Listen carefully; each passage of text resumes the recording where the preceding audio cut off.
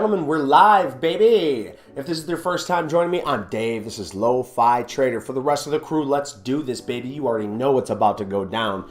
So the first thing we're going to do is look at our indices. We are going to make sure we know where our levels, where our lines are at, and what we can look for. But first thing this morning, it looks like a bloody bear bath that just happened this morning. We gave back almost all of those gains from yesterday, guys. But here's the thing, it's pulling back up. So is this a dip buy opportunity? Well, we're gonna go through this in pre-market prep and we're gonna find that out for you. So if you guys are just joining us, this is a live show. This is live. Make sure you stay live by clicking that live button down below. But if you enjoy my content, my name is Dave. I'll be here every single day, Monday through Friday, 8 until 12, okay? So hit that subscribe button so you can be a part of this community. All right, guys, we already got B. Stewie in here. Good morning, B. Stewie. I got to take this jacket off already. We are going to have ourselves a great little day here today. And as you can tell, I'm already in a trade. I usually don't trade pre-market, but I was actually in this short. Alex, I hope Alex shows up this morning. He said he was going to be here for this pre-market prep. Wipe that sleep from your eyes, Alex. Get your butt in here. But anyway, here, this one's for us, guys. A little bit of coffee in the same cup I've been using for about a week, maybe longer, but that's how I roll. All right. Well, let's see what we got going on. Well, first things first, guys, you need to know what's happening with the CPI. Good morning, Granny Ranny. Good morning, good morning. You're already with us. That is awesome to see. Good morning. I'm glad you are here. You guys, we need to really focus up on one pretty little thing right here. In 27 minutes, that's right, 27 minutes, we have PPI index. Okay, the PPI index is coming out. Now, you guys know I use economy.com. I'm sorry, investing.com. It's on economy. We're looking at investing.com. In investing.com, you know that you can find all the information you need to know about any of this jargon. If you don't understand something, you can Google it, of course. But make investing.com your friend. It's absolutely free. I'm not going to ask you to go buy anything. You can find everything for free.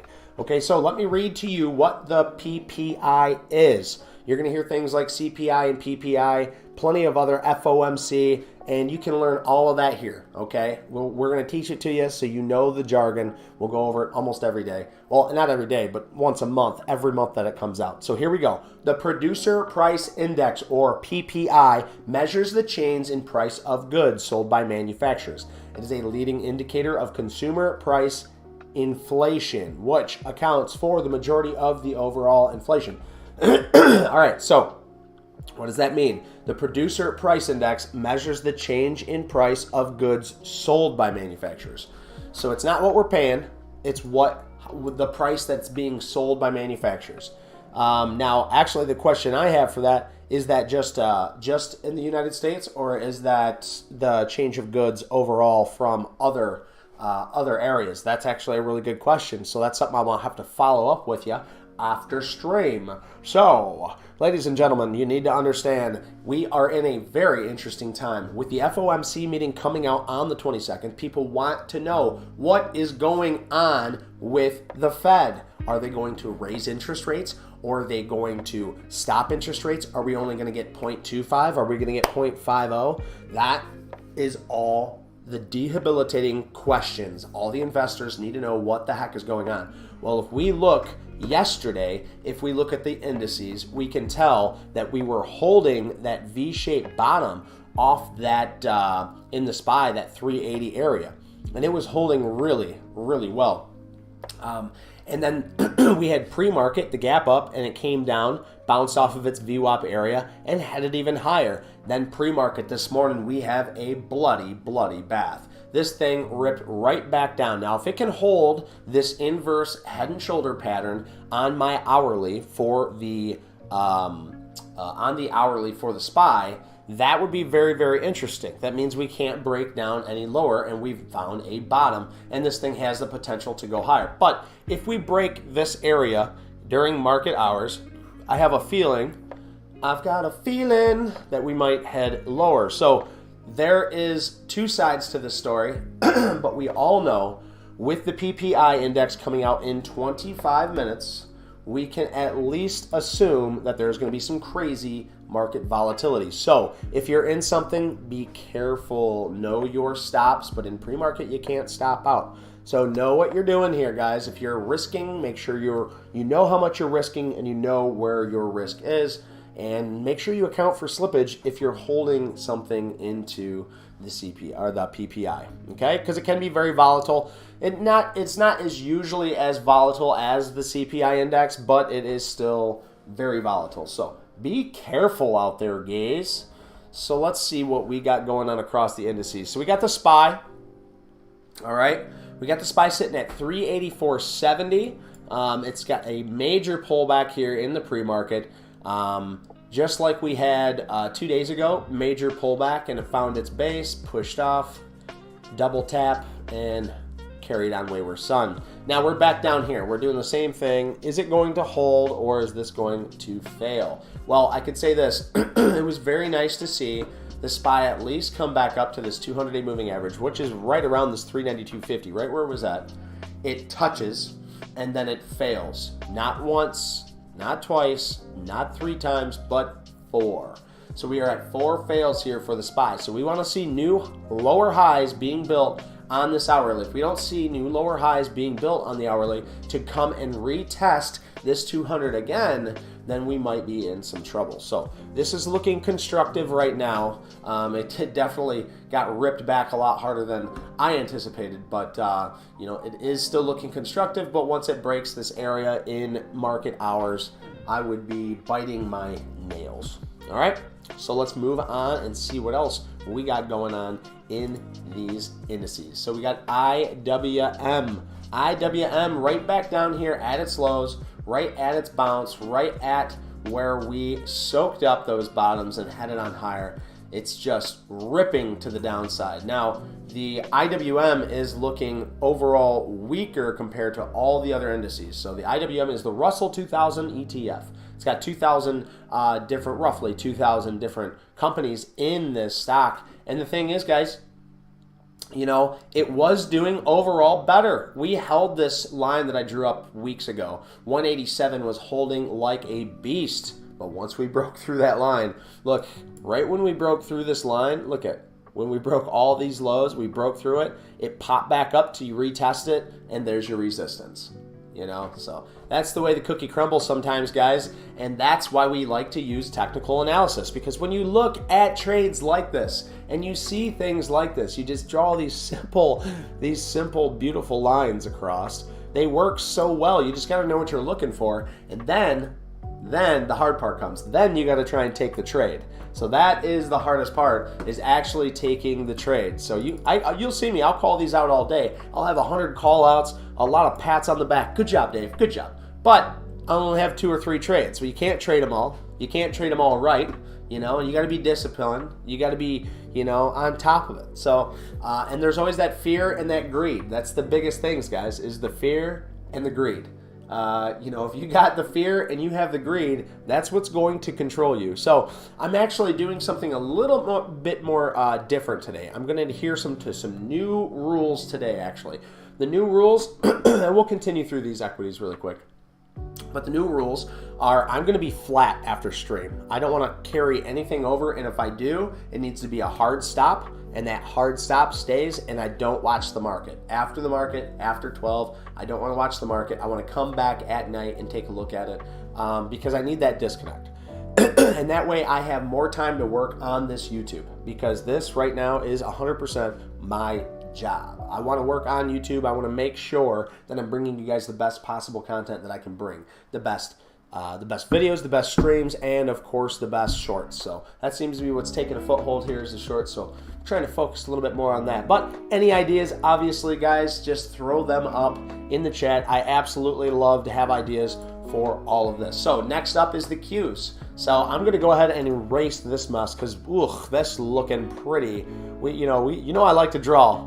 You know I like to draw. So so those are all cleared now, but you can see, you know, this clear area right here. Very, very clear. Redrawing I'll just take the VWAP from the top and the bottom and draw it across. This is a huge area of supply, okay? Now, we all know, you know, we are on a huge downtrend here. You know, this thing's been on a downtrend from the top. It broke out, and now we've created a new downtrend right here. So now we're in this kind of channel, if you will. Now, it's not respecting the base of this channel, but, you know, we could just do one of these. So we have a reference. So we have a channel here. It's not the prettiest looking channel, but that's okay. It's just a reference. These aren't like buy or sell recommendations when you draw these channels, right? So when we have this channel, we know that we want to see it break out of this channel. Well, every time it comes up to test this channel, it's looking like a short. Every time we're going to come all the way down to this base, it's going to look more like a long inside this channel. So when we were up here, my boy Alex, I hope he wakes his sleepy eyes up and gets into chat, but he pointed this out to me yesterday. He goes, hey, you know, look at this down channel. Look at this beautiful down channel. And he's seen some call puts coming in very high in the call put area.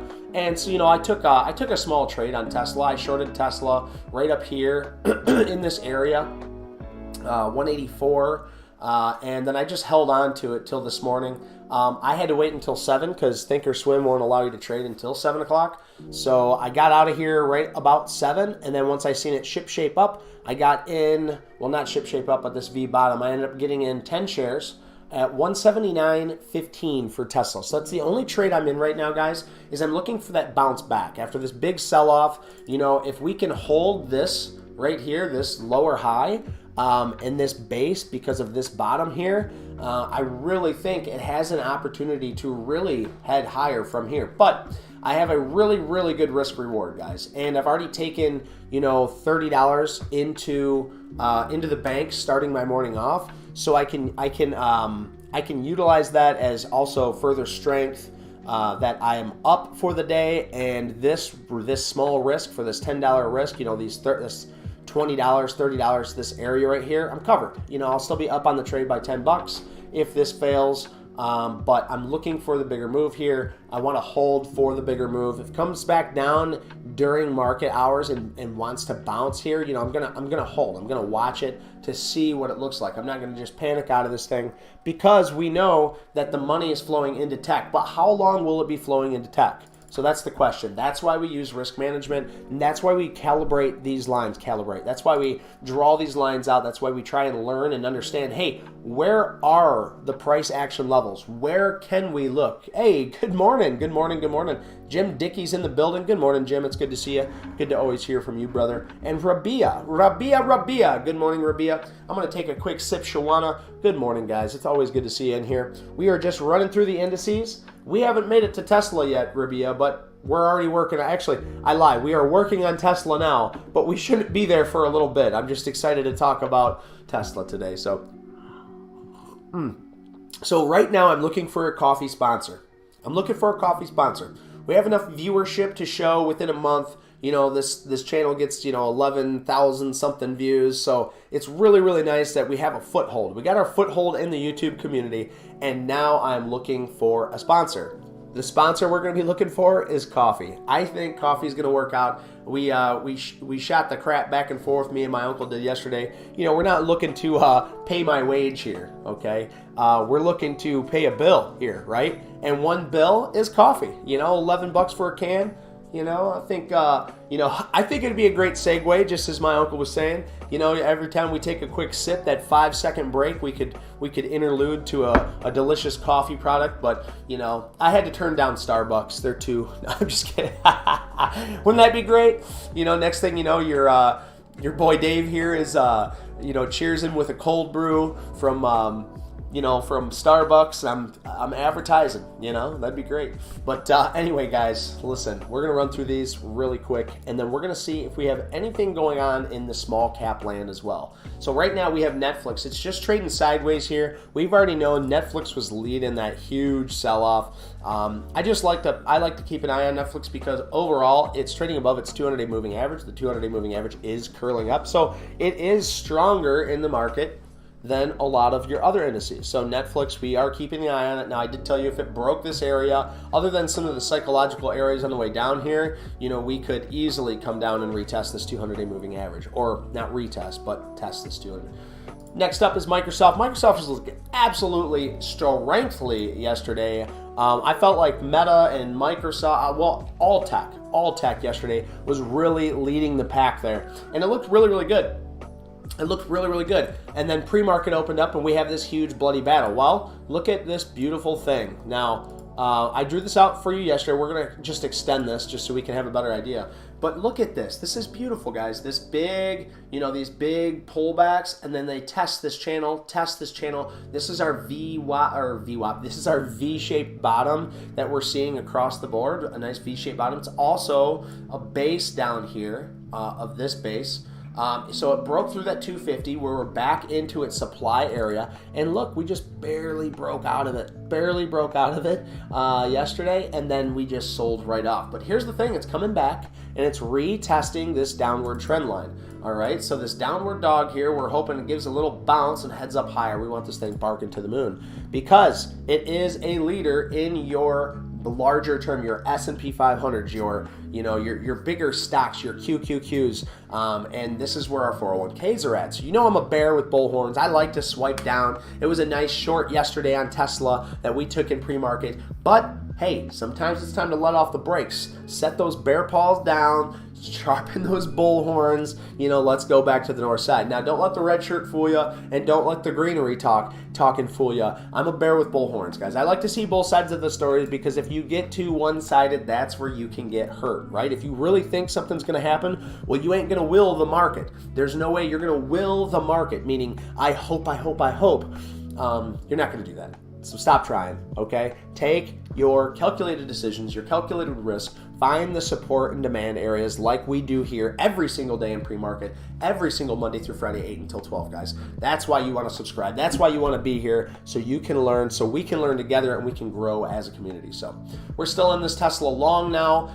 Right here, it is all marked out. So let's take a look at AMZN, AMZN. We're going to bring this desk down here. We'll pop back up right before the CPI index comes out. Now, keep in mind, guys, the CPI index is coming out very soon. So if I just take a peeky gander at it, the CPI index is coming out in 12 minutes. 12 minutes, guys. So be careful. If you're in it to win it, make sure you're not in a lot of it because you really could get hurt with this CPI index, okay? PPI index, okay?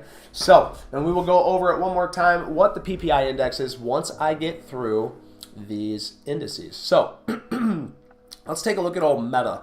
Good old Meta here, looking like the rest, but Meta is extremely strong compared to the rest of the indices. Between Meta and NVIDIA, I would say these guys are really leading the pack here. So we had a beautiful breakdown after it came up to nearly its highest traded area this year, and it clocked out at about 195. So 194, 93, 195 area, and this thing has sold off hard. Now, it came down into yesterday's VWAP area, but not giving back much of any of its gains from pre-market. This thing in pre-market, if you guys were here, I caught it. I didn't catch the trade, but I seen it as it was happening. This thing launched up to the north side and cleared all this area. I think we tried to take a short here, and I remember getting burned a little bit on this trade, but that's a-okay. That's part of trading. I probably would take this short again if it posed, but now look what's happening here, guys. So what you guys, you heard me say it yesterday. I love to see it break through an area, come back and test it for support. So let's zoom in on the 5-minute here and see what this thing's going on. And that's exactly what it did. Look at that. Now, I would love to take a big trade right before this PPI, but it's not a good idea. Not at 11, because it's right here. If this thing breaks down from here, let's put it this way, guys. This is what I truly believe. These are my thoughts, not yours, so take them how you will. On trades like this, on trades like Tesla, on trades like Meta, all of these areas, but I would say Meta looks the nicest. So pay attention, check this out. This 189 area is a big area of price action. It was an area of resistance. It didn't even think about that resistance, guys. It blew through that resistance. Well, I guess it did. Right here is a little stutter, right, on the 5-minute. It stuttered here, but got bought up really quick and then launched through. So there was a little stutter. Okay, so we know, hey, now that resistance was there. Now that was pre-market. Remember that too, guys. It was pre-market that I got through there. It can get through those areas a little easier in those pre-markets and those aftermarkets because it's not very liquid and people can jump the bid, okay? So we're going to keep that in mind. But it came back and it tested this area. When it tested this area, that should be a telltale sign like, hey, this thing's strong. This thing's pretty strengthly, right? Well, it did. It bounced up and up. It made a new lower high, bounced up, and then that's when it cleared some liquidity and started to fail. And then it came all the way back down, and look where it's testing. It didn't even make it down to that low and started getting bought back up. So, when I see this, guys, I'd rather wait until market open. I'm already in a trade for Tesla, small share size, just 10 shares. But when I see this, guys, I think a breakdown and then a bounce back up for a short, or a breakdown and a bounce back up for a long. Okay, so above this line, I am bullish. Below this line, I am bearish. I wouldn't take it if it just broke through. I would wait for a bounce after it broke through, and I wouldn't take it at morning open. I would wait for some sell-off to retest to play that morning open. Okay, so there's just a few scenarios there for you guys. I'm a bear with bull horns. I love to short, but when the longs are looking tasty, I got to get me some food, right? So whatever pays the bills. Next up is NVIDIA. We got 8 minutes, guys, 8 minutes until the CPI report comes out. So good morning. If you guys are just joining me, my name is Dave. This is LoFiTrader. We do this every single day, Monday through Friday, 8 until 12. We have a like-minded group of community that you can join. All you have to do is hit that subscribe button. It's as simple as that. I'm not going to ask for any money from you guys at all. Matter of fact, everything I do here is free, and I show you how to extrapolate that money for free, okay? As long as you have the capital to trade with, then you are able to make money here. But you can lose money too, so we always say start with your risk. Make sure you know what you're risking. Now, NVIDIA is looking quite the same as the rest, but we know that NVIDIA is sitting at all-time highs. That's not all-time highs, this year, yearly highs. Same as Meta, very close to the top. I said, they are looking very similar, NVIDIA and Meta, and I really like the way that these things are playing out. So if NVIDIA wants to continue to sit up here at these highs, yes, it had some pre-market sell-off, but overall, if you look at the hourly of this stock, this thing is an absolute beast since it came out on earnings. This earnings gap up was amazing. Let's just see. Let's just reminisce here. So that when this thing opened up, it opened up 17%. Now a big stock to shoot up 17%, that's a big surprise. That's pretty nice. So we're gonna see. Great analysis. What kind of coffee am I drinking? Yeah, that's a great question. This is Aldi's brand coffee. It's $11 for a can, and it lasts me about a little over a month. Okay, or maybe longer. I need to actually figure that out. I need to calculate that, how long I've had this can. But yeah, $11, and I get a ton of coffee. It's better than spending $5 on 2 monsters or $3.50 for one. That was back in the day before I started managing my budget. Well, the wife and I managing the budget and really figuring out where the heck is all my money going to. Well, a lot of it, gas station and snacks. Gas station and snacks, guys, no joke. So let's take a look. Well, we got Tesla up here on the right-hand side, but everything in the tech industry is looking quite the same, guys. So we'll look at a few other things as well. Let's take a look at Apple. So Apple, we were talking about Apple yesterday, and look how messy these charts are. I'm going to go ahead and clear everything, and we'll start drawing all over these things again, guys. So here we go. We're all clean. So now there's a few things I do want to keep out here that are just obvious levels for me. This is a base that we're trying to hold, okay? This is the 150 area, okay? I talked about this 150 area yesterday, and I talked about how beautiful it was that Apple was back up here holding this area. So we have a lot of wicking off, a lot of testing at this 150, this even $150 level. And we get a lot of wicking off that bottom. Now, can it hold? Pre-market sold off pretty hard, but I would love to see Apple hold. I think everybody's waiting for that PPI index to come out, and that's coming out very soon, guys. We have 5 minutes until the PPI index comes out. So we have core retail sales that's coming out, PPI, which is the month over the month. That's what we're really going to be looking at today. Then we also have the retail sales month over month and crude oil inventories. Now, I don't care about the crude oil inventories. It's not something I watch. It's not something I keep an eye on. But one thing I do have to do right now is give a shout out to my boys at the Robinhood Stock Market Watch watch list. If you guys go check them out on Facebook, it's a cool little community. I have a show with Carlos himself, Marino. We do it every Sunday. We do a weekly prep there as to where we do morning prep every single day here. So we're working together to fuss and fight and grow this awesome community, grow his community, grow my community. So go check them out there. And if you're over there watching me trade now, just go ahead and come to YouTube and at least hit that subscribe. Hit that subscribe button for me. That's the only thing I will ask of you. So guys, remember 4 minutes till that PPI data comes out, and you're going to get it first here using the same economic calendar that my boy Carlos uses over there at Robinhood. So stay tuned, guys, because that's coming out really, really soon. So back to Apple, we want to see this 150 hold. It's chilling at 150.75 right now, and we want to see delicious and nutritious Apple do its thing. Let's see you head to the north side, Apple. We want to see all of our indices continue higher, but we need to be very careful because the FOMC meeting is on the 22nd. If the FOMC meeting, they say, hey, no, we're going to stay the course. You're getting that 50 rate hike. That's that. Deal with it. Papa Powell is going to rip the Band-Aid off on inflation. We will see. Things are looking a heck of a lot better than they were, but we are not down to our goal of 2% yet. We are still around 6, I believe. So we're going to see how that PPI comes out, guys, and that's in 3 minutes. I hope you're here. I hope you're ready. I hope you're willing, because if you know your levels, you know your lines, after the CPI comes out, it might test a place or an area that we want to see, like maybe this 177 again. Are we going to retest, or are we going to launch back up here and retest and then find a new lower high? I'm excited, and maybe we get the expected, and it's already priced in and we trade sideways. Either way, we are going to be here to find that out, because we have less than 3 minutes for that news to pop out. So let's do this, guys. One thing I want to look at is like BOIL. Okay, so BOIL I talked about. It's a ETF that I think is gas ETF. I'm not 100% sure. We didn't do too deep of a dive into this, but I am keeping an eye on this because it's back down here testing that V-shaped bottom that we talked about. Very interesting, but very volatile, so be careful.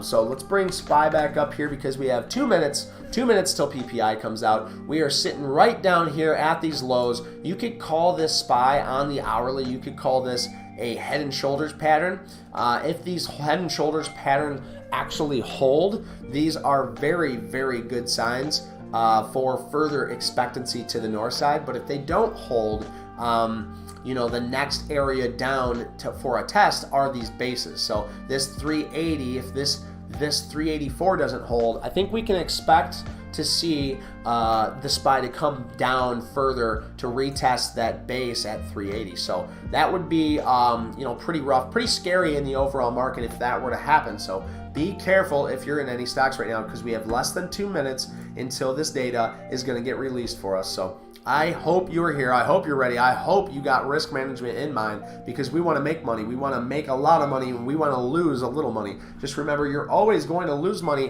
when you're trading. It's just how much can you lose? There's not many things that we can control in the market, but we can control where we get in, where we get out, and what we're risking, how much we're willing to risk. If you can use those 3 things to your advantage, I highly suggest you would. Using those 3 things can actually be your edge. So keep that in mind, guys. Risk management is an edge. Now we have 1 minute.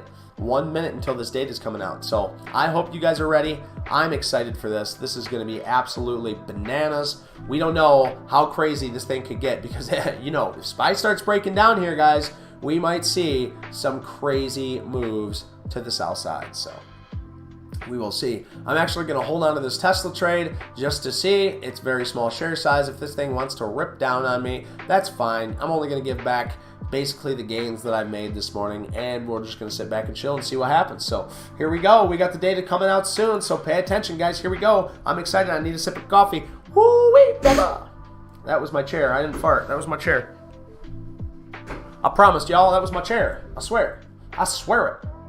All right, here we go, guys. Here we go, here we go, here we go. Not too much longer. That's good coffee. That is some good coffee. Let me just double check chat, make sure you guys are all good. Yeah, there we go. AIMD, we will definitely go back over that. Looking for it to pull back at a hopefully 110-ish.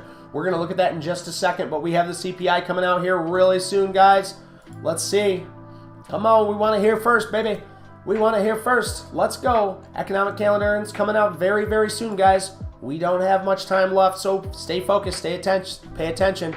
We're going to see it on the charts first. I tell you guys this all the time. You will see it on the charts. Make sure you are live. If you are worried that you're not going to get this thing on time, make sure you're live in the chat. Make sure that you are live. So we're going to see it in the charts first. We will see it move, and then we're starting to see a small spike for the SPY there, and we're still refreshing. We're trying to see where this data, when is it going to come in? It is 8:30 now, guys, so here we go. The data just came in. We have negative PPI by 0.1, so very, very little. We should see an overall normal reaction to this. Normal reaction meaning we shouldn't see too big of a influx to either side, but the market's going to do whatever the hell the market wants to do. So in this case, the market is right now taking it to the bullish side. We are seeing a nice little push off these bases here for the SPY, for Tesla. Let's take a look at the overall cues because we know that tech is strong right now. And look, I drew this liquidity line out because we are in it. We are in the supply and it is pushing up. But how long will this last, guys? Is this a formidable push? Are we going to come back up to where the day closed at? Can we make it back up there? That would be an interesting sign to see because that would show the overall market is looking pretty scrumptious. But remember, guys, we have a lot to try and get through at these tops. If we break back up through here and we come back up to test, look for a shudder, look for a shimmy, look for a shake, because that could possibly be a mistake trying to take along at these tops because we are in this downtrend. Now, if we can break out on volume and people truly believe that the Fed, Mr. Papa Powell, is not going to raise these hikes, then guess what? We will continue even further to the north side. So we are up about $28 on that small trade in that pre-market. We need Alex back in here because I know he's in puts and I know he's still green and he's still in the money. He needs to exit his trades if he's worried about getting squeezed out. So, all right, let's go ahead and look through everything in the chat because we know we got the whole crew is almost in here. I know Little Pencil just showed up. Ooh, Willis. Good morning, Willis. Good to see you. New Vision. Absolutely pumped to see you are here. And Rabia, you already know the drill. Let's take a look at it. AIMD.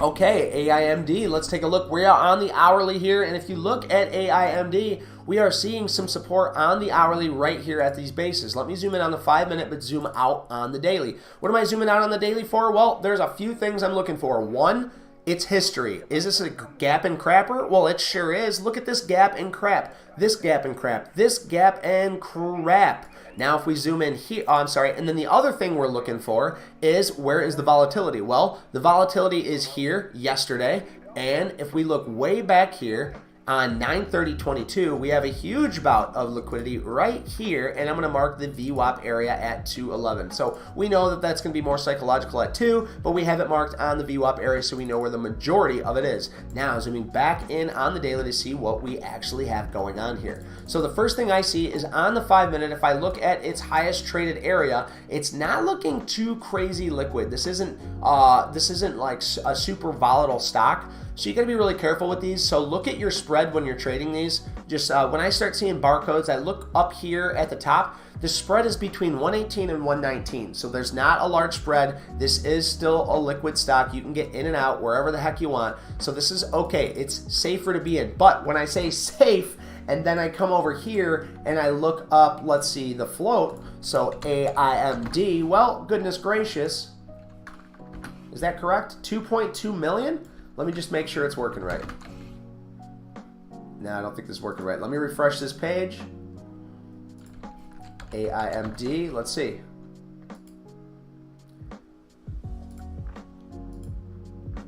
There we go. Okay, so they changed their site up. This looks different. Let me put this in front of you guys because they changed their site. It looks a lot different now. So now it gives us data across like this. I much liked it better the other way, but it's okay. You know, every site's going to do their own thing. But yes, we are looking about 2.2 to 5.5 million. So it is a rip your face off stock, guys. So be careful. Make sure you got your nose guards on because when your face gets ripped off, sometimes it takes the nose that's been to the grindstone and it takes it off there with it. It will punch you in the face, guys. Be careful with these stocks. Now, AIMD saying that. letting you guys know exactly what's going on there. Take a look at AIMD. It does have this base at 116. That's nice. I do like that. So if it can hold that 116, that's going to look really, really good. So I'm pumped to see that. I'm pumped to see if that holds. If it holds, then I'm going to be happy for you because this has the opportunity to go to the north side. But if this wants to break down this 116 area, say it breaks down this 116, I would be really, really careful holding on to your longs there. So be careful with that, Rabia, but I do like your interest in that stock. Now let's look at MVLA. So MVLA is also ramping up here. It looks like it's getting some volatility. It's up about 54% in pre-market. So if we want to see a multi-day runner, if we want to see this thing carry on wayward son, we want to see this thing base out, hold these areas, hold this liquidity, and just base out. And then we'll be able to find a good risk management on this. So that's just something I'm looking at. These, remember guys, 95% of these gaps, crap. So just be careful in that. We don't want to go and get ourselves hurt. Okay. So Navision says 0.1%. Looking for it to pull back to 110, 110ish. Nice. New Vision says 0.1%. What is that? What's 0.1%, brother? Good morning. You think bank plays are dead now? Well, we could look, but I can tell you something with these bank plays, guys. When you see massive liquidity and you see these huge moves, a lot of times those moves can be over. You know, the moves can be over. And then they will just continue to sell off and finally find a base. But I have a feeling that these liquid bank stocks are going to bore everyone out before they actually make their move. So they'll probably bore everybody out, meaning everybody that thinks that they're going to make quick money on this now because of this big expected move, I have a feeling that it's going to take a long time for this to play out. Like it'll probably come down, base out for a couple of weeks, maybe even a month before it starts carrying on higher. Or this thing could fail. You know, it could go to zero. I don't honestly know what's going to happen with these bank stocks, and it's not really my forte, but I'll say this. It has a huge sell-off here, a huge sell-off. A lot of times when you see big sell-offs like that, you see at least a little bit of a snap up before selling off more. So that's just my thought, not yours. This thing might get a nice snap up and a bigger sell-off, or, you know, they might just trade sideways and keep carrying on. Now, I did point this $13 area out on PACW. It was the only thing that I could really see taking risk on, but it didn't hold that $13 area, so I'm not going to take this to the north side. I would rather take this to the south side because the next area for it to fail down to would be the 750 area. So, yeah, I would say they could be dead. I think the governments and the banks are going to do their absolute best to just try and slow that area down.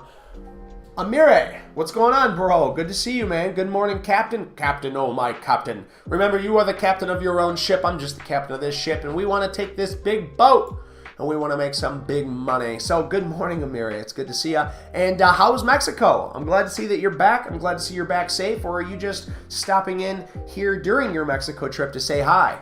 So let me know. Glad to see you in here, though. We missed you the past couple of days. So we'll go through the indices just one more time to see how they are trading now that we have had our PPI come out. So our PPI index did come out this morning, guys, and we did see it was actually lower by 0.1%.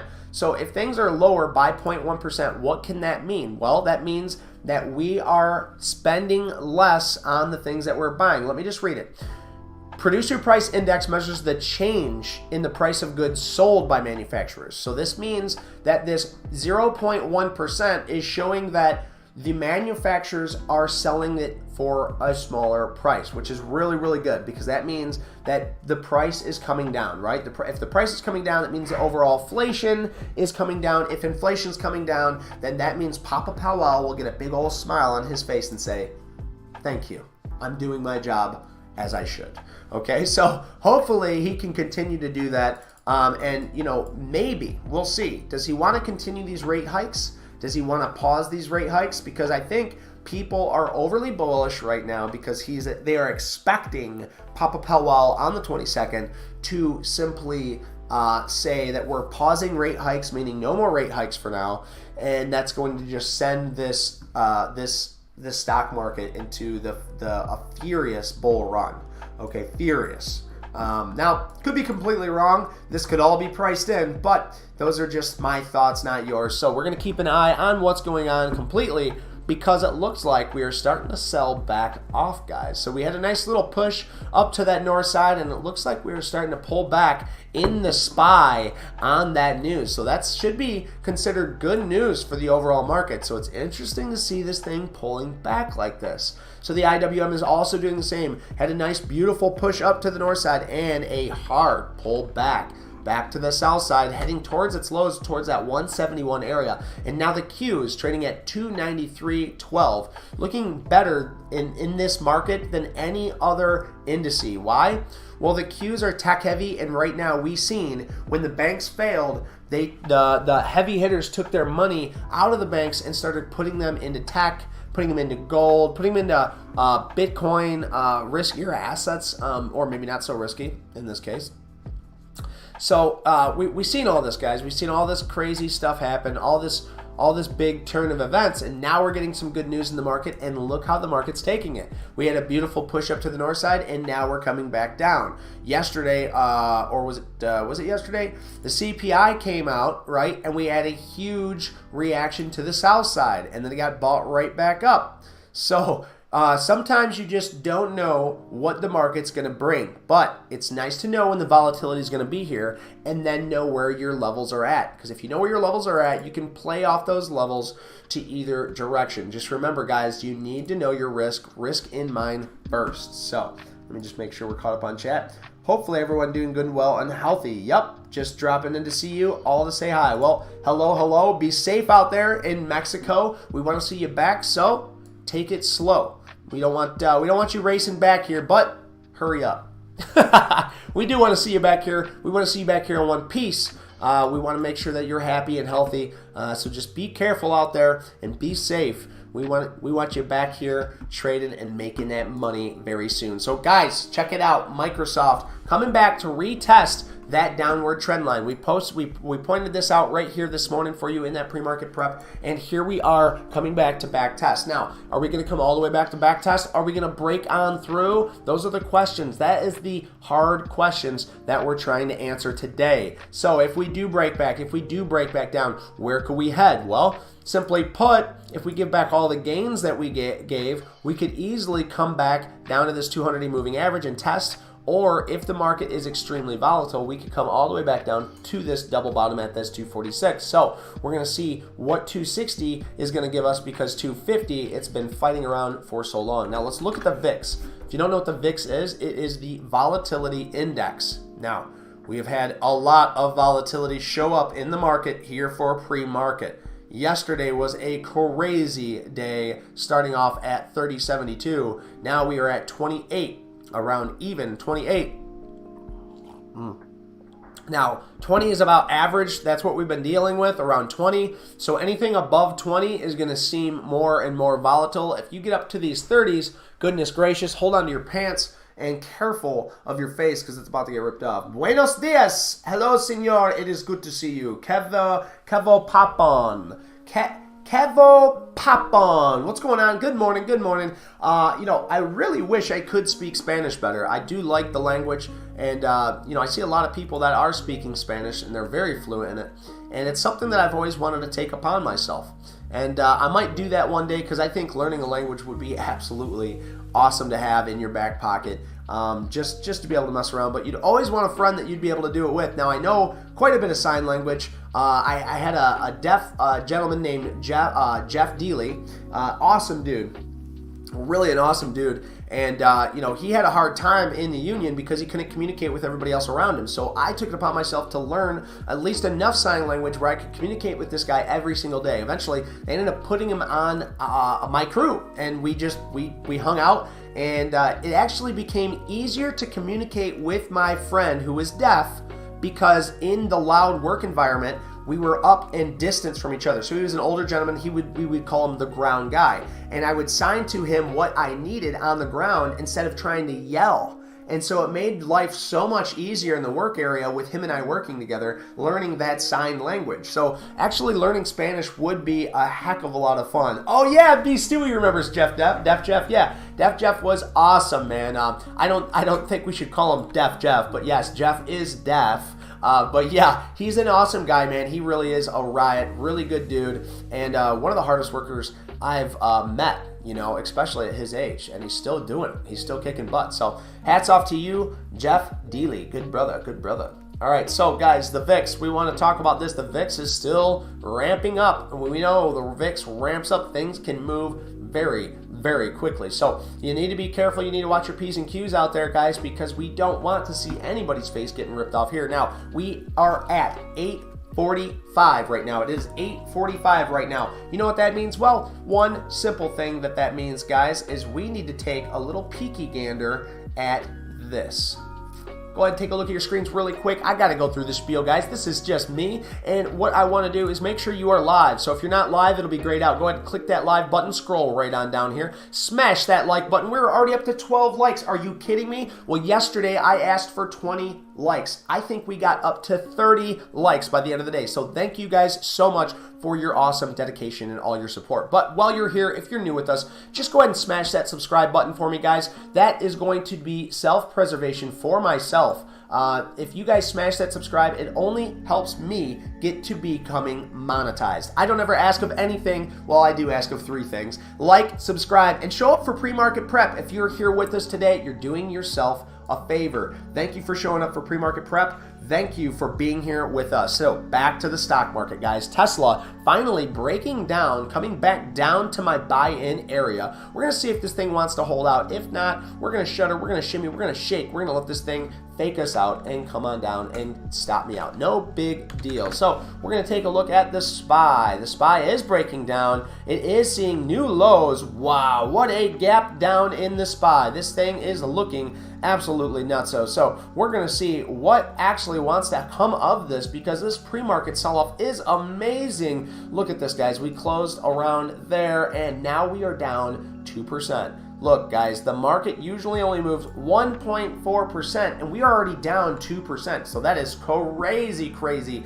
Now, this could be really, really good if you're that dip buyer who thinks this market's going to continue higher, or maybe you're the bear holding on to your puts, making that money. Either way, we are here to commentate on it for you and do that stock analysis. So if you don't see me looking at what you want to see, well, then you need to put it in chat, and I'll take a look at it. So we don't have too many things going on in the small cap world, but we could run through a few of these. Let's look at AMBI. It is holding that base that we just talked about this morning, this area. Let me zoom in on that 5-minute really quick. So I think did we draw, is it AMBI that we drew out? No. AMBI is a different stock.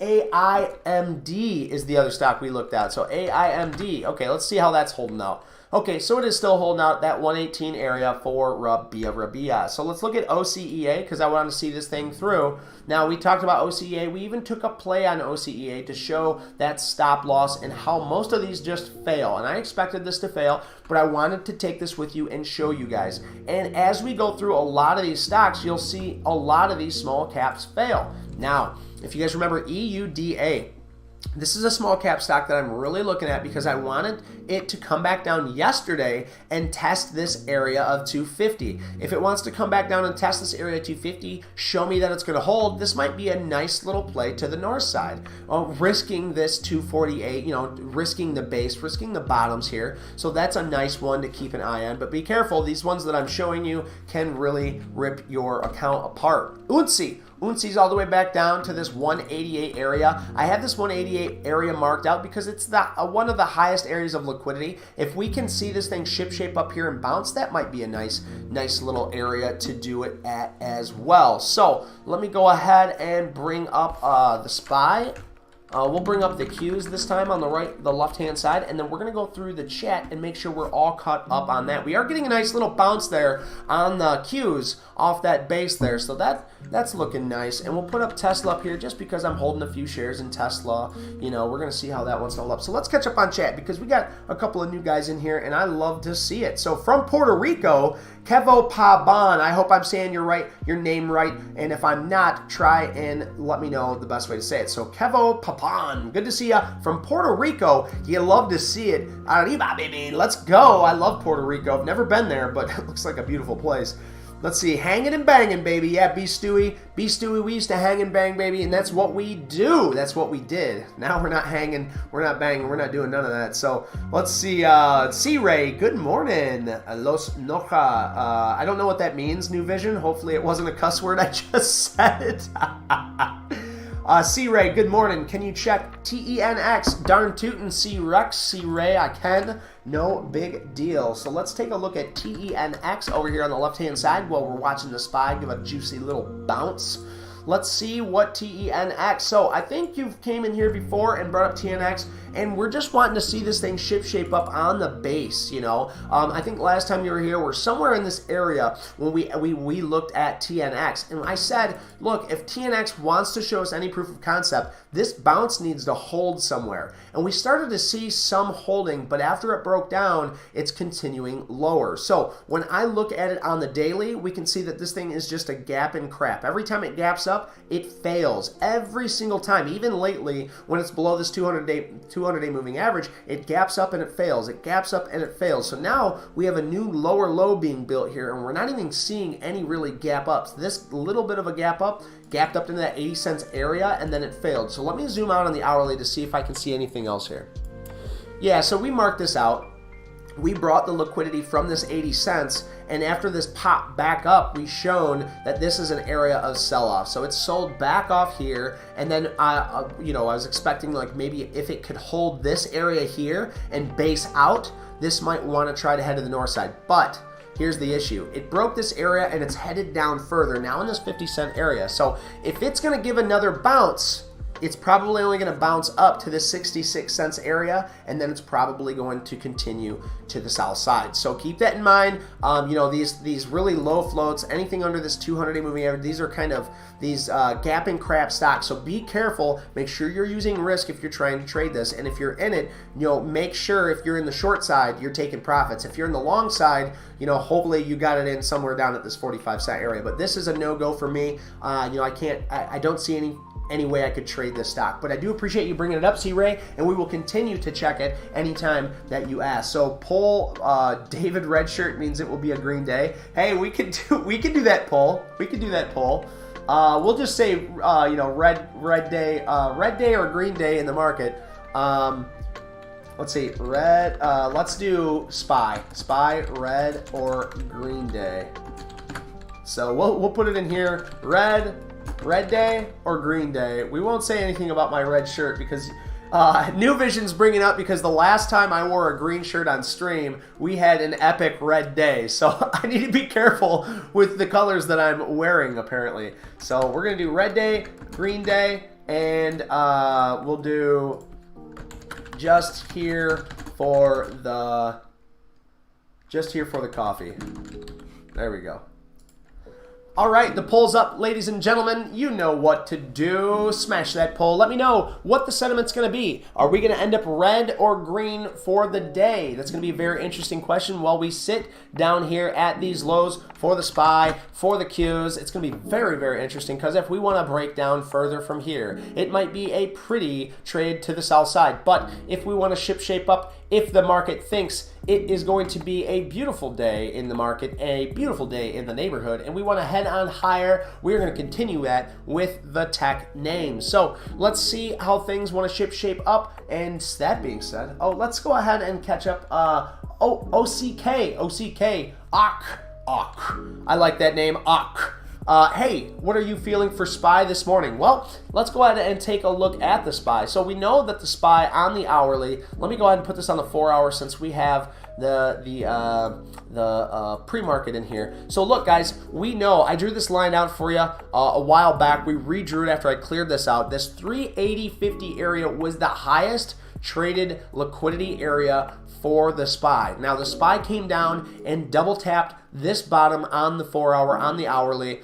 Okay, it double tapped this thing and it took off to the north side for the SPY. It looked absolutely beautiful. Now, what I am seeing here is a inverse head and shoulders pattern on the 4 hour. That means we have a shoulder here, and the head here. It's upside down, so that means it's an inverse head and shoulder pattern. Now, if it breaks this pattern, which looks like it broke through, but it got soaked back up, but if it can hold this head and shoulders pattern, I really think the SPY has a chance to go to the north side. But if we break this head and shoulders pattern and we start to head down to these lows, I think we have the ability to head all the way back down to this 380.50 to at least retest this SPY. From there, I'm not really sure what's going to happen because if we retest, we'll probably retest a few more times because that's going to be supply. But if we break through this 380, who knows what's going to happen? We could really come back all the way down to 370. The next area of stopping point might be this 370. So that being said, guys, there's a lot going on in here, Ak. I want you to just keep in mind there's really good areas to be played here. There's really good areas to be played. I have them marked out for you on this chart. If they get down to these areas, it might be a nice little buy. If it breaks these areas, it might be to the short side. But the way I like to play, at least the way I like to try to play, is once we push through something, okay, once we push through, I like to see it come back and retest. So what do I mean by that? Well, let's look at this red line here. If I drew this red line out, why? Well, because it is an area of price action. 177, this 177 right here is very interesting because every time it tested its 177 area, it was resistance, right? Well, when it breaks through that resistance, let's zoom in on here on the 5 minute. After it breaks through that resistance, look what it does. It loves to come back down and retest these areas. So I like to play a breakthrough and then a retest. I don't like playing the breakout. Those have hurt me. But I like to play the breakthrough and then the retest. If it retests, ooh, that can be juicy, baby. And I like to get my chompers on a juicy trade from time to time. So if you like that, if you love that, if you want some more of it, hit that like, hit that subscribe, guys. It's absolutely the best thing to do if you want to, further our trading day. So let's see what we got. I'm just a big talking head, guys. Sometimes I don't even know what I'm saying. I gotta replay this at the end of the day and listen to myself in the background just to see what the heck is he even talking about. But it all seems pretty good, pretty okay. It comes across just fine. So cheers to you, cheers to me, because this is my quick 5-second break. So Ak is asking a very, very hard question here. Should I put a call on the SPY? So when Ak asks, hey, should I put a call on the SPY? He's asking, should I go long the market? Well, here's the thing. First and foremost, I don't know what you should do. What I do know is that if you feel confident, you're finding confluency in through the market, if you feel you have the levels and the lines that you need to take confidence and confluency in this market, then I would say you do what you know that you should do. You should feel it in your bones, in your loins, in your plums, boy. You should feel it. And if you can feel it and you feel confident about it and you have good risk management, then I say you go for it. You go for whatever trade you're thinking. But I cannot pull that trigger for you, can I? I cannot tell you, yes, this is a buy or this is a sell recommendation. I can't do that. What I love to do, though, is stock analysis and commentary. And that's what I'm doing here for you today, Ak, and I hope I have earned your subscription, sir. Because honestly, I love to see like-minded traders in here, right? Now, personally, I am long in Tesla, but I have my risk in mind. If it breaks this 177 area, I'm out. I'm long gone. So that's my trade. I'm taking it on Tesla. I've already made my money in it, so this is a free trade for me. And we shouldn't call it a free trade because it's not. If I lose money, I lose money. If I win money, I win money. But I've already made $43 on this trade. I've already exited that trade, and I've repositioned myself in a new one, and I've already taken that position, okay? So you need to do what you think is best for Ak, because I want you to be happy with your trade. I don't want you coming to me after you made money and say, hey, great idea, Dave. I made money because of you. No, I want you to make money because you made money. I want everybody in this room to be dependent traders on their own one day. You don't have to be now, you don't have to be tomorrow, you don't have to be in 5 years, but one day I want you to strive to be able to gather all the information on your own to become better traders. And doing that is just showing up for that pre-market prep like you guys are here now, because we only have 30 more minutes till this market opens, which means we need to be prepared. We need to understand what is going on in the market and what are the key levels. So that's what we do here, guys. We mark out these key levels. We have a better understanding of what's going on in the market, and we even bring you the news. What was the news this morning? Well, it was the PPI index. Let's go over that really quick, guys. So the PPI came out at 8:30 this morning. We had it within 10 seconds of coming out. It was a beautiful, beautiful thing. What did the CPI, what did the PPI, man, I can't get that right today. The PPI index, what did that tell us, guys? Well, just for anybody that's just joining now, let me read to you what the U.S. Producer Price Index is. So PPI, the Producer Price Index, measures the change in the price of goods sold by manufacturers. Let me read that again. It measures the change in the price of goods that are sold by manufacturers. Meaning, if the forecast says 0.3% and we come in negative 0.1 like we did, that's a good sign for inflation. Okay? If inflation is coming down, that is a good sign for the market, because that is a better inclination that Mr. Papa Powell isn't going to continue to raise these interest rate hikes. Okay, so that's what we learned this morning, guys. That's exactly what we learned this morning when that came out. When that information came out, it said, hey, things are looking better, but they're not great. You know, so this might be an inclination that we have had, and the Fed might pivot. But just remember, guys, on the 22nd, that's when we're really going to know what the heck is going on with that, because the meeting comes out, the FOMC. So you guys really need to be here for that. So make sure you mark your calendars, because at 8:30, the FOMC meeting will be here, and it will be square. You guys want to definitely be here for that. That is going to be probably the most highest anticipated, most volatile day in the market will be on the 22nd, and it is going to be a beautiful, beautiful thing. So it is good to see everybody here. I just want to say good morning. I am so pumped to be here. I'm so happy to be here, guys. And I got to say, we're swelling. Our numbers are swelling to the masses. We're up well over 300 subscribers now. We're going parabolic, baby. We're going parabolic. So let's run through the indices really quick. We got the 4 hours still up. That can be confusing. Let me go ahead and switch this to the hourly on the top left. So we have the trade that I am in right now, which is Tesla, over here on the top right-hand side. We'll go ahead and get rid of that P&L just so we can see it a little bit better. And then good morning, Mama. Mama's here, ladies and gentlemen. Good morning, Mama. Absolutely love to see your continued support. So we're going to run through these SPYs, Mama, so pay attention, because I would love to get through this. So SPY trading at 384.78, looking scrumptious down here for a long, but keep that in mind. This head and shoulders, if this head and shoulders breaks on the SPY, that could be down to the south side. So if you are taking any kind of trades, make sure you use risk management in mind, because this thing could slip right out from underneath us after that big sell-off. IWM still trading below yesterday's lows, maybe just getting up. We're squeaking just up above it at 171.33. Your Russell 2000 is trading.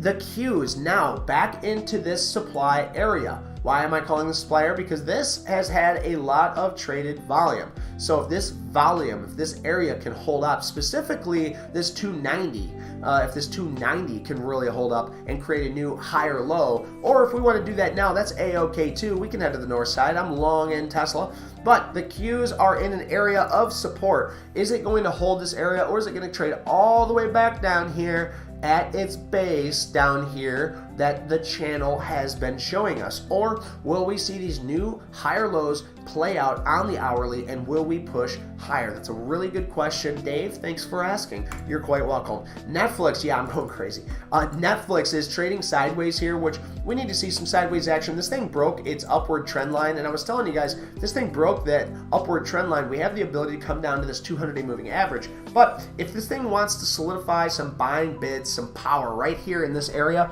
I'm not going to complain. We're going to want to see this thing head on higher with the rest of the indices if it is formidable. Now look at this downward trend line, guys. Downward trend line here. It bounced off this, it pushed through it, and I love these trades. I love these trades. It makes me want to buy this in, but I'm already in a trade, so I'm not going to get too tech heavy, because I'm not too tech savvy, so I'm not going to get too tech heavy, right? No, you guys need to know what you're trading is what I'm trying to say, right? All right, so We have Microsoft, and I do really like to see these, so I'm going to be very interested to see how this plays out, guys. Check this out. This thing breaks through a downward trend line. Now, we're on the hourly, so we can see more information, okay? We can always zoom in, but we're going to do that when we're trying to pinpoint that trade. So we see a breakthrough here, and then it tests these tops, and it pulls back down to retest this trend line. So we have a breakout here on this trend line. It came back to test, and now it's looking bullish.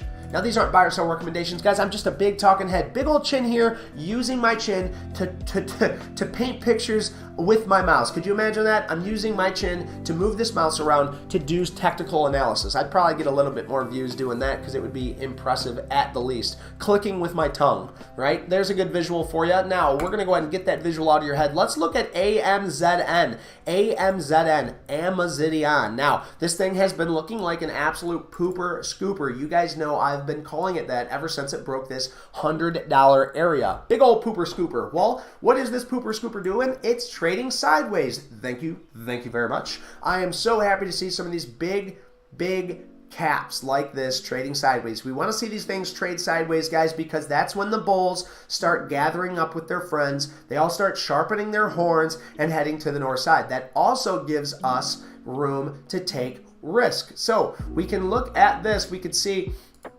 you know, Amazon, if it wants to come back down to this 90 and create an inverse head and shoulders, that's fine too. It can do that, and it might need to. But if it wants to hold out into this liquidity area, this area of supply, hopefully now demand, we might be able to find a bid down here at its base and head on higher. So only time is going to tell with Amazon, because we know Amazon is a slow mover. So now, same thing with Meta. We had this beautiful push. This beautiful push in pre-market. It was absolutely gorgeous. You couldn't ask for any nicer of a push. This breakthrough was on volume. It just really led the market in the morning. And if you guys were here with me in pre-market prep yesterday morning, you would have seen this. I called it out. It was beautiful. I was happy that I actually had the time and the ability to trade to see this. Now, what are we seeing? Well, the same thing with Microsoft, but instead of it being on a downward trend line, what we are seeing is a beautiful top that's being retested. Now, I like these base tops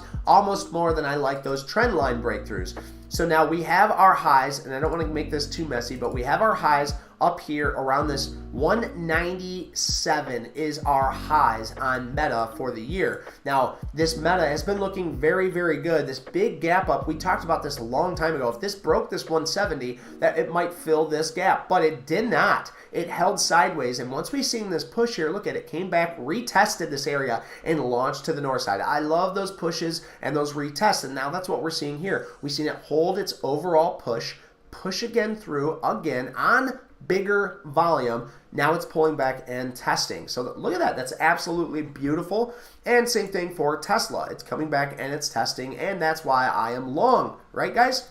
So we're going to see, we have a beautiful trade on this. We're going to try and hold on to this trade at least long enough for market open. Now let's take a look at NVIDIA. So NVIDIA has been being an overall beast in this market. If we look at this daily here, we can tell that we are trading at NVIDIA's yearly highs up here, guys. I mean, this is absolutely stunning. You know you love to see it. You know who I want to make sure we get in here as soon as possible? We need to get Heiser in here, and we need to see how your soccer game.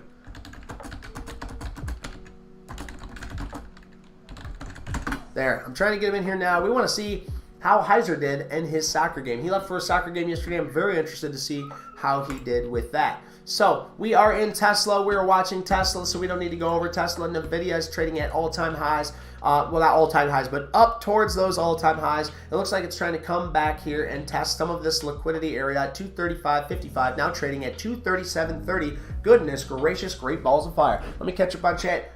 Good morning, great info. Thanks. CJ Yabara. Good morning, CJ. Good morning, good morning. It's good to see you. Good morning, and you are very welcome. Granny Rennie is saying, hello, Ginger. And John Shields just popped in the room. Hey, in the house, smash the like button. John Shields, thank you so much, man. Do appreciate your continued support. You're here for that pre-market prep, and baby, you know those are the only three things I ask of you. Show up for pre-market prep, smash that like button, and if I'm making any type of form of entertainment for you, go ahead and hit that subscribe. But guys, we had CPI come out this morning. We had some beautiful movement right after it came out. Not nearly as much movement as CPI would give us, but this PPI that came out looked pretty good. We had a nice little push right here up to 386 on the SPY, and now we're trading at 384. So this thing pushed up and then started selling off. So what is to come in the market? That's a great question. And now we have our levels, we have them set. We're going to see what is going to actually happen in this overall market. So we know we had a big sell-off this morning. It's a bloodbath this morning in the market. Now, does that pose for a beautiful opportunity to buy, or is this the tall tale sign that was our push? Yesterday was our push, our final hoorah, and we're heading lower. Well, you know I'm a bear with bull horns, boys. I absolutely love to swipe lower, but I like to see us head on higher with those bull horns. We want to see our 401ks, our Roth IRAs. We want to see everything move to the north side. We want to see Grandpa making money off his retirement fund still, right? We don't want to see anything get hurt. We don't want to see anybody fumble. We don't want to see this market go too much lower, but in the same hand, we need to protect ourselves. So what do? We use risk management. Always using risk management, guys. If you can use risk management, that in itself is an edge, and you can believe me when I say that because I read it somewhere once. This one's for you guys. Cheers. That's good coffee.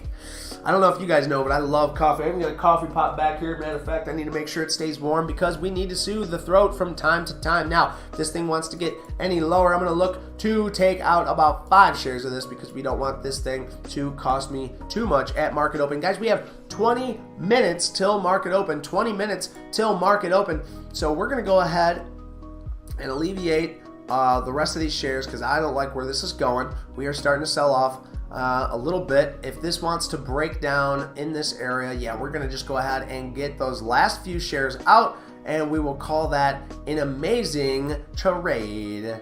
So I love it. I love it. I love it. Let me just go ahead and switch this. Good till close extended. And we want to join the bid because we want to join the ask because we are short. We're going to see if it wants to hold that last little wick at 178.78, guys. Looking good. So good morning, good morning. Listen, guys, if I'm not looking at something that you want to see, well, go ahead and leave it in the chat because I like to do that. I like to commentate. I love to speculate. And if you like to speculate too, well, guess what? You're in the right stinking place, y'all, because this is what we do. We speculate. We take these large trades, whether it's small cap, large cap, mid cap, it doesn't matter. Let's take a look at the levels. Let's draw our lines. Let's find the liquidity. Let's map everything out so we have better chances, better odds at reaping those rewards. We want to extrapolate money out of this market one way or another. I don't care if it's to the north side or the south side. I don't care about your biases. I don't care about the news, not as much. But if we can extrapolate money, that's the only thing that matters in this market. We want to find a way to make money. So if it's not making you money, stop it. Stop doing that, you know? So let's take a look at AMD for my boy New Vision. New Vision wants to take a look at AMD. Yeah, it looks like AMD is starting to find a little base here at the bottom. It's trading at 85.93. Let's look at the daily. I haven't looked at the daily on AMD. It looks like it's creating this beautiful little cup. Now, if you guys know, I like to read William O'Neill's. I like the William O'Neill's, the Investor Business Daily. This is the How to Make Money in Stocks, which we got B. Stewie actually reading and reviewing this already. But it's got 100 charts in this. It's all visual. I'm a visual guy. I like to read too, but I'm very visual. But look at this, guys. This has over 100 charts in this thing, and it looks absolutely scrumptious. Now look what just fell out. Right there's a cup and handle. All right, that's one thing. I use that as my bookmark. The cup and handle is a beautiful thing. You really can reap a lot of rewards for a long-term swing trading type style, but you need to make sure when you're looking at these cups, you want to see the handle and you want to find the right areas for it to break out. So what would we do with this? Well, we could take this line, we could draw all the way across here, and we could say, look, this thing did break out. Okay, it did break out of this area. Now we want to make sure it's going to hold, because if it creates a little handle here, or you could even consider this the handle, but I like this being the cup, and now this at the top is going to be the handle. It might come up here and test this a few more times before breaking up higher, or this thing might not have that kind of juice and it might just fail to the south side. So keep that in mind, guys. That is just an idea on AMD. It is my idea, not yours. These are areas that are looking really nice for AMD because it's just above that 200-day moving average, which you guys know I don't like to look at anything unless it's above that 200-day moving average. Also, you know, that it's starting to look like it wants to curl. That 200-day moving average, when it starts to curl, that is a nice little sign that this thing might head higher. So we're going to keep an eye on AMD, definitely. I do like AMD, and I like the way it's looking. Let's take a look at the VIX, and then let's go through this AMD SCHW. Is that Charles Schwab? I'm just guessing. SCHW. Yeah, it is Charles Schwab. So this is just another bank. We can put this up here on the bank, but you guys got to understand, these banks are all going to look similar. They really are. They're all going to look similar. They're all going to trade pretty similar. Just, you know, keep in mind, guys, like, I don't think we're going to have a bank crash. I don't think it's going to be like that. I don't think it's anything like 2008, but you know, what do I know? I don't know nothing about the banks, so keep that in mind, guys. But, you know, they have the money. It's not like they don't have the money. It's the fact that they have it tied up into a lot of assets. Okay, so if they have the money, it's not like you know, FTX where they're not solvent. They literally don't have any money. They have money. Okay, so I'm not super bearish on these banks just failing, but I could be extremely wrong. You know, I'm not an economist. I'm not, you know, I'm just a big talking head. You know, I use this chin to my advantage sometimes. But here, guys, you know, when we're at these lows, you can consider these beautiful dip buys, but you need to be able to find good risk. Now, if you guys watched that short that I posted yesterday, if I ran through all of these, my biggest area was right here, this 1280, and it broke it. So, you know, even looking at these, you know, I can't find proper risk reward in this. So I'm hands off when it comes to those bank stocks. So, you know, I don't think that they're dead. I still think they're definitely tradable, but it's not my forte. So, you know, I don't mess with it. I wanted to take Snap. I want to take a look at Snap down here. Mikey, when he was in this with us, he pointed out that we were at, you know, yearly highs back here. And look at this. It just ended up being a beautiful short. Now, if it can hold these new higher lows, I mean, I really like this area for a long as well. So, you know, guys, when I talk about, you know, going long, the first thing we need to look at is the SPY. Where is the SPY sitting? Well, it looks like yesterday we came right up to that 200-day moving average. And then what happened? This thing sold off so stinking hard. It puked this morning. It absolutely puked. So, you know, it's like, you know, I don't know if I want to, I don't, you know, but at the same time, if it holds these lower lows, that's great. That's great. Let's go back up there and retest that 200-day moving average. You know, I want to make some money as much as the next guys. So let's see if this thing wants to pushy push like a push pop up to the tippy top and go ahead and rock on higher. That's what I want to see. I hope that's what you want to see. And if not, that's okay. We can be bears too. Let's head back up to that 200-day moving average and swipe down again because we missed the trade in the first place. Let's do it again. Rah. So anyway, let's go ahead and take a look at AI over here on the right-hand side. So guys, AI was beautiful, beautiful trading stock, and we measured out all this liquidity area. Look how beautiful these are. I don't just draw these lines for nothing, guys. I don't just draw these lines for nothing. Look, this first line, it came back down, and I marked this liquidity area. Really simple. Right here is its liquidity area. We marked this thing out for you, and look, it came right back up, touched, and then failed back off. But then the second time it came back up after it cleared this liquidity. This liquidity and this liquidity are now equalized. So next up, this next push, where is our next area of liquidity? Right here at this top. Now actually this liquidity area that I would have drawn would have been right here, a little bit lower than where it was. And look, it came right up, wicked off on that top, and has sold off ever since. But here's the cool thing, guys. We are actually making a nice little base here. And I think that's what our boy B Stewie wants to point out. If we look at this chart and you still are an AI bull, this would be the best time to buy this if you know your risk. So I'm not telling you to buy or sell. These aren't buy or sell recommendations, but look at this, guys. If you are an AI bull, if you are expecting AI to do well, if you wanted to find any proper risk management, you could use this $20 area as your risk. That is a psychological and a technical area of liquidity that you could use. Another positive note on this too, guys, is the simple fact that we have more liquidity that is up for the north side rather than the sell-off liquidity. And so all of this big sell-off here is on lower liquidity than the average liquidity that was traded. So keep that in mind, that this might be a nice little trade right here. So I think I'm gonna go ahead and put this on. I know this isn't a small float. This isn't a small float stock. I think we got about 100 shares in it, or 100 shares in the float in this, and we can look that up. But we got 10 minutes, guys, 10 minutes till market open. So I hope you are ready. I hope you got the stocks that you're looking at. And B. Stewie, congratulations on pointing this out, because it is sitting, it couldn't be in a better spot really for a proper risk reward. You know, it makes me really like the look of this stock, B. Stewie. So thanks for pointing this out.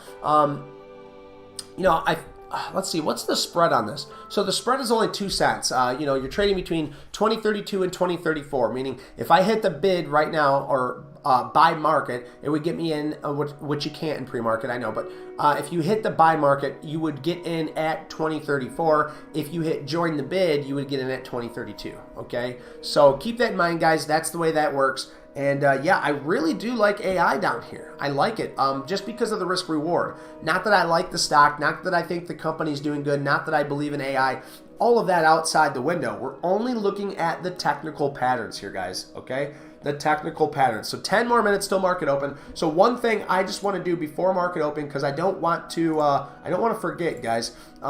If you do me a huge favor, guys, just take a look at this really quick. A look on your screen. If we scroll down, make sure you click this live button. Make sure you are live, because we are a live show. That's the best thing I'm taking for you right here, right now. Next up, there's a poll. There's a poll down here. Are we going to have a red day, or are we going to have a green day? Well, I'm going to click green day, because that's what I truly believe. I think we're going to have a green day today. And if we don't, well, that's A-okay. And B. Stewie says, you're a loser if you're not losing. Absolutely. We'll go over those other trades too, guys. Let me catch up little pencil. And make sure you guys hit that subscribe button. If you guys want to see more of this, hit that subscribe button. We are just growing so fast, guys. I cannot thank you guys enough. We are growing so fast, and we're doing a lot of really, really cool things in this room. So let me just make sure I'm doing what I need to do. Make sure we got all the right people in here. Give me one quick hot second, because we only got 9 more minutes, guys. 9 more minutes, and then we are going to be doing this dang thing, if you know what I'm saying. All right, let me share my screen on this. Make sure everybody is good in the Robinhood stock market watch list. That is who's allowing me to post all I want. Everything that I want, he is allowing me to post in his room. I absolutely am so grateful to have that. Absolutely grateful to have the capabilities and the abilities to better myself by using other people's rooms and trading in them, and using that community, help benefiting myself and help benefiting that community by helping them out, answering as many questions as I possibly can. Yeah, and we're growing together. That's the great thing about joining up with somebody else, is you can grow together. We can grow 2 different communities doing 2 different styles. He's options, I'm equities, and let's go, baby. Let's go. Let's make some money, baby. So absolutely, guys. So let's get right back into it. We only have about 8 minutes. 8 more minutes, guys, until market open. Things are looking absolutely juicy down here. Are we going to be able to hold? I think that's what everybody wants to know. Can we hold these areas? If we can hold these areas, and we can get above a 200-day moving average, I'm going to be back to risk on. Risk on. Now, one thing I was looking at, obviously that big pullback, we're going to really want to see this thing try and hold off. Look at this. First Solar just squatting down on this 10-day moving average. Now it's well below that. It's well below that this morning, but squatting on that 10-day moving average, I like to see that. So that's looking really, really good. IBKR, AMR, these are all kind of boring right now. Probably the best time to buy them. But what do I know? So SPY, look at that, guys. Ladies and gentlemen, red shirt means green day, maybe. Maybe. We will see. But look at the SPY trading at 385, 55. Now, I know that isn't anything crazy, but we want to see that little push. We want to see that pop because we don't want to see this thing sell off. Not if you get a 401k or a Roth IRA. So if the SPY's doing good, how are the Qs doing? We need to know because we only got 6 more minutes till the market is going to open up. And you know it's going to be a doozy today. We had the PPI index come out to say that the manufacturers are costing less to come out. So the PPI came out as negative 0.1, meaning the producer price index was lower, meaning it cost less for them to produce, which is an overall bullish sign for the market for more than one reason. But is it going to be bullish? Because sometimes the market likes to make a mind of its own. It'll stay solvent longer than you can. I promise you that. I've learned that from experience, guys. So Microsoft back up to those highs, right back up there to those highs at 260. Will it be able to hold this downward trend line? We were talking this morning about how much I love these bounces off these trend lines. These back testing trades are absolutely beautiful. It broke through. It came back to test this downward trend line. And sure enough, we ripped up to the north side. Now, will it be able to hold all of these gains? Because Microsoft is back up to its closing area. So that's really, really good sign for Microsoft. Way above its 200-day moving average comparative to the past 3 weeks of trading. This goober of a stock has been below an up and down around that 200-day moving average, but now trading well above that. Let's see if it can hold above that 200-day moving average. That would be a beautiful sign overall for Microsoft. Let's take a look at AMZN. So we're starting to see some selling off. We just want to see AMZN hold in these areas. Just hold, Amazon, just hold. Meta looks like it's pushing back up to those highs. We know what a beast Meta can be, trading at 192.34 now. Another beautiful push right there from Meta. Goodness gracious, are we going to see another day like yesterday where Meta just wants to launch to the north side in pre-market and aftermarket? Goodness gracious, Meta just doing big things out here. You love to see it, guys. Nvidia, it's still trading sideways, not looking as strong as Meta right now, but still up there at its highs. But it did give back most of those gains. So it's well, I gotta take that back actually. Nvidia did a nice little pullback, so it's actually just trading below its closing price. It's trading below its closing price by about $3. So NVDA is trading at $236.92. So one thing that I need to make sure that we are all caught up on is, let me just double check really quick, guys. Yes. So we looked at AI, La Cabeza El Muy Grande. I know grande means big. I got that one. CTMX, things are starting to heat up technically in talk-wise. So let's go ahead and look at that. Now remember, guys, we have 4 minutes. 4 minutes, okay? 4 minutes till market open, so make sure you know your levels, watch your P's and Q's, and look at AI getting a nice little pop off this base. Look at that. Look at that, and AI is starting to launch to the north side, making me fear a little bit. Maybe I do want to be in AI off these bases. I'll use AI. If I can get in just small share size here, I'll get in just a small 10 shares on AI, risking this 2020. But look at this beautiful push. You know what? This is what I think I'm going to do, guys. For AI, I'm going to play a 5-minute range break. I'll play a 5-minute range break, let AI make a 5-minute range, and then I will play that 5-minute range, or maybe even the 1 minute, because it's just looking so bullish on this. Okay, so where the heck is Alex? Alex said he was going to be here for the pre-market prep. We are about to open the doors here in 3 minutes.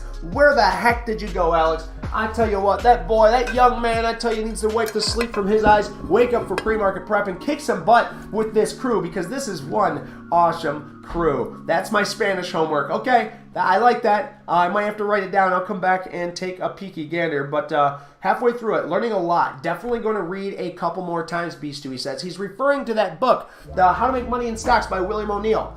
Okay, that's what he's talking about. If you want to learn how to swing trade, you want to learn to do that now in a bear market, because when the bull market comes, you'll know what to look for, okay? So we could be arguably in a bull market already. Get your copy. It's only like 11 to 15 bucks used, maybe new. I don't even know. But guys, if you like charting, if you like analysis, you're already here. You might as well get the book, okay? I wish I could give it away for free. I would. I promise you I would. Now, guys, we have 2 minutes till market open. I hope you're live. I hope you hit that like. I hope you hit that subscribe, because we are here every single day, Monday through Friday, 8 until 12, giving you the best commentary, the best analysis, and the best live trading I could possibly bring, guys. So thank you so much we have an awesome stinking community. So CTMX over here, we're gonna run through it really quick. We got about 2 minutes. CTMX has been on an absolute downfall for a while now. This therapeutic stock got sold off big time, but it looks like we're getting a formidable bounce off this 200-day moving average. So we're gonna wanna see it shape up in this 211 area. If we can start finding more buyers and a bid with some volume, this thing might be able to trade back up to these highs. But keep in mind, once it gets back up here, we have a very, very big area of liquidity at this 280 area. So 1 minute, 30 seconds until market open. Hi, beautiful. 1 minute, 30 seconds till market open, guys. I hope you're ready. I hope you're excited. And goodness gracious, AI just wants to say, see ya, not getting you in. You're not going to play these games with me. So it is taking off to the north side. Let's take a look and make sure at market open we are watching our P's and Q's and the SPY. Big wicks off on the bottom, absolutely beautiful. You heard it here first in pre-market. That's why we were here, guys. Will this hold off? Will this continue higher as the Q's wants to push? We're at 294.73. Goodness, it's going to be a great day. We are going to rise up. Let us bring the desk up because we only have 50 seconds until market open. We want to make this the best gosh darn show. So why am I sitting down? We must stand. Rise, people. It is time to trade. It is time to make sure we have our P's and Q's, our risk management in line so we can make some money. So AI is on my watch list, B Studio. I really do like AI, so let's keep our eye on AI. And actually, I'm going to put AI right up here so I don't forget about it. We're going to put it up here at the top just because I say it. Now AI, look at this beautiful push here. It is getting me excited, but I want to see what the volume looks like when it comes out, when it's actually trading, okay? So I don't want to get too excited. We got to revert back to the mean. Where is the volume? How much volume is going to come in? And here we go. 7, 6, 5, 4, 3, 2, 1. It's market open, baby. Good morning, ladies and gentlemen.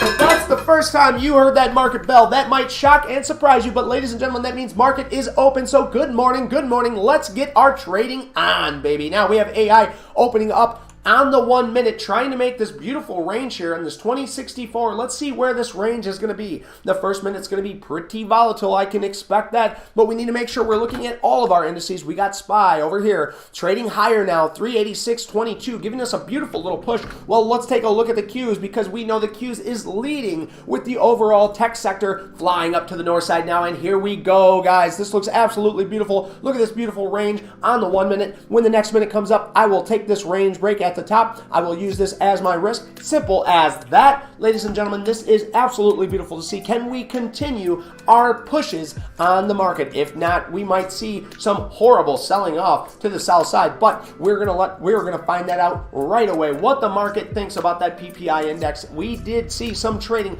on the PPI first thing when the PPI came out, but now at market open, this is the true test. Are we going to come back down here, test these levels to see if that PPI was right on, spot on, good to go? Or are we going to just take off higher, head on higher, let these markets breathe? Let's go on to the north side.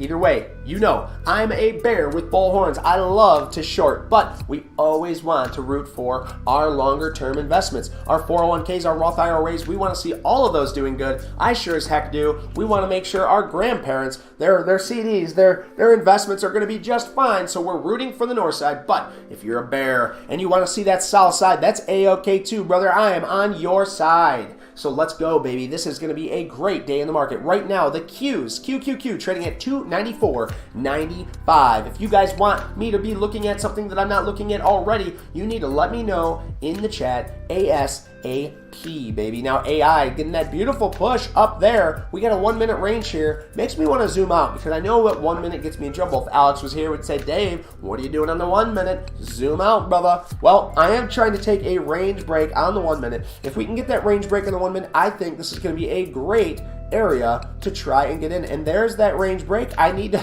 switch this to day, and then I need to join the bid. Bada bing, bada boom. There. Now, that's my range break. Simple trade, very, very cheap trade. I'm using risk management. How? Well, this is my risk. Right here, this base is my risk at 2042. So I'm not risking much at all, guys. Why am I not risking much? Well, because this is for pure entertainment. 10 shares. We're going to use risk management. We're going to show you how to use risk management, and we're going to use small share size so we know it's not about the money, it's about the trade. Now, you will also see me take bigger trades with bigger money, but EUDA just popped up on my gap up scanner. What does that mean? Well, we want to see this 250 hold out, right? You guys know I like looking at these small cap stocks just as well as you do. So can this 250 hold out? Only time is going to tell. So let's take a look at our Tesla trade.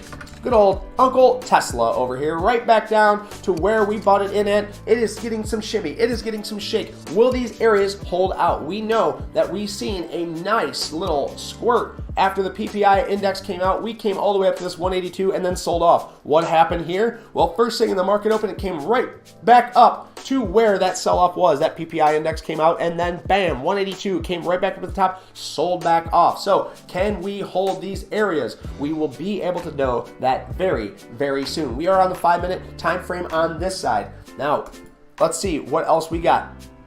If Tesla is doing A-OK, let's take a look at the rest of the indices. We got AI trying to push higher at $20.69 right now. We are going to go ahead and take a look at the IWM. So the Russell looks like it's trying to hold those lows. And that's really the question here. And the Qs, goodness gracious, the Qs spiking up ever higher at 295.51. You love to see that. Absolutely. It just gave me goosebumps, guys. That is why I love commentating on this stock market. I have just an absolute passion for trading. I absolutely love this, and thank you so much for being here with me. Netflix, next up, guys, just still trading sideways, trying to show that this area is a level of price action, a level of area it wants to hold. We're going to have to see and give it some more time. And now Microsoft, just as we talked about in pre-market this morning, it came back down. It tested this downward trend line, and it launched up to the north side. Ladies and gentlemen, that is absolutely beautiful. Why did I not take that trade? Because I was already tech heavy. No, I am not tech savvy, but I am tech heavy, meaning I already have a trade. And where is that trade? That trade is in Tesla. Is Tesla doing any better?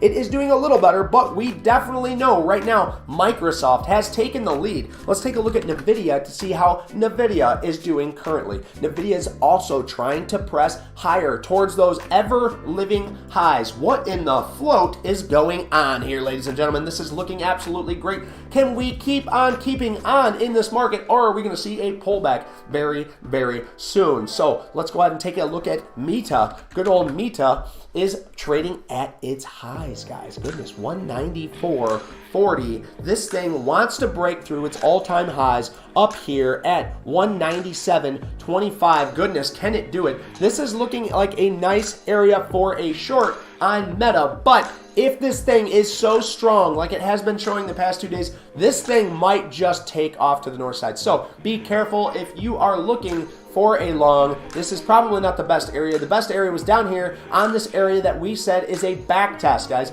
Broke through, it back tested, and it came back down and it back tested. This is the long, this is the trim, and you can hold on another piece for that bigger expected move higher. But you need to understand that this trade is at its highs, not the best area to try and take a long. Wait for a pullback, see if this thing can actually hold out. These aren't buy or sell recommendations. I'm just a big talking chin. My goodness, how many people do we have trading on this poll? We already got 20 votes on the poll. That's what I like to see, guys. We are rocking and rolling today. So good morning, Joshi. What's going on, Joshi? Cheers to you, bro. And I appreciate you being in here. Joshi! That's my impression of Yoshi. I know it was horrible, but hey, at least I tried. Meta now coming down, so I'm glad. That's why you guys are here, right here. I'm just trying to be your voice. I'm not trying to be your conscience, but I'm trying to be your voice. We talked about this 195 at all-time highs. That's extremely exciting, but not a time to buy. Let's see this thing hold out. Let's see this thing trade sideways, and let's see this thing push out through on volume. So Meta needs some more time before it can do anything, but let's see how everything else is trading as NVIDIA is also pulling back. Let's look at Tesla. Tesla's just trading right above its pre-market VWAP, just below yesterday's VWAP area. So we're seeing a big soak here on the 5-minute for Tesla. So that's nice. That's good that we're seeing that soaking. But, we can't trust all of it. So we're going to see what exactly wants to happen here. As AI pulling back, but still trading within that range area. It's just right down on that VWAP area. So Guys, what are you looking at? What do you want me to watch? Let me know. Let's see. Joshi says BTC bullish. Buy complete given target. Yes, sir. Fast move above. Yes, sir. Joshi, SPY intraday buy target 391. Stop loss at 381. Good above 385. I like that. I do like that. So let's take a look. I do want to let's go over these levels with Joshi, because I love that he puts exactly what he likes to see, what he likes to do. Now, these aren't buy or sell recommendations. This is just Joshi's trades. This is what he's seeing. It's what he likes. So he says on the SPY, he's going to buy target at 391. So right here's that 391. Let me see it. Let's take a little peeky gander. Yeah, so I can understand that because we have a big area of liquidity that we're actually sitting in. So above that area is a buy. I can see that. And the stop loss would be 381, which is it's psychological. I like that. Good above 385. Yeah, so good above 385. Yeah, and yeah, I agree with you that anything above 385 is going to be good because we are holding this base. We're holding this bottom. We're creating a new lower high with this. So let's see if the market does want to do that. I can't will it. You can't will it. But maybe Willis can will it. Right, New Vision? Yeah, baby. So we're going to keep on keeping on, guys. Add it into SPY Shorts. Listen. Alex, good morning. Good morning. Did you get enough coffee, sleepyhead? Man, I tell you, all I ask is three things. You know what those three things are, Alex. Like, subscribe, and show up for pre-market prep. What are you doing? Stu Clot, did I miss you? If I did, my bad, brother. Good morning, Stu Clot. I'm glad to see you in here, brother. Always good to see some of my mentors in here for sure. So we only got we already have 21 votes on that poll. If you guys want, do me a favor. I'll count it as a favor to me. Go to that poll and go ahead and hit that and answer. Do you think it's gonna be a red or green day for the SPY? Goodness gracious. Sometimes it's hard for me to talk. It's this thing. It's heavy. It's heavy, guys. You got to be careful with it. So let's go ahead and put this Discord up here, guys. So everything that I offer you is going to be absolutely free. And so one of the things that we offer is after the show or even during the show, you can join our Discord. It's completely free. I just put it in there in the chat. So go ahead and take a look at that. PBF. We need to take a look at PBF. Yeah, big sell-off for PBF right down here at that 200-day moving average. Now, we talked about this, Stewie. When we started talking about this, I think we started talking about this thing like somewhere in this area. Okay, a week or two ago, we started talking about PBF. We drew this liquidity line out and we said, if you were going to try and buy something like this, if you were going to try and buy something like this, you would want to buy it around that 200-day moving average. Why? Well, because that's where it likes to bounce. So once this thing came up into its highs, into its area of liquidity, this thing sold off very, very hard. Well, now look, now it's at that buy area. Now, is that a buy area? Well, I consider it a buy area, but do you consider it a buy area? That's the thing. You need to pull the trigger on your own, guys. And because if I have confidence in this trade and I take this trade and you don't, you're going to get squeamish and exit out too soon.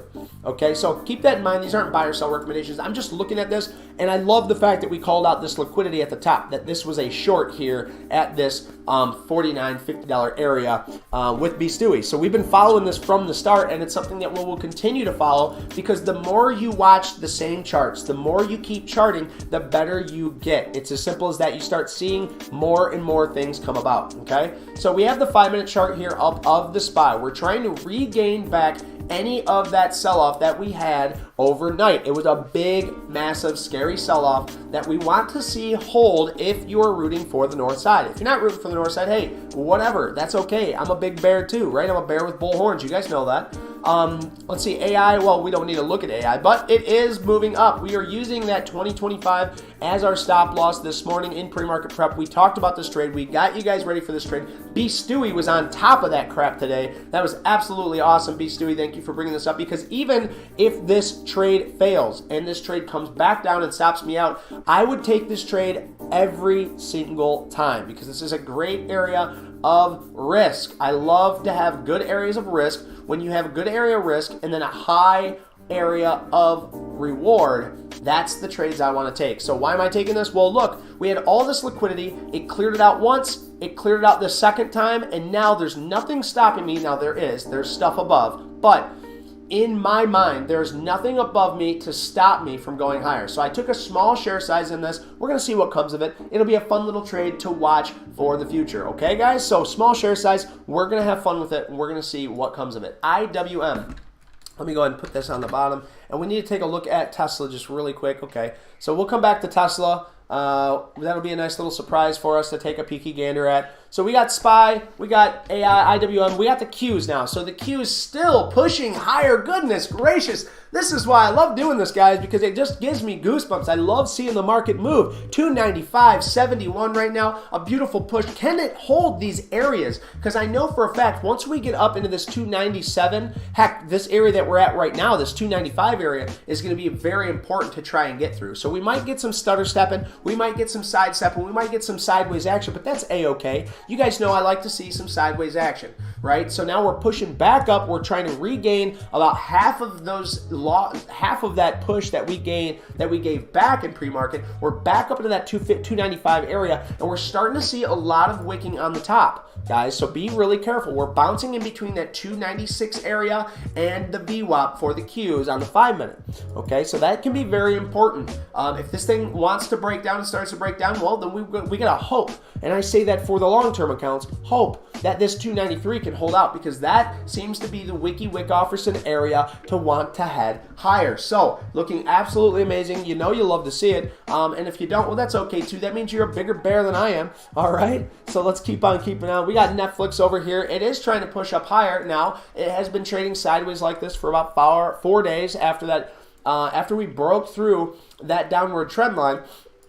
I advise you guys to be very, very careful. Anything below that trend line. But look at this. It keeps holding. This 293 for Netflix keeps holding the line. If it wants to keep on holding, this might be a great area for risk, guys. And if you know me, I like to know where my risk is. If I know where my risk is, I can do a very, very good job trying to hold these rather than oversizing, overtrading, and not knowing where my risk is. That's when you get in trouble. Apple is in buy zone, means bullish as long as above 150. Joshi says Apple's in a buy zone. Well, let's take a look at Apple and see what we can see and see if our views are lining up with Joshi, because we know in these days.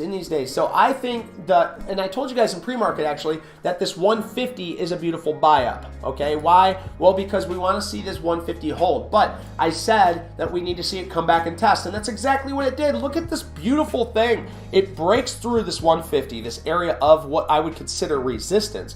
It pulled back and now tested that area and now pushed higher. So as long as it can stay above VWAP on this pullback, I'm thinking Microsoft is looking absolutely amazing. Apple is looking absolutely amazing. But why did I bring up Microsoft? Well, because Microsoft did the same back test. We're seeing all the same back tests. Now, Apple is looking very, very strong compared to the overall market. And we know Apple is what leads most of these markets. So good for you, Apple. I hope it keeps on keeping on. It does look like we're starting to see some coiling on Apple. It's holding new lower highs now on the daily. And let's take a look at the hourly and see how that thing looks. So if we look at the hourly here, yes, and the hourly looks like it's beautiful, creating new lower highs here. 1, 2, will this be its new lower high? Because this looks absolutely amazing for Apple if and only if it can hold that 150 area. So Joshi, I hope you're right, because I would love to see the market go higher. If Apple goes higher, so does your 401ks.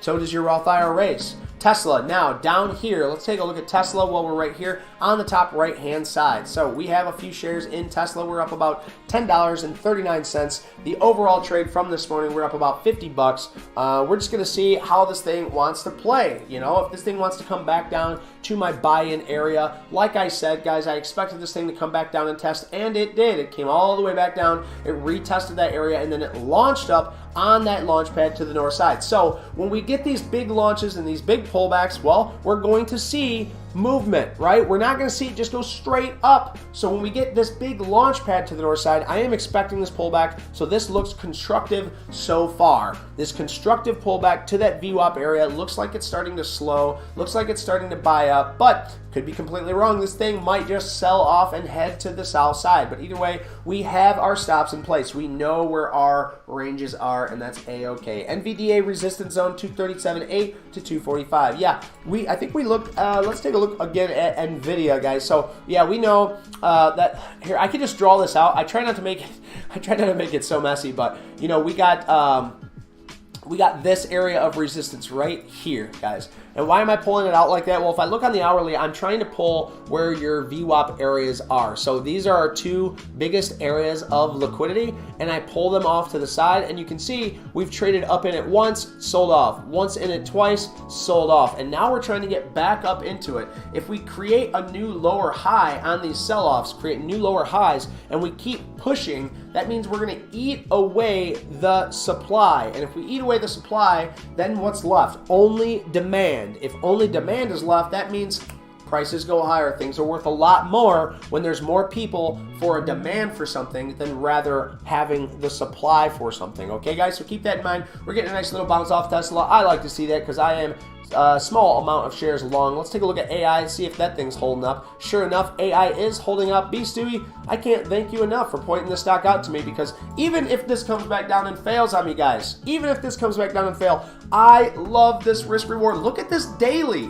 B. Stewie, that's my boy. B. Stewie, you were like one of the first people here, and you right away, you went out, you got this book, you asked a bunch of stupid questions, we answered them, and then your questions kept getting better and better and better. Yeah, I call it a stupid question. He can handle it. He's got tough skin, and he ain't no dummy. You know why? Because you are a loser unless you're learning, and B. Stewie is learning. Thank you so much for bringing this stock up, because that is good risk reward on that AI stock. So thank you so much. I only took small share size, so even if I do lose, it's only going to be a little compared to the ability to make money on this. So I'm already up $1.75. We're up a cup of coffee. So this cup of coffee is for you, B. Stewie. Cheers to you. Thank you, sir. And I hope your back is feeling A-okay today.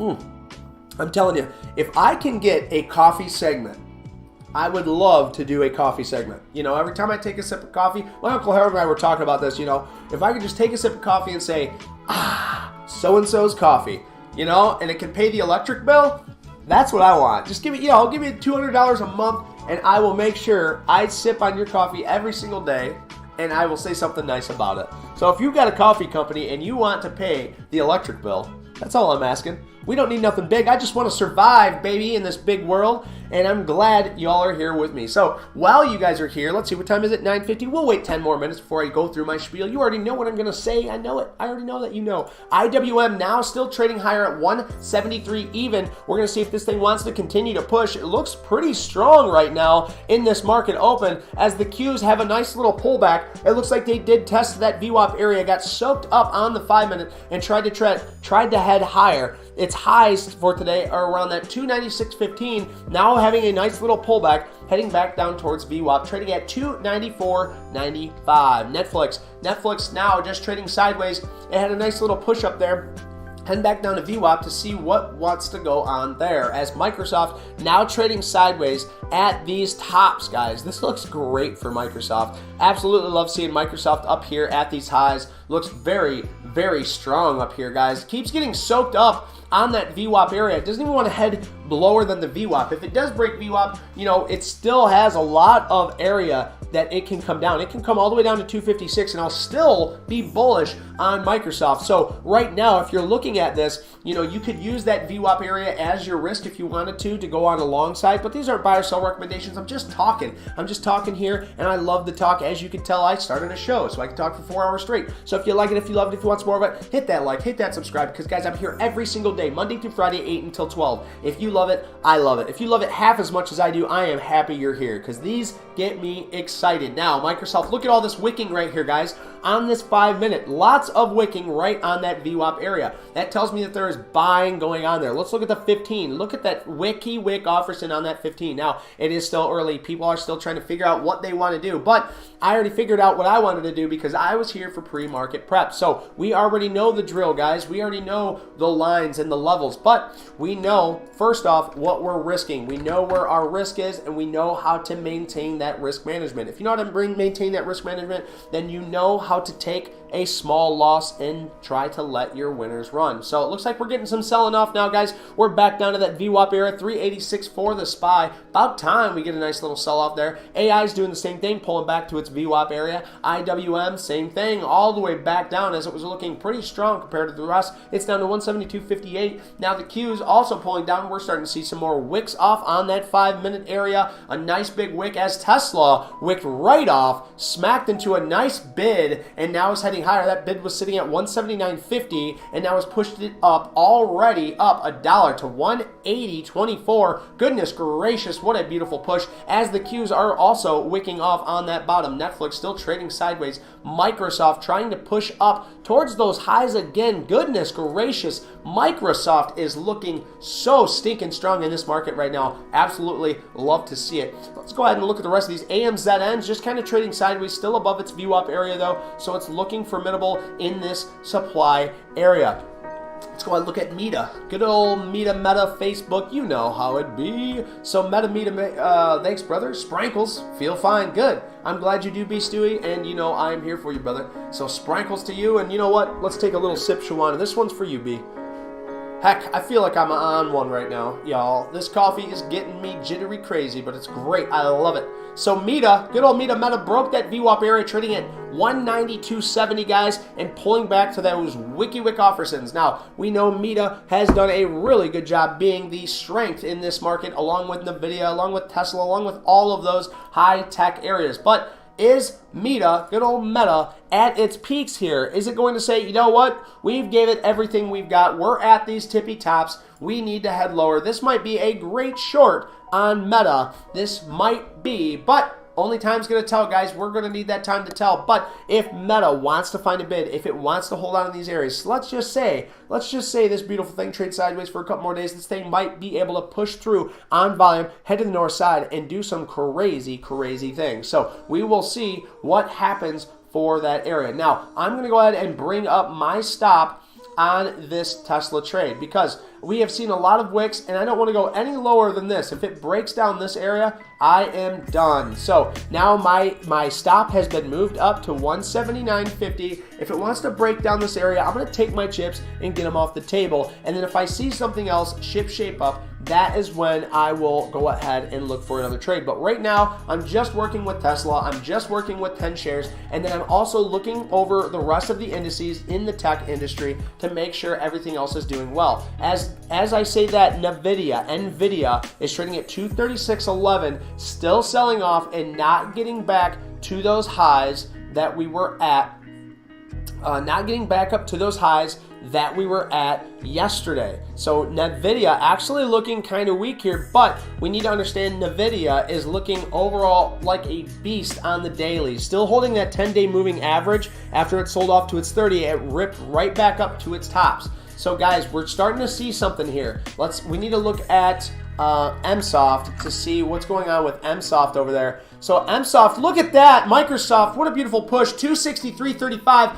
It looks like it is leading this market right now. Microsoft dragging the market up with it. How high can it go with NVIDIA pulling back, with Tesla trading below its VWAP? We are going to see the Qs just trading right above its VWAP area. So MSoft, what is Apple doing during these awesome times? AAPL, let's take a peeky gander. Delicious and nutritious, just trading kind of like Meta, where it's wicking off on this VWAP area. So it doesn't know what it wants to do yet. It hasn't really picked a direction. So we're really going to have to keep an eye on that, because with NVIDIA pulling back, Microsoft heading to the north side, and Meta just kind of trading sideways, and Tesla looking like it's going to stop us out down here at these bases. Who knows what's going to happen in this market today? I would be a-okay with some sideways action, but that's okay too.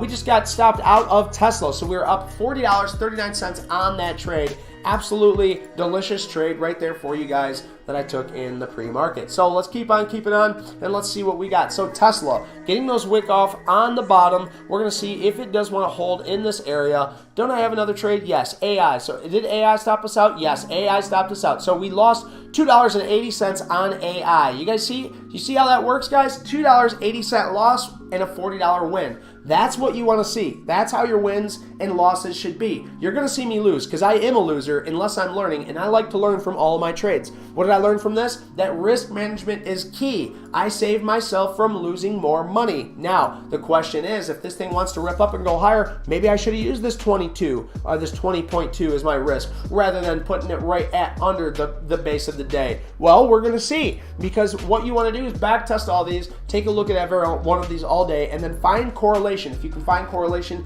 in your trades, you are going to find a better way to make that money. So, good morning, ladies and gentlemen. If you are just joining us, my name is Dave. I am with LoFiTrader, and I absolutely love to do stock trading, stock commentary, and stock analysis. We're here every single day, Monday through Friday, 8 until 12. So if you like it, if you love it, if you want some more of it, do me a favor, guys. Hit that like, hit that subscribe. I actually got it up right here in front of you. You can scroll down. You can vote on this poll. We already got 23 people voting on the poll. Let's try and get 30.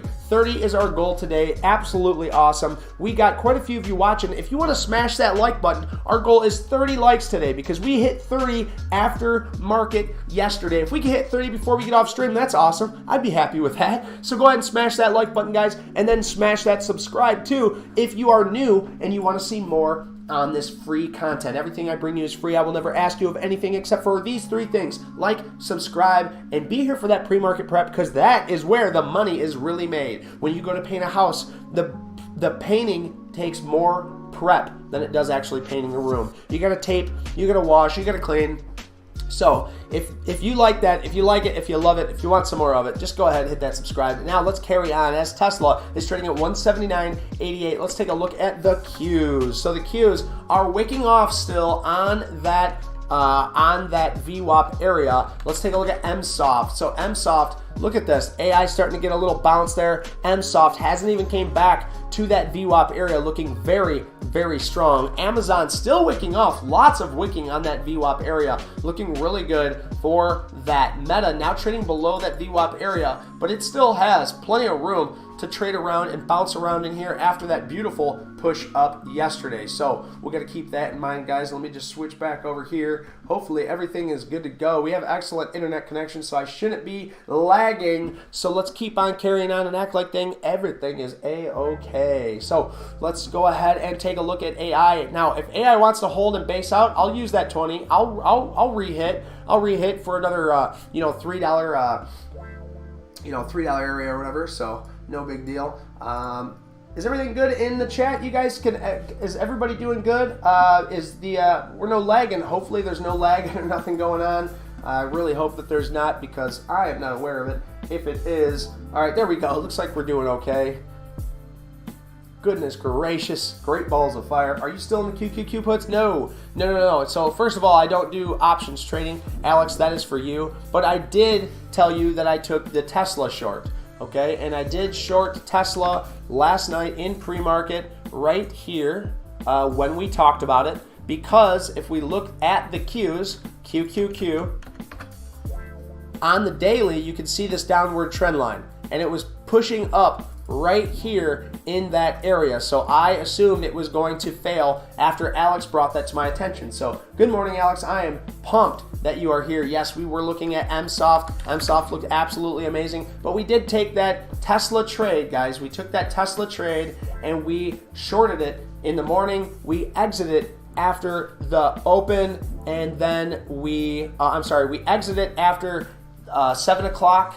And then we got in long here and we held for a while, okay? Not for a long time, just for a good time. And now we are trying to find a good spot to long Tesla, but I was already long Tesla and I got out because I wanted to use that low, not the low of day like I should have, but the low in order to stop out. Now that might be a great trading plan if this thing wants to continue to head lower as Microsoft pulls back down to that VWAP area. So let's keep on keeping on, guys. We got... Man, I hope the internet's doing fine. I keep looking over. I start seeing that loading cog, the loading barrel, and it is freaking me out. It's making me think, maybe I'm trying to run too much or something, So let me just make sure everything's a-okay going on with this, so that way I don't screw everything up. We don't want to screw anything up here. So let's go ahead and do this. All right, I think we're all A-okay, guys. Let me know if everything's good in the chat with you. Contract is up 130%. Oh yeah, very nice, Alex. Absolutely love to hear that. Make sure you're taking profits, brother. You know, I love to hear that you're up, but I want to make sure that you are taking those profits, making that money, baby. So let's take a look at the Qs. They are breaking down in this area. Microsoft looks like it's trying to hold. Goodness, Microsoft looks like it's coming back to test that 261.94, 262 area, and it wicked off on the 1 minute. And now look at that, another push higher. Goodness gracious. It looks like Microsoft is absolutely strengthly here. How much push can this thing go before it pulls back? And is it going to hold the rest of the market up? Let's take a look at the Qs. So the Qs look like they're wicking off on the bottom now. Let's take a look at Tesla. Tesla looks like it's back above its VWAP now. Let's take a look at Amazon. Amazon's just trading sideways, pooper scooper. Let's take a look at Meta. Meta is still trading sideways. We're still seeing some wicks on the bottom. So look at that beautiful move for Microsoft. Wow. You love to see it. Microsoft, that big, heavy tech stock, looks like it is doing its best. So, guys, if you decided to take that long this morning, if you decided to use this back test area as its risk down here in pre-market prep, like we talked about, guys, this, oh, goodness. What a beautiful trade. That's why we're here, guys. That's why I love to do this. I hope we made some money on this trade, guys, because we had this downward trend line that I pointed out to you on the hourly in pre-market. And I said how much I love these trades, but I was already in Tesla, so I wasn't going to take another trade. We had this downward trend line. It broke through on volume. Then what happens? In pre-market, it comes back down to test this area and launches to the north side and is still doing its absolute best to head higher. So congratulations for all of you that have taken this trade. Looking absolutely amazing. So awesome work, guys. Awesome work. We are at 263 on Microsoft. Goodness gracious, back up there towards its highs again. Goodness, wow, what a beautiful day in the market. It looks like the market is really showing its true colors here, guys. It looks like an absolute amazing day to be long with Microsoft down there at those lows. What a tasty little trade that was. Let's go ahead and run through the indices, and then I want to run through a few other things that we see happening here. So we got the SPY trading at 385.74, trying to push back up above VWAP. Now AI back down right there at that low. I got to do it again. We're going to go ahead and join the bid for 10 more shares. We're getting some nice wicks off on that bottom. I like to see that 20.2 hold out here. So we're going to go ahead and try and get 20 shares of this AI stock, because I love this risk reward here, and it's really showing that it wants to hold out. Remember, guys, we have a 3-cent wow, look at Microsoft over here on the right hand side, guys. I have it on the 1 minute so you can see it for yourselves live right here on LoFiTrader. Microsoft just pushed and broke new highs, making its new highs up here at 264.65. It is an absolute push to this north side, and it looks like it's dragging the market up with it as a lot of other tech stocks are starting to pull up higher. So let's go ahead and take a look. Can we get into AI? We're going to be patient for that one and see if it wants to get us in, because, you know, we don't want to get too crazy. We don't want to get too buy, and then we just keep pulling back. So now we are in AI. So now I can actually set my stop loss on AI, because we want to make sure if we are in a trade, well, we can't. We got to get 10 more shares in this thing. If it can pull back, get me in 10 more shares on this, then I will risk this bottom. I want 10 more shares though. Will it give it to me? We shall see. If not, I'll take those 10 shares and we'll just hold on to those to see what it wants to do. So we might come back to that. IWM just trading sideways from this morning. It looks like the Qs are up a little bit at 295.22. We're going to see, is it want to continue to push? Did it come back down and retest the supply area and wants to ramp up to the north side? Netflix, now look at that push on Netflix coming right back up into that area. What a beautiful push for Netflix, coming right back up into that sell-off area. Remember, this is a psychological and a technical area for Netflix. Now, like I said, I would love to see Netflix do good, but it needs to break through this 300 area, then come back to test 300 to show us that the price action is true. Right now, this would be more of a short in my book for Netflix, because we're right here at these highs. And if it doesn't want to hold these highs, this thing might epically fail. Now, with everything else dragging up, that might help pull Netflix through those highs, but only time is going to tell. I don't have my crystal ball yet. Maybe one day. Amazon looks like it did break above that VWAP area, and it is trying to push higher. Only time is going to tell for that. Now Meta looks like it's trading now back above that VWAP area just ever so slightly and 193.41. Let's see what can happen for that. Oh yeah. All right, guys, we got 21 in here. Do me a huge favor. If you like this half as much as I do, like the channel, subscribe to the channel so you can see me pop up every single day, Monday through Friday, 8 until 12. If you don't want to, well, just show up anyway, say hi, watch this big chin move around, and watch the market move around with it. I absolutely love being here, so if you want to be a part of this ever-growing community, we've only been open for a little over a month, and we have swelled to the masses, over 300 subscribers. If you want to be a part of us, if you guys want to be a part of this awesome community, this ever-growing community, please like, subscribe. Heck, you can even share this with your mama, with your grandmama. We got grandmamas in here, don't we, Granny Randy? Shout out to you.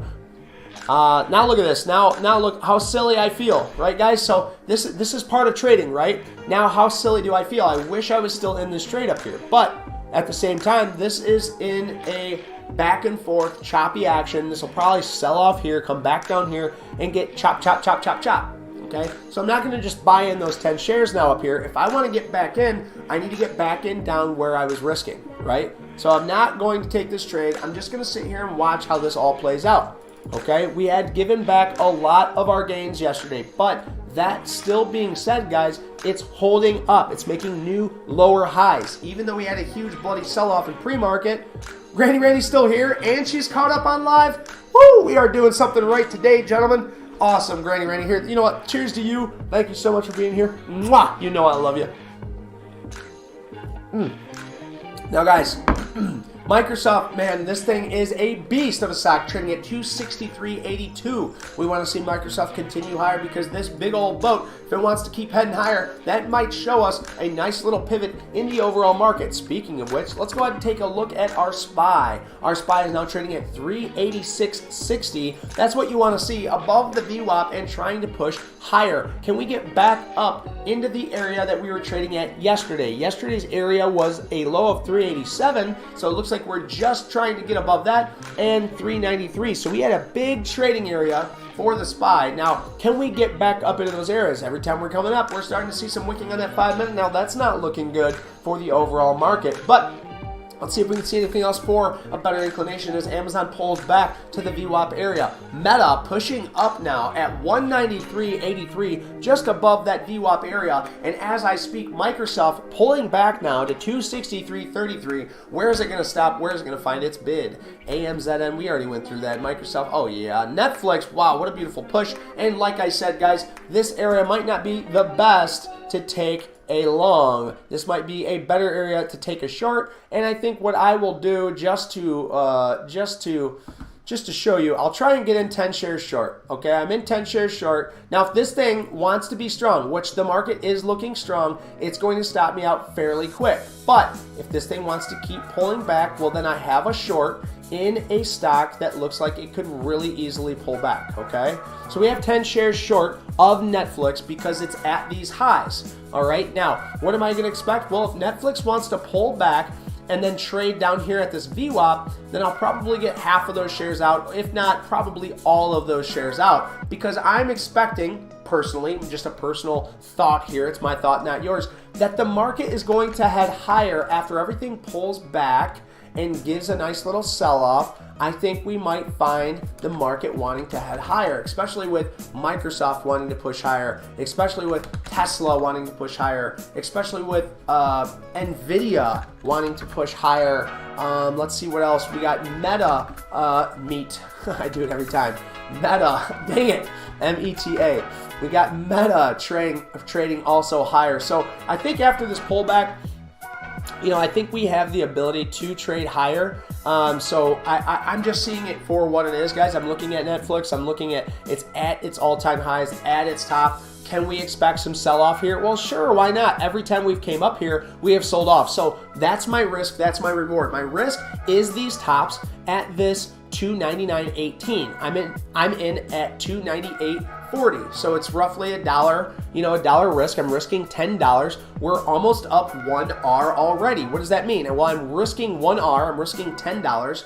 But if we are up $10, that means my risk reward ratio means I'm up 1R, okay? So if I'm up 1R, I would say that's a good trade if you're looking at, if you're looking at trades and you're trying to get your win rate. If your win rate is, 70 and above, 1-to-1 risk reward is good, right? Because 20%, you have 20% advantage over everything. But if your risk reward is crap, and you don't know where your not your risk reward, but if you don't know your hang on guys, I gotta focus on this trade here. I'm gonna go ahead and sell this out right now.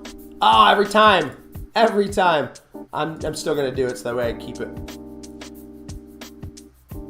All right, there we go. Now we made $11.20 off that quick scalp trade. And how did I do that? Well, simple enough, guys. I just seen the levels and I played those levels out. That's what we do in pre-market. We mark these levels out. I've talked 1,000 times about Netflix before we even opened up this market. So that way, when the opportunity came, I knew my levels and I could play my levels. So all I did was play 298 down to 296. Boom, we made $2 on the shares and we sold out. We made a quick $11. That's a 1-to-1 risk reward playing a support and demand. Very, very simple, guys. Absolutely love taking quick, small trades like that. So now we're up about $50 for the day and things are looking good. So let's keep on keeping on and let's see how AI is doing. So AI did not come back down to get me in for any more of those shares. So what I want to do in this case is I want to remove this 10 share limit buy, okay?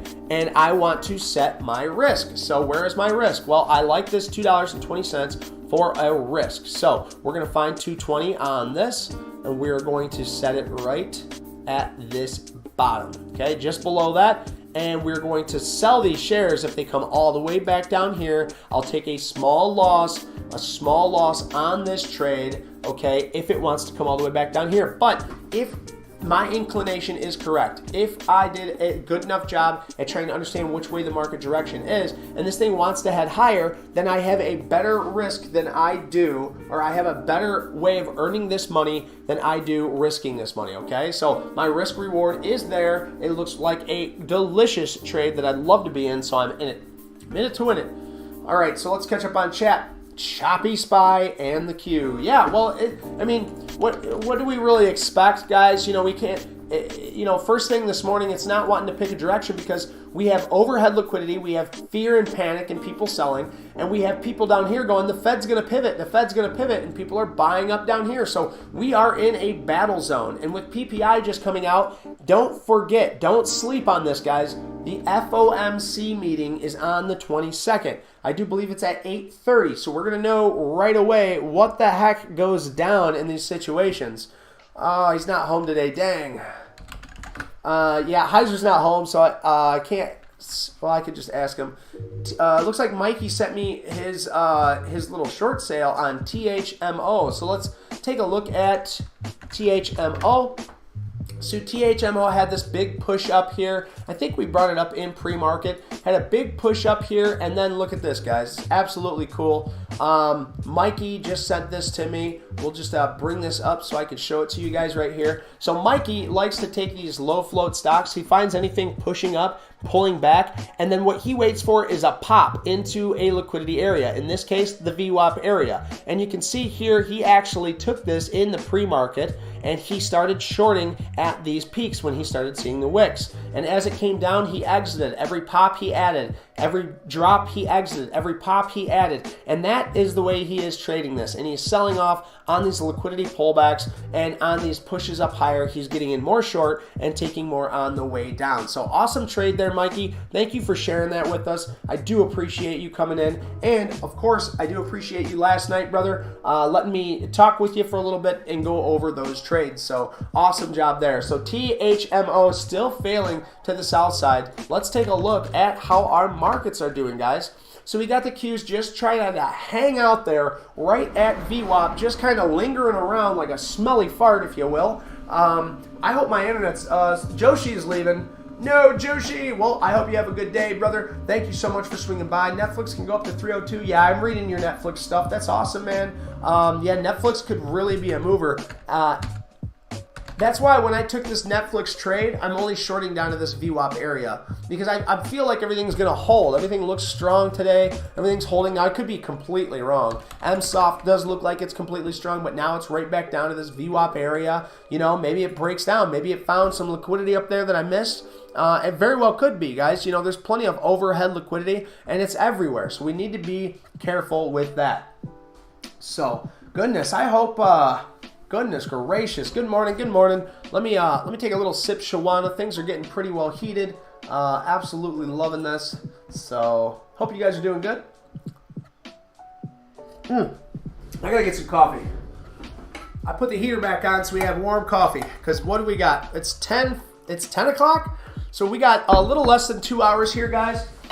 During this show, we're already up about $50. Let's see. Let's take a look at AI because we know AI is probably pulling back down.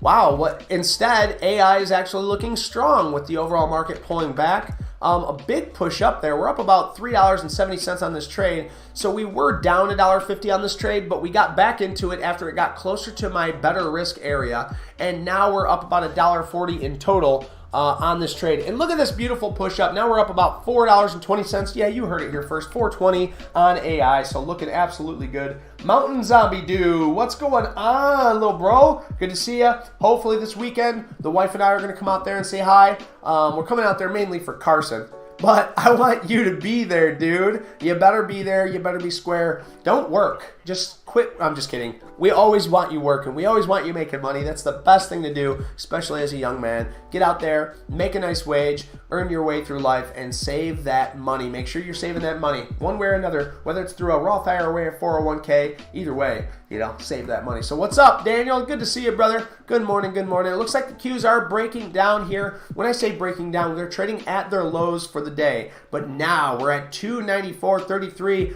on the Qs. Be very careful because if this thing wants to let loose to the south, this thing could really, really go. So we're going to see, guys. And now that AI trade that we were up $4.20 on now looks like it's pulling back a little bit. We're only up $2.35 on it. We're going to need some more time for this to play out as the Qs are testing. They're dipping its toes in this liquidity area right now. It's starting to get warm in this room, guys. I don't know if it's the coffee. I don't know if it's me. Maybe it's the sweatpants I got on. Okay, maybe I'm not wearing sweatpants. Maybe I'm not wearing sweatpants under here. Don't want to stand up in stream. You know what I mean? So IWM, let's take a look at this. IWM keeps trying to push above that VWAP area and just keeps selling off. So can this thing hold? Because the IWM has not given us a push at all. Well, the tech heavy stocks are giving us this push. IWM still trading at these lows at 172, well below its 200-day moving average, looking like absolute garbage. As the Qs are still trading above that 200-day moving average, it's just kind of squatting down now on that 10-day moving average.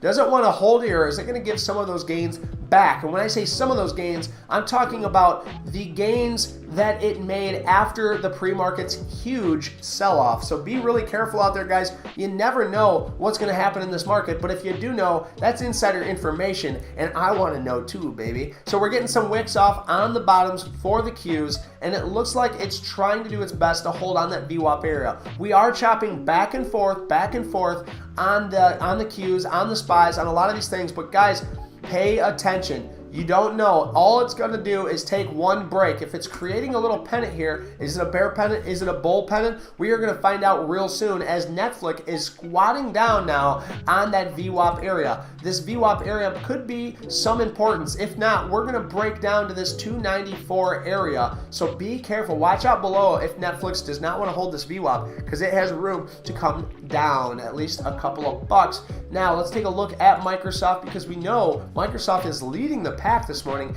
in its liquidity. And every time I look at this, I think, well, what's NVIDIA doing? So we will go check that out in just a minute. And guys, if you don't know, just throw it in the chat. Any questions? Any comments? Any concerns? If you want me to look at a ticker, that's A-okay, guys. Throw it up in the chat because I'm going to look at whatever I want. Any kind of crap I want to look at, I am in control. But you are too. throw what you want up in the chat. I will take a look. Don't be shy. We're here all day, baby. Monday through Friday, 8 until 12. If you like it, if you love it, leave some love. Let me get that subscribe, baby. You know I'm doing my best to earn it. So Microsoft now still looking absolutely strong. Never broke that VWAP. Kept soaking up on that. Now Amazon also looking like a beautiful little flag here, guys. What do I mean by flag? Well, if we look at this, we got this and we got this. It's looking like a flag. Now it looks like it needs some more time to get a little tighter, but it's going to choose its direction outside of this flag very, very soon. So keep that in mind. Same thing with Meta. Look at this. We have this and we have this. We have this flag formation forming, guys. What is going to happen here? It's not going to be long, and we are going to find out. But NVIDIA still looking weak in the overall market, and when I say that, I'm talking on a daily basis. It gave all of its yesterday's move back, and then at market open it pushed higher and started giving even more back. So that's not looking good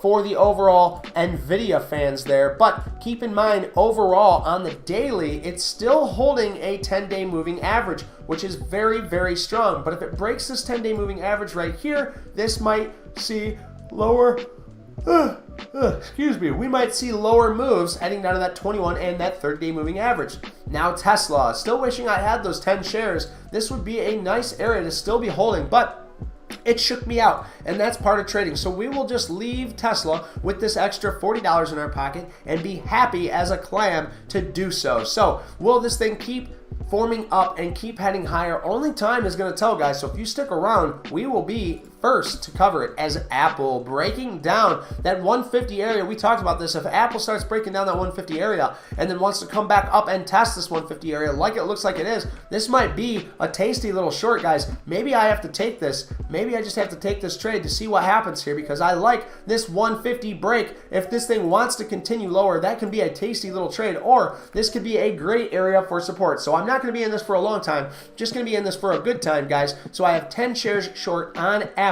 Let's go ahead and zoom out and take a bigger picture. So look, we had this breakthrough and the support, this support, this support. Now we're breaking down here and we're back into the support. So maybe this is actually a bad idea to be trying to short this area, because I'm not really looking at the full picture, because we are still in its area to be buying. But what exactly am I looking at? So let's see where the resistance and where the support is. This line is its resistance and its support, but every time it gets supported, it usually dips a little lower. But what about its resistance? Every time it comes up and touch, it usually rips back down. At least that's what history is showing. So I'm going to hold on to this, but like I said, it's not for a long time. It's just for a good time, and hopefully the overall market can hold up, because honestly, Apple going up higher is only going to make the rest of the markets go up higher. But if Apple wants to fail here, I want to hold on to this short at least long enough to make a pretty little penny. Where will this thing go if it does break? Well, let's zoom out on the hourly to see if we can get a better understanding.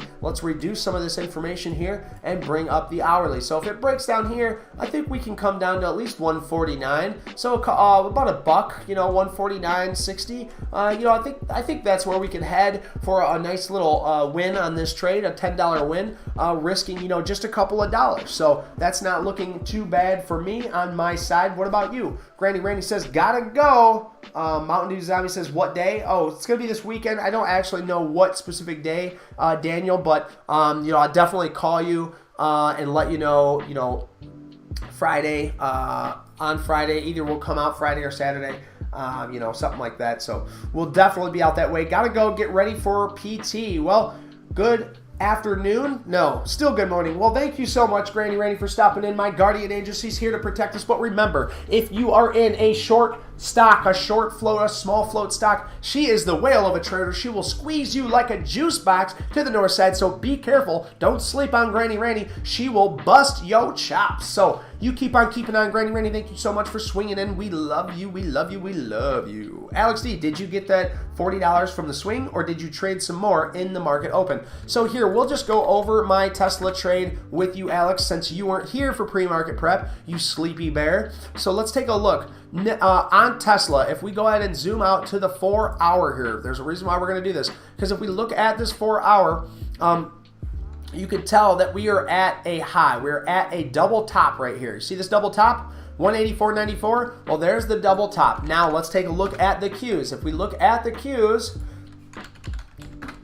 1 second. I gotta make sure all my stuff's in line. If we look at the Qs, I even drew this line out. So last night, Alex and I were talking towards the end of the closing day, and he said, hey, this is looking like a short. This market's looking like a short. And I said, look, Alex, I couldn't agree more. Let me take a look at my charts. So because I usually trade a lot of tech, I use the Qs a lot of the times if I'm looking for a short. So I like Tesla for a short because Tesla kicked my butt yesterday. I wanted to make a little back on it. So I seen these Qs, and I couldn't agree more with Alex. So Alex we just took small share size.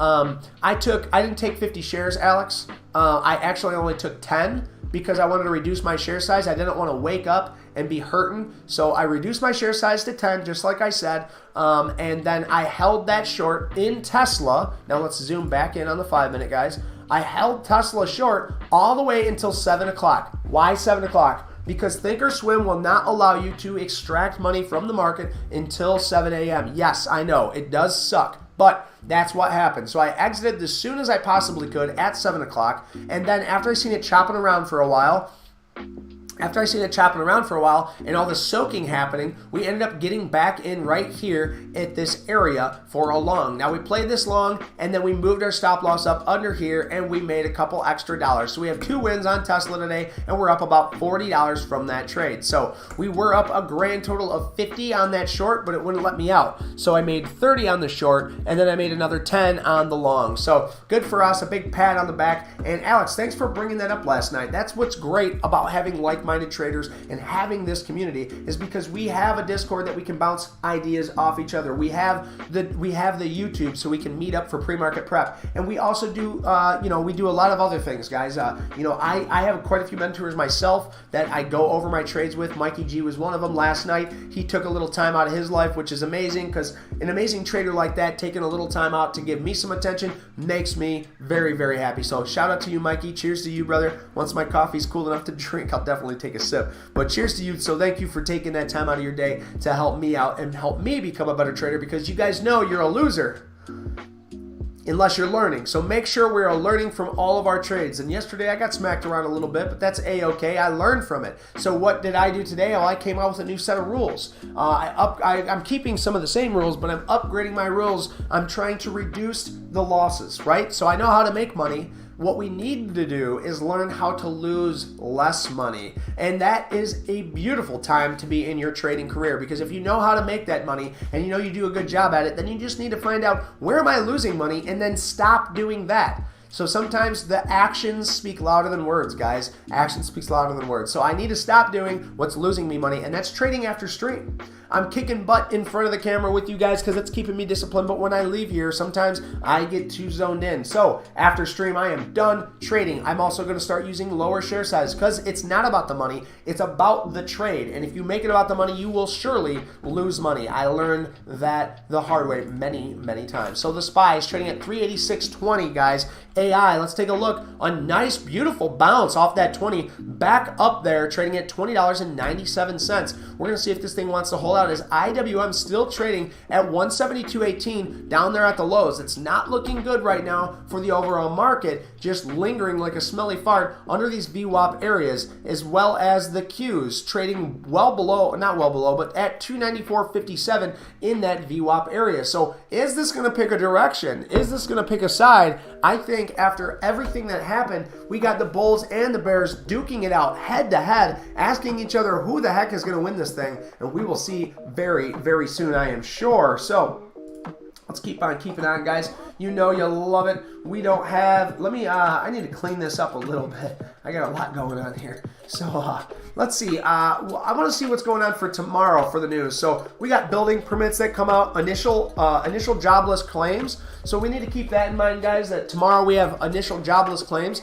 That is a tall tale sign for the market to get a mover to happen. Why initial jobless claims? Well, if we come out where there are not a lot of people working and we have a big layoffs and we're seeing a lot of people if we see a lot of people claiming that they lost their job, that's actually going to be bullish for the market. It sounds like bad news, but that would be bullish for the market because that would mean it's going to help bring inflation down. Less people making money, more people having to save their money means that not as much spending is being done, means it bringing inflation down. Okay, so tomorrow at 8:30, make sure you guys are here because we're going to be pulling the initial jobless claims data, and we are going to do our absolute best to find that volatility and try and play off very specific levels. So we have Tesla right here trading at 180.29, looking very interesting here as Netflix tried to push up to that 300. Guys, you see me take that short, that quick $11 short. That's a beautiful trade there. I really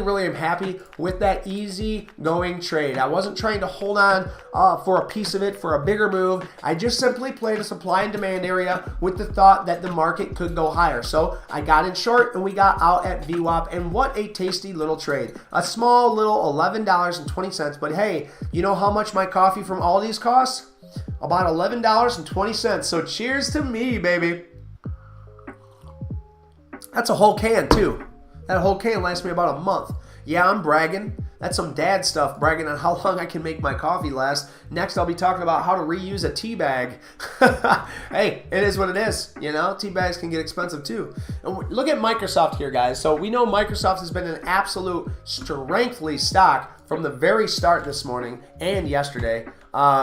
But let's take a look at it. Now, we're getting a lot of wicks on this 5 minutes. So if I bring up the 15 to kind of congest some of this information, we can also see a ton of wicking on that 15 minute. So now we have bears and bulls just duking it out right here. And you know, personally, guys, with Tesla under its VWAP, with all these wicks on Microsoft, with Meta trading below its VWAP, this could either, and I like saying this because it makes some people mad, but you know, this could be the best time or the worst time to buy. It really could, guys. This could be the best time to buy these stocks or the worst time to buy these stocks. And I really mean that. That's why I don't diddle in the middle. That's why when I take trades, it's usually off of a bottom, off of a top, or off of a retest, meaning it breaks through, it comes back, it retests like you've seen here. Like you've seen me take this trade here. It broke through, it came back, it retested this area. We got in for a short time, not a long time, but a short time, and we got out the second it pulled back for a couple dollar win. So it does look like things are starting to get weak as Amazon. Let's take a peeky gander here. Come on, Amazon, don't be silly. Amazon, the old pooper scooper of a stock, looks like it is trading well below its VWAP area, now trading down to 93.63. It's still in that demand or supply, depending on which way you want to look at the stock. It is just hanging out there, lingering around like a stinky fart. As Microsoft, did we see another push? No. Microsoft is just hanging out, lots of wicks on both sides here, right on top of that VWAP area. It doesn't know what it wants to do yet. Okay, so let's go ahead and look at Meta. No, we just looked at Meta, but we're going to take a look at it again. As Tesla is trading below that VWAP area, now Meta is also trading below that VWAP area, still heading lower. NVIDIA still not finding a bid, not finding a base. Where might the base be on this? Let's zoom out to the hourly and take a better idea, a better look here, and try and reduce some of this noise. Now, some of this is good news, and some of this is bad news. So we got this 233 area, and we have this 230 area, which looks like they could be pretty important areas. This 230 especially, this 233 especially, this looks like a great area for NVIDIA to hold up. So if NVIDIA wants to hold this very interesting 234, 233 area, we want to see it hold up here. If it doesn't hold up here, that might be bad news for the bulls. Bad news bulls, if you would. Instead of saying bad news bears, it's bad news bulls. If this thing wants to break this 233.50, okay? If NVIDIA breaks this 233.50, then I'm going to be looking for a short, as it will break down and pop back up and then continue to sell off. Now, I could be wrong. These aren't buy or sell recommendations. But when I see this area coming down to retest, we're seeing a head and shoulders pattern on this hourly, okay, but it's coming down to retest a very interesting area. This area of 233.50, if it wants to give us a bounce here, that might be a nice trade for a long, because we have a nice area to risk off of. So just something that I'm looking at. Also, Tesla back down to these areas, might be a nice area to risk on as well. So will these areas hold up? That's really what the question is here. So we can look at our overall indices to get a better inclination of what's going on. Now, not a lot going on in small caps today. So if you guys see something that you want me to look up, just let me know in the chat and I will look it up, because if not, I'm just going to keep carrying on with what I want to talk about, what I want to say. But while I have your guys' attention, before you put anything up in chat, do me a favor, look at this screen that I got pulled up here, scroll down, and then go ahead and hit and vote on this poll, guys. We got 40% of you saying red day, 52% green day, and 8% said you're just here for the coffee. Well, cheers for the coffee drinkers. This one's for you.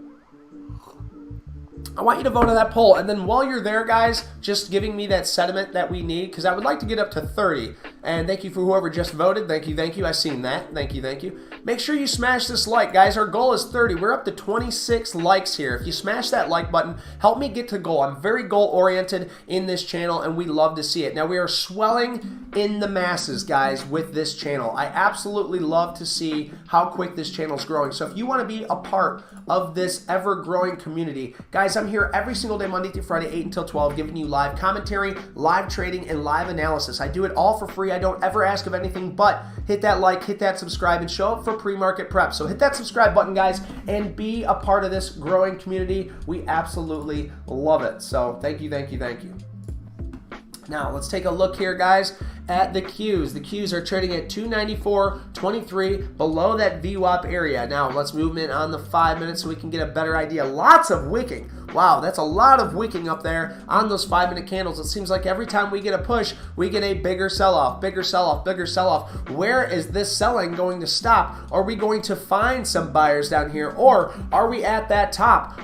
Should I have held that short forever, because this thing might be its final push before selling off even more. Now, guys, if that is the case and we do sell off and it looks scary and there's panic, remember, we still have areas to bounce. We still have areas that we want to see hold, and that might be the case in this situation as well. So if we zoom out on the hourly, let's take a look at all of our stocks on the hourly. Right now, the Qs are in a downtrend, but if we can find a holding area anywhere between 290 and above, that's still going to look strong for Netflix, for the Qs. Now, Netflix is still pushing.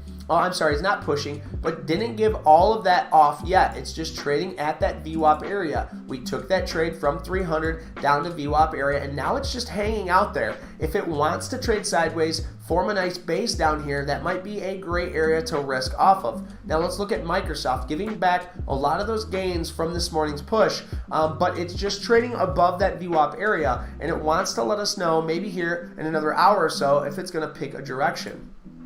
Now we have Amazon. Old pooper scooper of a scop. Amazon looks like it's trying to wick off on these bottoms at 93.41. We're going to see what Amazon wants to do in this supply/demand area. We don't really know what's going to happen in this area, but we at least are happy to see that Amazon has been trading sideways in this area for a decent amount of time, for a couple of weeks without heading lower. So that's at least some good news for Amazon, but remember, it's under the 200-day moving average, so I have no trust in it. Now, good old Meta.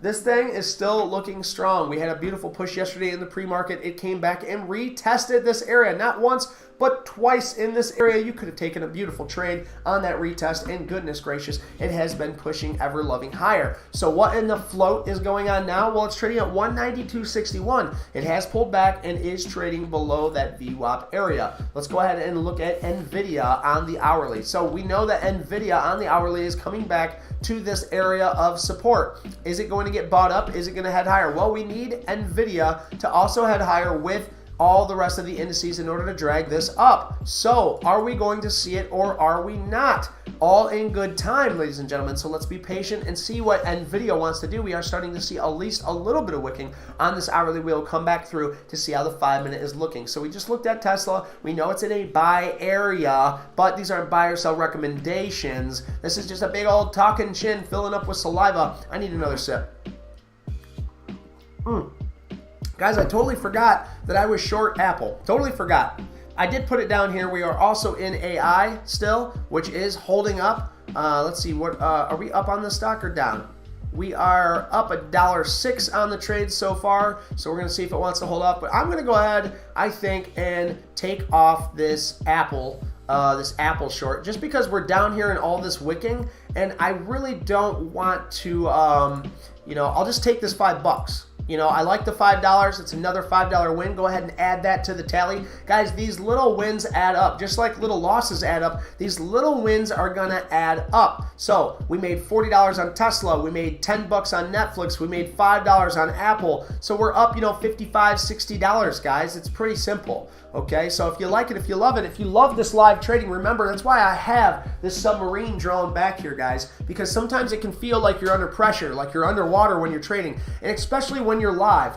I like to do it because it keeps me disciplined. So you guys are doing me a favor just as much as I'm trying to do you a favor by keeping you safe in the market, showing you those levels, showing you those lines, and then also taking trades to show you that day trading is hard, guys. It is hard. Sometimes I make it look easy, but you guys don't know how I feel sometimes. You don't know the anxiety that I go through. You don't know how to just try and stay focused, do the commentary. Things can be tough while you're trading. So if you appreciate anything I do, let me know in the comments. I love to hear it. I really do love to hear it. It's a lot of fun. So we did make a little bit of money off that Apple, a nice little $5 trade. We are still in AI. We are in long with 10 shares, and we are trading it at $20.48. Now this morning we tried to take a long on it, and it came back and it stopped us out, which is a-okay. We lost, I think, $2.30, $2.50 on that trade because we were risking small to earn big. Right? If we're going to risk $5, I'm trying to make at least 10. I'm trying to make at least 10 or 15. Unless we're playing a simple supply and demand, then a 1-to-1R is a-okay for those quick scalps.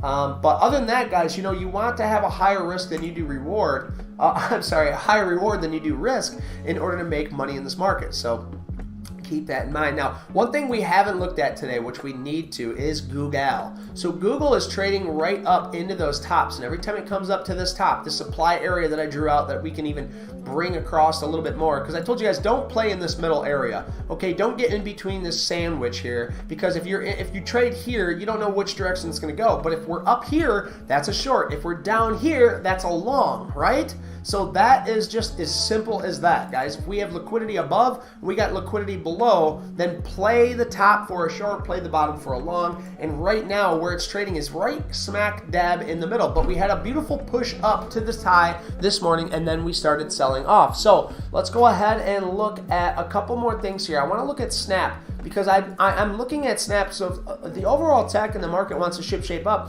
I like Snap for a buy, but I need to see more conviction here. Okay, I need to see more conviction. I need to see it hold this new lower high. I need to see it shaping up. But with this sell-off here, things still aren't looking good for Snap. So things are starting to sell off here, guys. So be careful. Make sure you're using proper risk management, because the bears are on the attack. And as we've seen this all happening on that channel, we thought that this might happen here, guys, and we knew if we get a pullback in this, we know that we want to see it shape up somewhere in its channel. We don't want it to go all the way back down. If we go all the way back down this channel, nobody's going to trust this breakaway, this push that we've had in tech. If we want people to believe in this support in this tech area, we need to hold this area. We need to hold this sell-off area.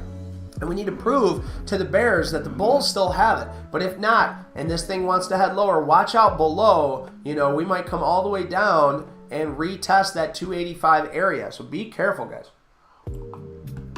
Ooh, UNSI. Good old UNSI. Okay, look at this, guys. So I drew this out. It looked like it broke through, but it came back up. And then look at this retest. Look at that retest. Now, if I would have seen that retest, guys, I would be in this trade for the longer run, because it already looks like it's cleared out its liquidity. And if it did clear out its liquidity and there's not much overhead, this thing has the ability to push higher. Now, this is already pushed too high. I don't want to get in this even risking 25 cents. I'm not even going to buy a share of this, because that is not how I want to play. I would want to see this thing come back down and retest. This is the buy. This is the buy on UNSI. I've been watching UNSI for a while now, just because it has been a pretty little mover. But the issue is, guys, is if I don't get my stock in where I want, then hey, bro is cracked out on caffeine. Yes, I am cracked out on caffeine. I do love caffeine. How is PACW looking? Let's take a peeky gander. So it did break that $13 area that I talked about on that snap yesterday. I said if it holds this $13 area, this might be a nice long. That's what I said on the short yesterday, but it did not hold that $13 area. It broke. So when it breaks and it pops back up, I'm looking for a, you guessed it, a short. But I missed this area of buying in to try and short. So that's a-okay. That's just part of the part of how things go. So UVXY and Microsoft's calls coming in. So 26 likes already. Heck yeah, Alex, we're kicking butt. Yeah, PACW along with all these other stocks are probably going to be moving the same. Now WAL actually, Western Alliance, looks like it's actually got a nice little push this morning. Let's look at Schwab, Charles Schwab. Yeah, it looks like it's trying to base out. It's trying to hold this area. KeyBank looks like it's trying to hold but still at its lows. But I'd say PACW is looking, it's all looking similar, but it's not, you know, it's all looking pretty similar, but PACW might be the weaker of the three. I'm not 100% sure on that. You take a look, Pencil. Let me know what you think. Let me know, does PACW look like it is weaker out of these stocks that I have? I have WAL, SCHW, KEY, FRC, and PACW. So take a look at those. Let me know what you think, PACW. So WAL is up 9% as to where PACW is like down 15%. So keep that in mind, guys. You know, we might have a nice trade on that. So yeah, awesome. 25 votes on that. That's awesome. Looking good. AI looks like it's trying to pull back here. I don't really like this. I'm down 25 cents in this trade now. I don't like that I'm down, but we're going to use our risk and we're going to use it the right way. So let's keep on keeping on, guys. I want to see what's the NASDAQ looking like. This is the futures. The futures NASDAQ, it's just trading in its supply area. Maybe it'll hold, maybe it won't, as BOIL rips right back down to that $5 area. Goodness gracious. So this is why I did not trade BOIL, because I didn't understand it. If you don't understand what you're trading, guys, you shouldn't be in it. But BOIL's been on a complete downtrend with a ton of volume coming in this area, and now it keeps selling off harder. If I had to guess, with all this volume coming in, that it would at least form a base and start heading up to the north side, but I'm glad I didn't trade what I didn't know. So SPY's trading at 384.88, guys. It's just lingering around at the bottoms here. You know, it's not so bad if it wants to keep holding, but if this thing breaks these lows, these pre-market lows, that's going to be really bad news bears for the overall market. So here we go. IWM 171.76. The Q's trading at 293.91, trying to get soaked up here in this area, but still well below its VWAP area. NFLIX still trading lower after running into that psychological and technical area of $300. So, or $300. And it just sold off hard. It's just trading at that VWAP area where we bought back into. Now Microsoft still looking overall the strengthly one out of the market, trading well above, not well above, but above its VWAP area at 262.69, guys. That is absolutely awesome. Absolutely awesome. Little Pencil, I can't agree with you more. I know it sounds like I am cracked out on some coffee. I definitely am on coffee, but guys, this honestly is just me. This is how I talk. My wife absolutely has to be disgusted with me. At least this helps out, because when I'm talking to her, she's scratching her head going, you know, when is he going to be done talking? And it's like, well, you know, I know I've been talking, sweetheart, for 4 hours straight, but I got 4 hours more worth to talk about. So it's not just the coffee, Little Pencil. This is honestly just how excited I get about the market. And that's why I have a show. That's why I have commentary. And that's why I do the analysis, because you won't find it anywhere else, somebody this passionate about the stock market. I promise you, you won't. I have scoured the internet when I was young and fruitful and trying to learn everything that I possibly could. I came across plenty of YouTube channels that just weren't doing it like this. And that's why I know we will succeed in this show, because I will give it my all. I will give it my passion, and just saying this gives me goosebumps, guys. So I absolutely love it. And thank you for being here, and thank you for your continued support, Little Pencil. You know I love you, brother. So let's go ahead and look at Amazon. Amazon is still trying to hold in this supply area. I could pull this across, but you guys get the point. Let's look at Meta. Meta still holding its day open, but trading at those lows at 190.90. Not looking good overall for that sector. Nvidia now pulling back almost to that buy-in area, but it looks like we came to a screeching halt in that area. So let's look at the 5-minute.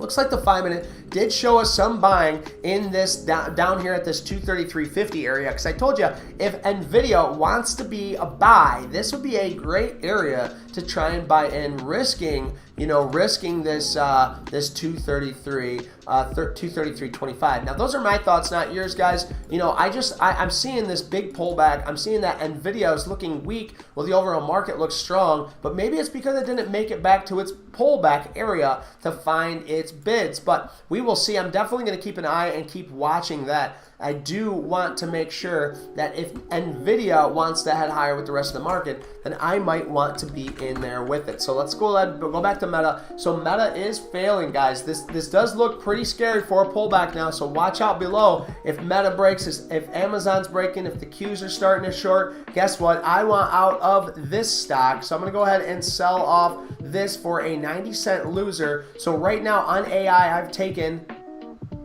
Why wouldn't it let me sell? Oh, because of that.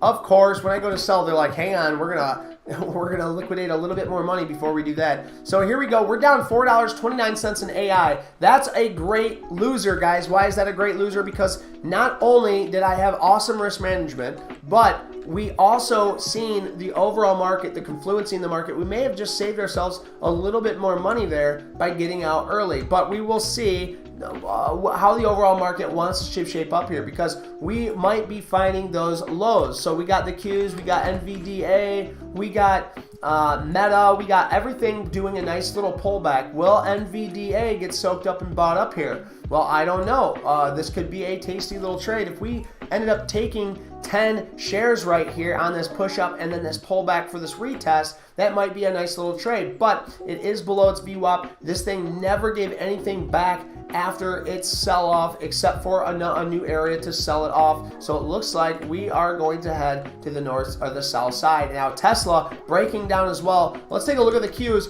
Alex, are you still with us? Because that means that Alex is still printing money on his shorts for his contracts. Awesome job, brother. You know I love to see it. So where's the next stop? Well, let's take a look right here, guys. It looks like 177 might be the next test for Tesla. Tesla, good old Uncle Tesla, looks like it's going to test this 177.75. Doesn't want to hold, doesn't want to catch a bid. It's a very interesting area, so we will see very soon. Let me get a sip.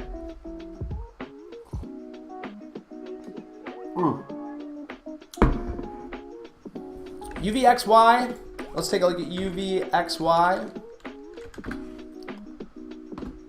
Yeah, this is the VIX. Okay, so is this how you trade on the VIX? So as the VIX goes up, the volatility index goes up, you can actually trade UVXY. Yeah, that's it. It's a volatility index that you can trade. I didn't even I know you could pretty much trade on anything, but I didn't even realize that UVXY was the VIX, that you could trade the volatility, which is absolutely nuts. Absolutely nuts. So that's pretty crazy. Just keep in mind, guys, the volatility is starting to come in. We're at 28. So anything above 20 I consider pretty high. So keep that in mind, guys, that the VIX is trading higher. Let's take a look at our dollar to see how that's trading today. So the dollar is trading higher. We're getting a little pullback on it, but overall the dollar has pushed up off of these bases. It tried to break down, but caught a 30-day moving average, now trading at 104.85. Why? You say, well, what's wrong with that? What's wrong with the dollar going up? Well, let me tell you, when the dollar goes up, the market usually comes down, because if your dollar is worth more, then equities is not that speculative. It's not very interesting if putting your money into something speculative when you can just put your money in bonds and mutual funds and things like that over time is going to make more money. But if you just hold your, money, you hold it in cash. A lot of people don't want to put it into the SPYs. They don't want to put it into those risky assets because they're too risky then, So let's go ahead and look at the SPY. We're starting to get a nice little bounce off that bottom there. Doesn't want to hold. Can we get back above that VWAP area? That is the real question. It looks like AI one more time off this base. Do I want to try it one last time? I think two is pretty good. We're getting double wicks. We're starting to, you know what I mean? So I think this is what I'm going to do, guys. Just because this is twice now. This will be third time's the charm. We're risking only 5 now. We're only going to take 5 into this,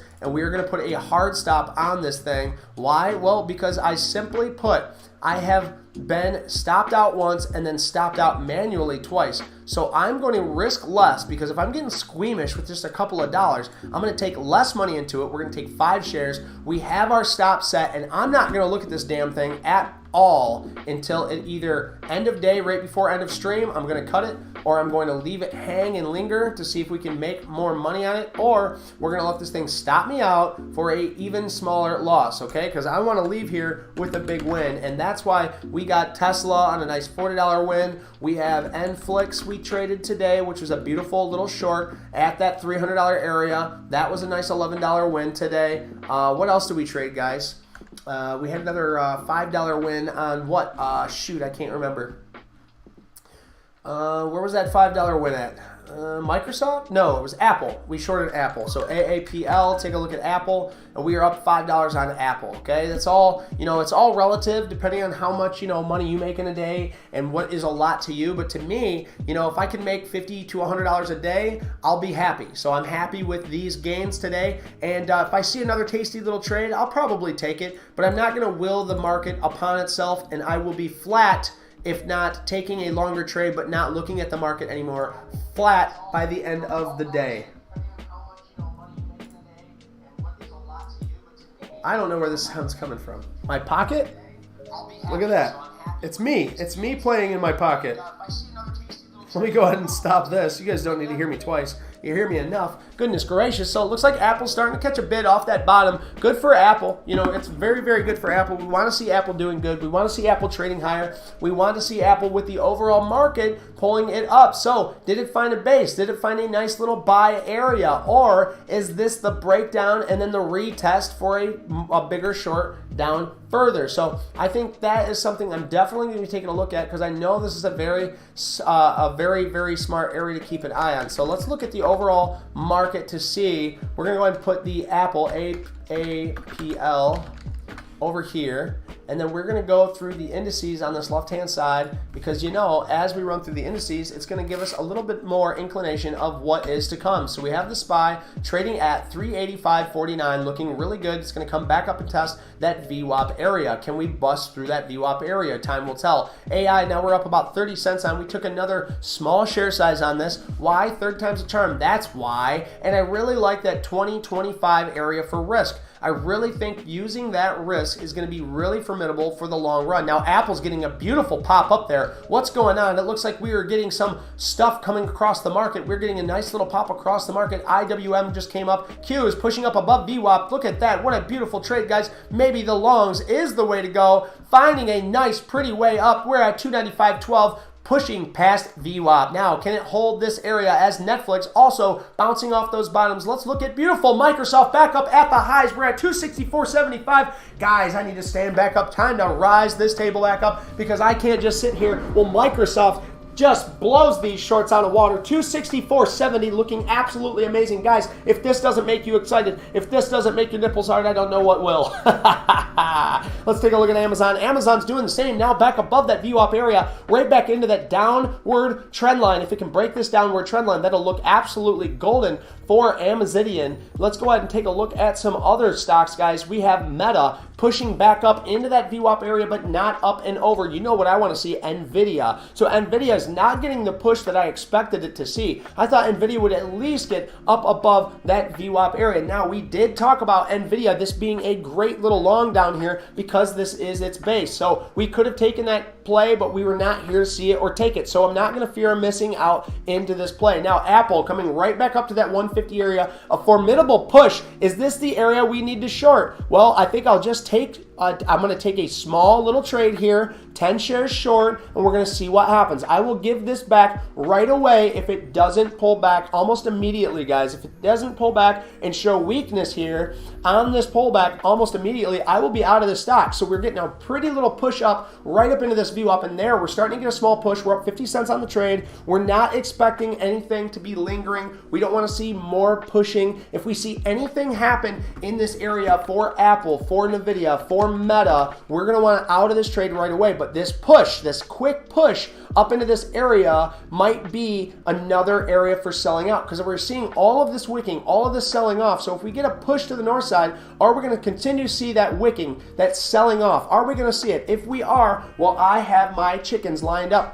I have all my eggs in one basket, I guess I could say, but not all of them, because we know we're using risk management. So we got 10 shares short in Apple at that VWAP area, because we know that that is a 150 psychological and technical resistance area. So I like my risk to reward ratio on this, but I'm not going to be in this for a long time. I'm only in this for a good time, guys. I got a good price on it. So if it wants to break out, if it wants to head higher, I'm going to let it. I'm a bear in this bull market, okay? I'm a bear with bull horns. I want to see your Roth IRAs, your 401ks go higher. I want to see it, but you know, I'm a bear. I like them big bear paws. I like to swipe down. And when we get a bull push to the upside, I like to see a quick bear swipe down. So are we going to get that in Apple today? Are we going to see this thing start to fail back up here at these highs? Or is tech super strong and wants to head higher? Let's look at the rest of the indices to help get us ourselves a better idea. Now, the SPY bouncing right back up, just like everything else, into that liquidity area,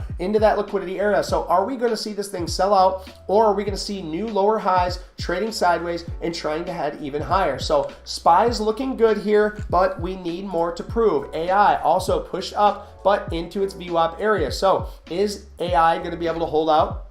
Well, the rest of the market is also trying to figure this out. IWM trading at 172.34. It's looking absolutely magnificent. But on the daily, garbage. IWM was leading these techs, was leading everything in the market for weeks and weeks. And then today, it is the worst looking in the market. It looks like the Russell 2000 is now trading at 172.29. It's got a lot to prove to us before it can head higher. And now the Q is trading at 294.85, pulled right back down to that VWAP area. Is it going to be able to hold that VWAP area? That would be really nice for the overall market, but bad for my short. So if it breaks through this VWAP and wants to continue to head to the south side, well, then my Apple short should look pretty darn good, because I have multiple confluencies across these time frames and technical basis to take a short on. Wow, that was a mouthful. Time for a quick sip of coffee. Listen, guys, I am not seeing you guys call out much of anything in chat except for Microsoft.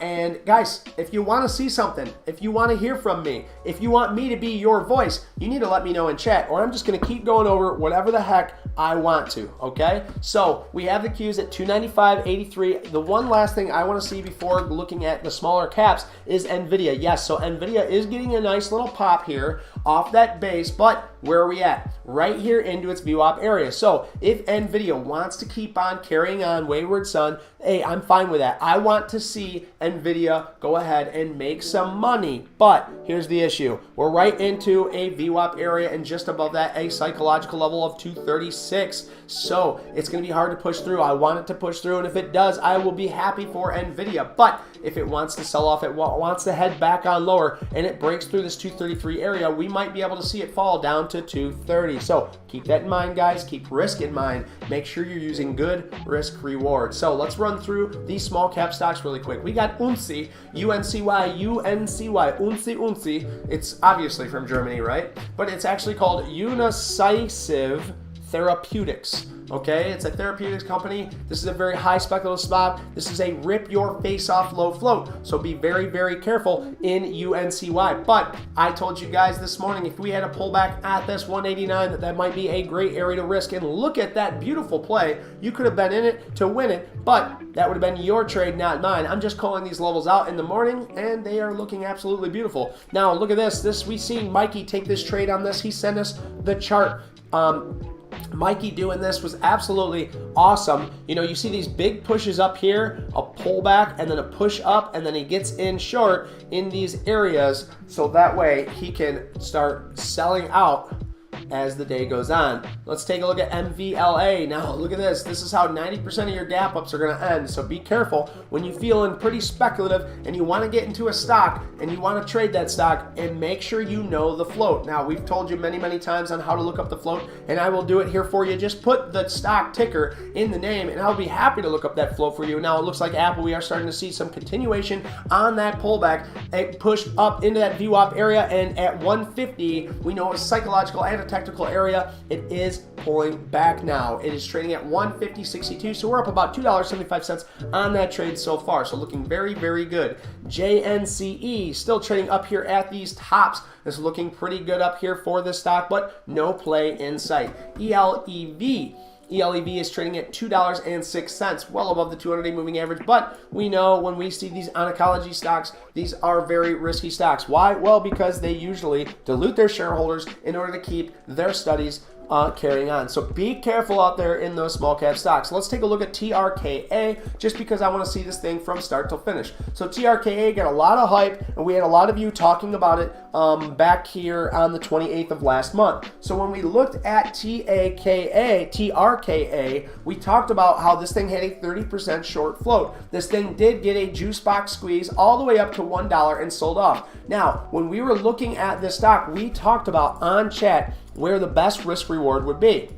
And for a long time, I told you guys, I don't know. I just don't know. And then we had this day play out. For 2 days, it held this 50-cent, psychological 50-cent, and now technical 50-cent area. And I said, if you guys were going to risk, if you guys were going to use this trade and risk it, we're going to risk 50 cents and wait for the push and start taking shares out on each push. Well, right here's a beautiful push. I said, if you guys are in it from that 50 cents, make sure you're taking some risk, taking some of that risk off, earning some of that money, paying yourself. And then we had another beautiful push up into that psychological dollar area. Before it could touch $1 almost exactly, I think it landed, let's just take a better peeky gander at it. It landed right at 99 cents, 99.24. So 0.99 cents, guys. And then this thing sold off hard. And then what did it do at 50 cents? It bounced on the 50 cent. After it broke through, it came up, retested the 50 cent, and then failed. So if you are starting to see a correlation in these, there's reasons for it, guys.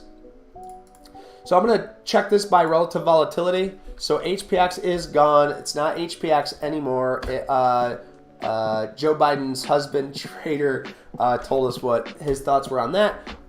They turned into a new stock. So here's BLPH. This is one, guys. BLPH and UDA are the ones that I'm looking at. This thing keeps holding this area. I like BLPH if it holds this thick. I want to see it hold for a couple more days. Let's go ahead and take a look at the daily chart, because we want to see this 10-day catch up to it. If we can see this 10-day catch up, I think it's going to look really, really good for a bigger short. But remember, that's only a 9 mil float, guys. 9 million float, okay? So be careful out there. Let's see what Alex has got to say. What do you think of some longer-term IRM puts? Well, let's take a look at IRM. All right, so IRM puts. Here's the thing. The first thing I see when I look at this is that it's finding a base around this 200-day moving average, okay? We have an uptrend on this, but it looks like it's basing out to the side. So I can understand taking puts on IRM, but I can't understand taking it in this area when I much rather take them up here in this area. So this $55 to $57 area is a much better place to look at taking these puts. Why? Well, because if you look at taking a put down here at this $50 area, sure, we could have a distribution day. We could break down, Alex, but we need to understand that this is where it's getting bought up. It's getting bought up in this area. So make sure you're zooming out. Make sure you're looking at where that 200-day moving average is, because right now that 200-day moving average is acting as support. Now, if it breaks that 200-day moving average, you know, we have support underneath it at $50. So there's lots of support underneath as long as lots of resistance above. Remember, this is a very slow moving stock. So if you're getting into this, like you said, you already said it, it needs to be long term, and that's great. If it's long term, you know, and that's something that you want to do, go for it. But personally, if I were to take any shares short in this, they would be up here by the seaside, right? Sally took her short by the seaside. I don't know, something like that. But Alex, that's my thoughts, not yours, brother. Let me know what you think, though, about those analytics, because I think down here, honestly, you're just asking to get yourself hurt. I think we're going to see a push here before we see a bigger drop in IRM. And I know nothing about this stock or this company, so keep that in mind as well. EUDA over here on this right-hand side, this broke down that 250 area. I said I was bullish if it's above this 250, using 250 as risk, but it broke through. So now I'm more short biased in this. If it comes back up and tests this 250 area, then I would say, hey, shouty. All right. So, hate JSPR. Strong words for a strong man. So let's go ahead and bring up AI over here on the right-hand side. We're still up 90 cents on AI. This thing is just playing games with my heart. It looks like the SPY though. Wow, that's very interesting. Not what I expected here. Am I short in Apple AAPL? Yes, I am short Apple. Okay. I didn't put it on down here. That's gotten me hurt a couple days ago when I took you can hurt yourself. You can really hurt yourself, guys, if you don't. And that's, it's kind of hard too when you're trading, So everything's looking so strong. I'm going to have to get out of this Apple just because everything is looking strong. So I'm going to go ahead and get out. We made another 80 cents there, guys. I'm making chump change here, but that's A-okay. We're not losing money. That's the thing, right? So if we're going to hold this 150, I wish I had better risk. But if we're going to hold this 150, we're going to head to this north side, guys. That's going to be amazing. So let's eat away. Let's go to the north side. The Q's at 295. Wait, let's take a look at NVIDIA, because remember, that was at its base where I wanted to long at. Too far away now, just above that VWAP area. Let's go ahead and look at Meta. Let's look at Meta. Can we find ourselves a base trade? No. All the things have already based out. All the longs have already been taken. If you're already in a long, now's the time to trim off that area. So be careful, guys, in this volatile market. We are just kind of chopping around so you can play these supply and demand areas, but you need to just be careful of any breaks.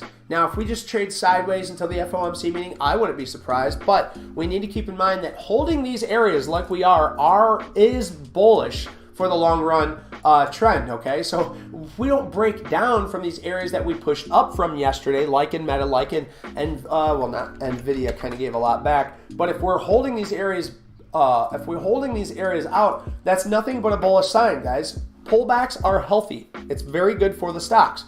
Pullbacks that hold higher lows are even more strong. So we got to keep this in mind, guys. Anytime we're looking at a stock, if it's holding these areas, that is a bullish sign. Now, we are already back into its top. So like I said, if you have shorted this area, like we were talking about, or if you have long this area, you need to make sure you're trimming out. Now, this thing could keep continuing higher. These aren't buy or sell recommendations. I'm just saying, if I actually took that play, if I actually bought up down here while things were looking risky, while things were looking scary, I would be trimming some of this at least up at the top, if not taking all of it. So let's take a look at Uncle Tesla. Uncle Tesla is still just sitting down here at this base, which is really nice. Let me zoom in on the 5-minute here, because that might be a nice little trade for Tesla. Now, it's still a little too high, but we could use this risking the 179 if we wanted to take 10 shares long. But it looks like everything's getting a little too extended now, and now we're back at this VWAP area for Tesla. So I'm not going to take a long on that. That would be way too long. So NVIDIA's back up into that area. Let's look at Apple. Apple actually pushed up, broke above. Now, you know what I really want to see is MSoft, because if MSoft is doing well, and it is, it's back up towards its highs, not at its all-time highs, but 264.18, I think 264.85 was the high on Microsoft so far for the day, and we are trading at 264.09. So let's see what else. Listen, guys, if I am not watching something, if you want to hear about something, that's what I am here for. I'm at your disposal, guys. We got about 45 minutes left of this awesome show for you guys. So if you want to hear something, don't be shy. Throw it up in chat. You want me to talk about, my cat? I'll talk about my cat. You want to talk about QQQ? Well, we got it up here on this left-hand side, so let's take a little pretty picture. You know what I mean? So come on, guys. Don't be shy. I'm here for you. And if you weren't here, I wouldn't be able to be here either, right? One mic, one audience, one show, and that's this show right here, LoFiTrader, every single day, Monday through Friday, 8 until 12, guys. And I do this because I have a passion for it. Go ahead and look at this screen that I have in front of you right here. If you guys scroll down, I have this poll. We got 26 votes. Can we get 30 votes in this day today? And we have 28 likes. We're trying to get to 30. We have 45 minutes. I think that we can do it. I think that we can do it. And guys, if you love any of this, or if you just love the stock market, even as half as much as I love the stock market, you're going to want to join this channel. You're going to want to be a part of this community, guys. We also have a Discord. Everything is free. There's only 3 things I ask: like, subscribe, and be here for that pre-market prep, because that is really where the money's made. When you are ready and you know your levels, guys, then you know how to trade it when the time comes. Just like you've seen here, and that's why we're up about $60, $65, somewhere around there today, because we are finding those levels in pre-market prep, and then we are playing those levels right here in front of you all day, 8 till 12, baby. So look at that. The SPY is still trying to push up higher at 386.91. What a beautiful day to be here in front of you in the market. And look at that. AI finally starting to pay me a little bit of money, but every time I got up here, it sold off. So I'm not going to get too excited about that. We're going to revert to the mean. Now IWM back towards those highs. 173.09, still well below a 200, still well below its open or its closing price yesterday. So IWM has a lot of fighting to do to get back up there to the tops, as the Qs are back up in its area of demand.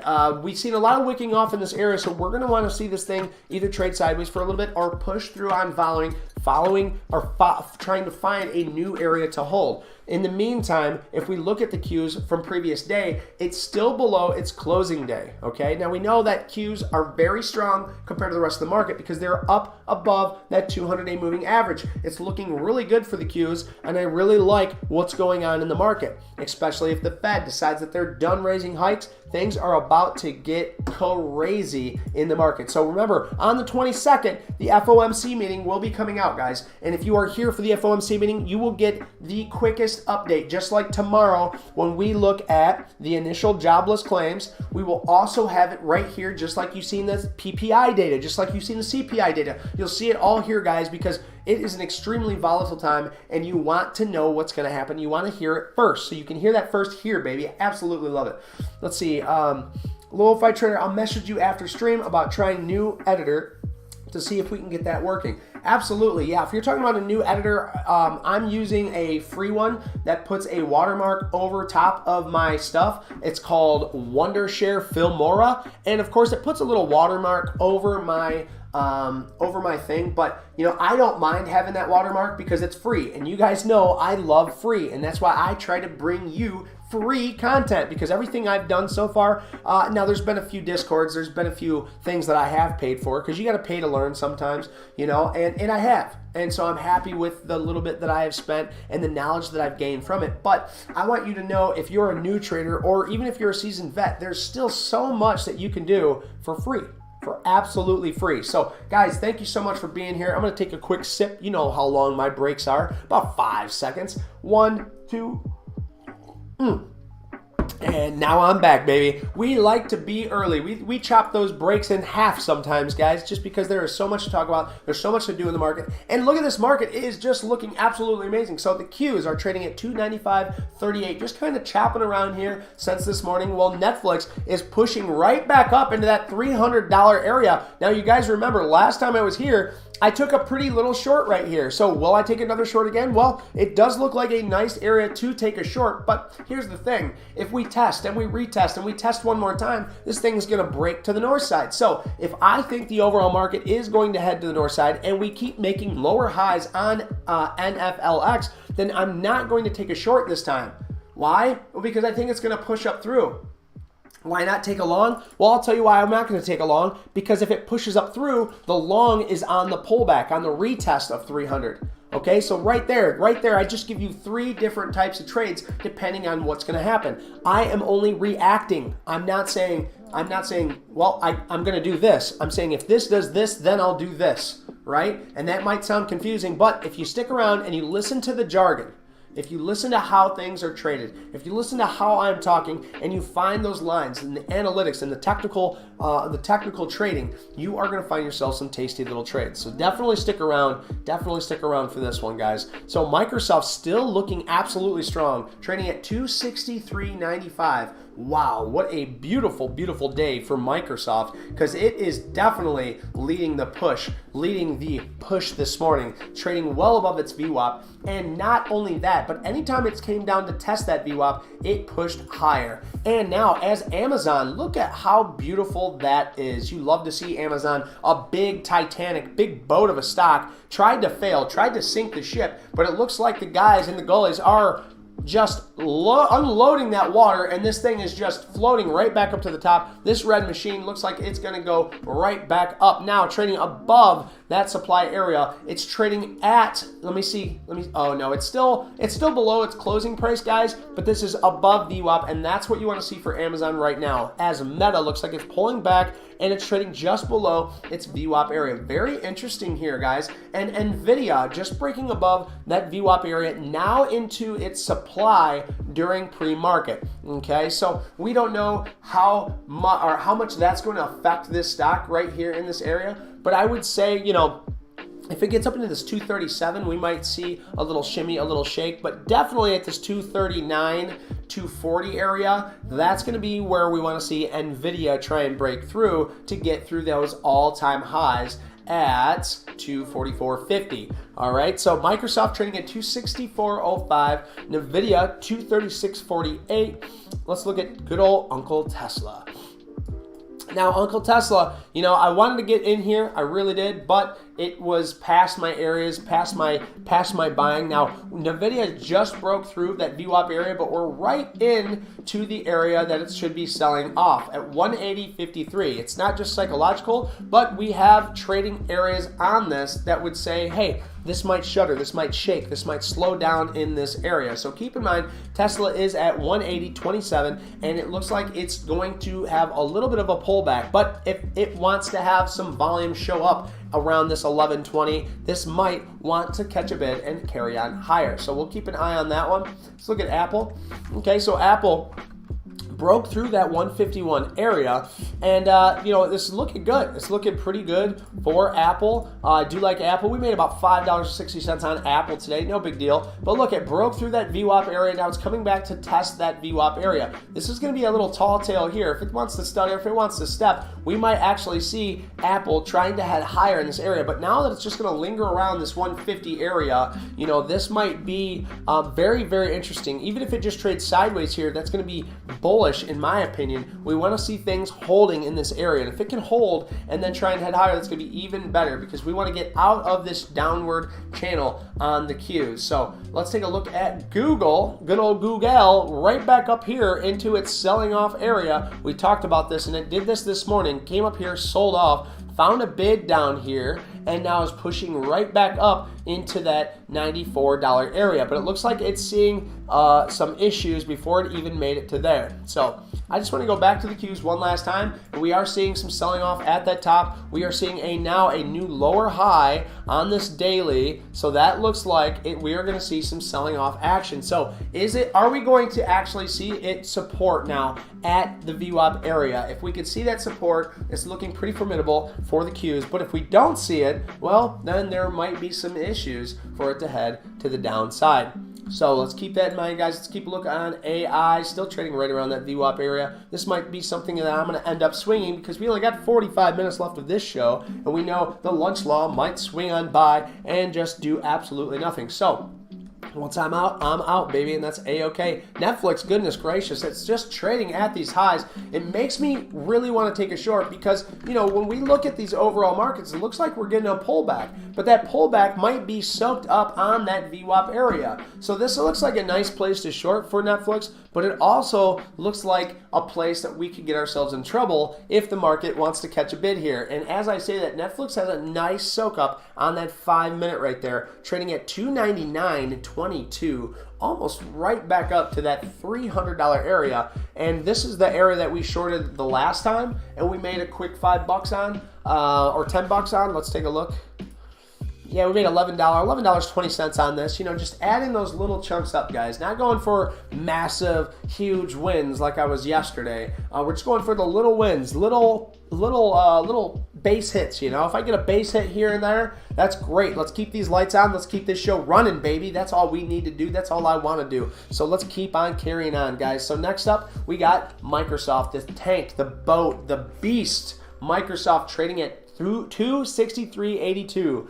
Alex, what do you got your eyes on? And are you still in those shorts? Are you still in those SPY shorts? Because I know that you are probably in the money, but doing options, that time decay is probably kicking your butt, man. So let me know how you're doing in those. How are you feeling mentally? How are you feeling stably? Because I want to know, as one trader to another, I know how hard it can be to really see your trade into fruition. So I do really, truly hope that you are doing good. NFLIX, let's take a look at NFLIX, because now we're starting to get that pullback in the market right down to the VWAP area. But again, I still can't play it because I think that the Qs want to hold out. I do think that tech wants to hold out, and if tech wants to hold out, well, then I know for a fact that NFLIX is going to head up with the rest of those Yang Fing or Fang Mang, whatever you guys call them, you know, where you got Facebook, which is Meta now, you know, you got Apple, Netflix, Google, both Googles,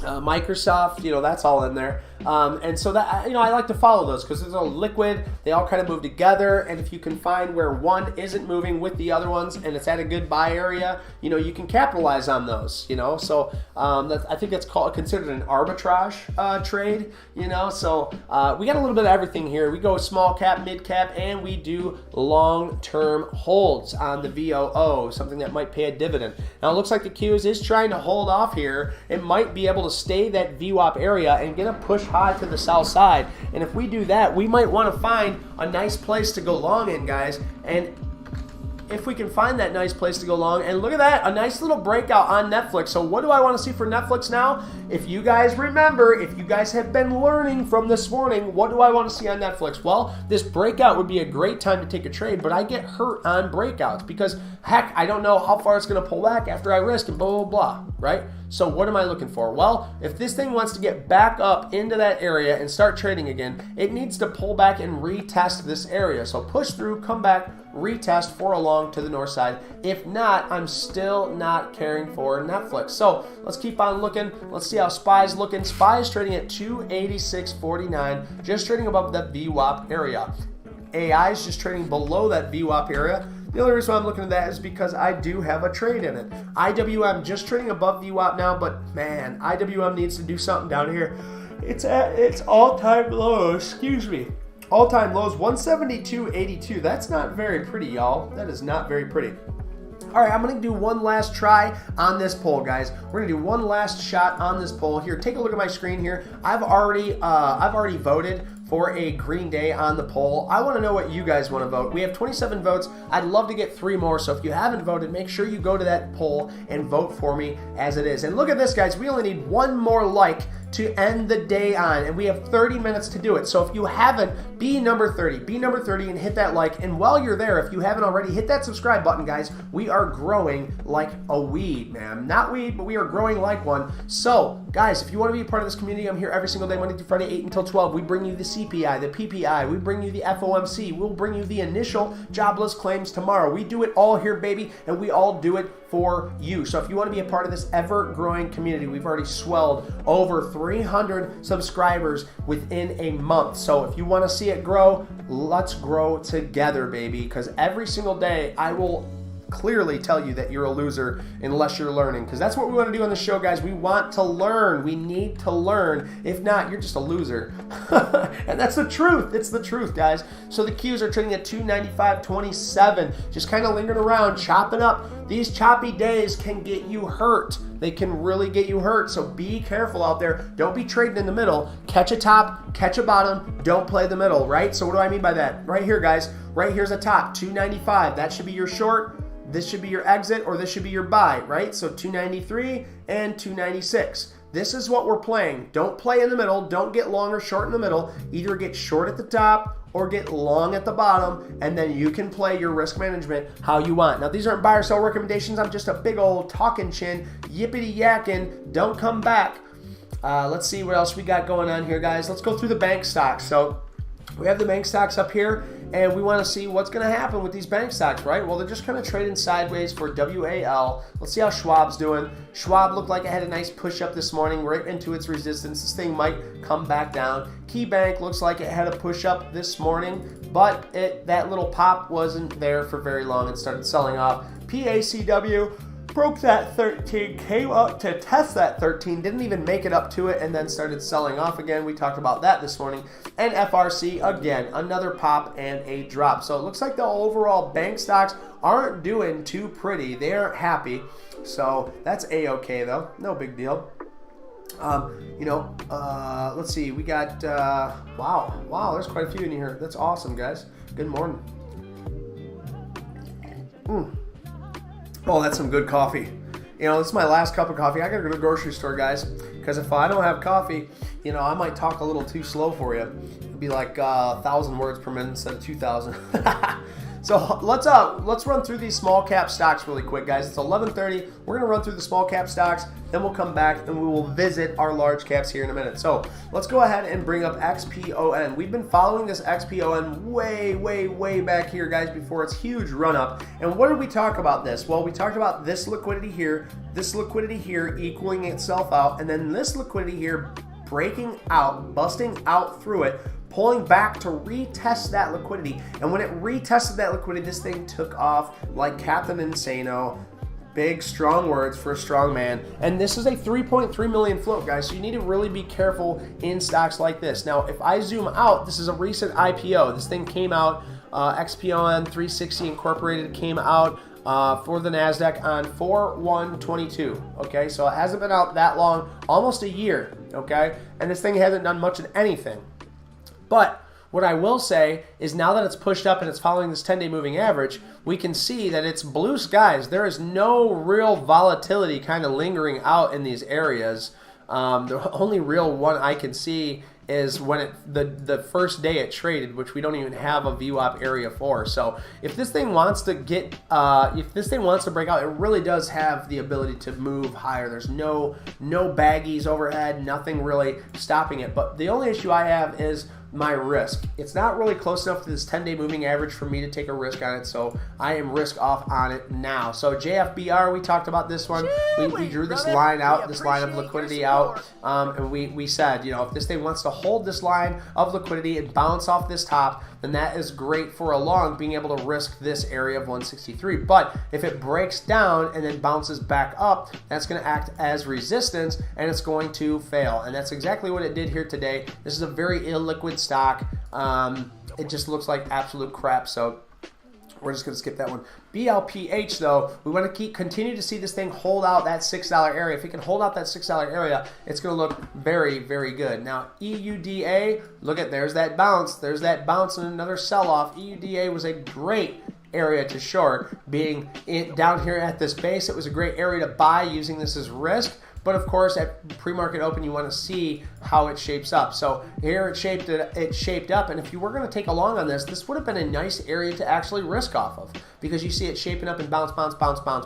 You can use this 239 to risk and getting in at 250 on the break. So you only have to risk that 10 cents, guys. And then when it does stop you out, it breaks you down, well, then you know that this is a short. And if it breaks this area and pops back up, there's its resistance. Yar, matey, there's its resistance. And then you can take a shorty little short on it, okay? So let's go ahead and look at the Qs now. Let's go back and well, actually, no. Let's look at UNCI. So UNCI looks like it's breaking down. We had UNCI trying to hold this $1.90, this $2 area, and that's what we want to continue to see. We want to see these pops and pull back and start to create a new area that we can use for risk. So UNCI is doing its thing. It's going to need more time, though, obviously. So nothing else is really going on except for, you know, we could go through all these just to show you all these sell-offs, you know, just so you guys have a better idea. All these small caps, most of the time, are just going to sell off. This AMBI was HPX, is now, or HMX, one of those two, HPX, I believe. I don't remember. One of the X's, right? We just deleted it now, and now it's AMBI. So, Bapar emergency response. All right. CDIO looks like it did the exact same thing as everything else. It pushed up, it failed, it had a little bounce into liquidity, and now It's either going to fail or it's going to hold out here for a while, creating new lower highs, and then showing that this can push back up into this liquidity. But remember, at the $7 area at CDIO is where a lot of liquidity is just hanging out. All right, so if the liquidity is just hanging out there, guys, you need to understand that there's going to be some selling off action when you're there. So be very, very careful when you're in those areas, okay?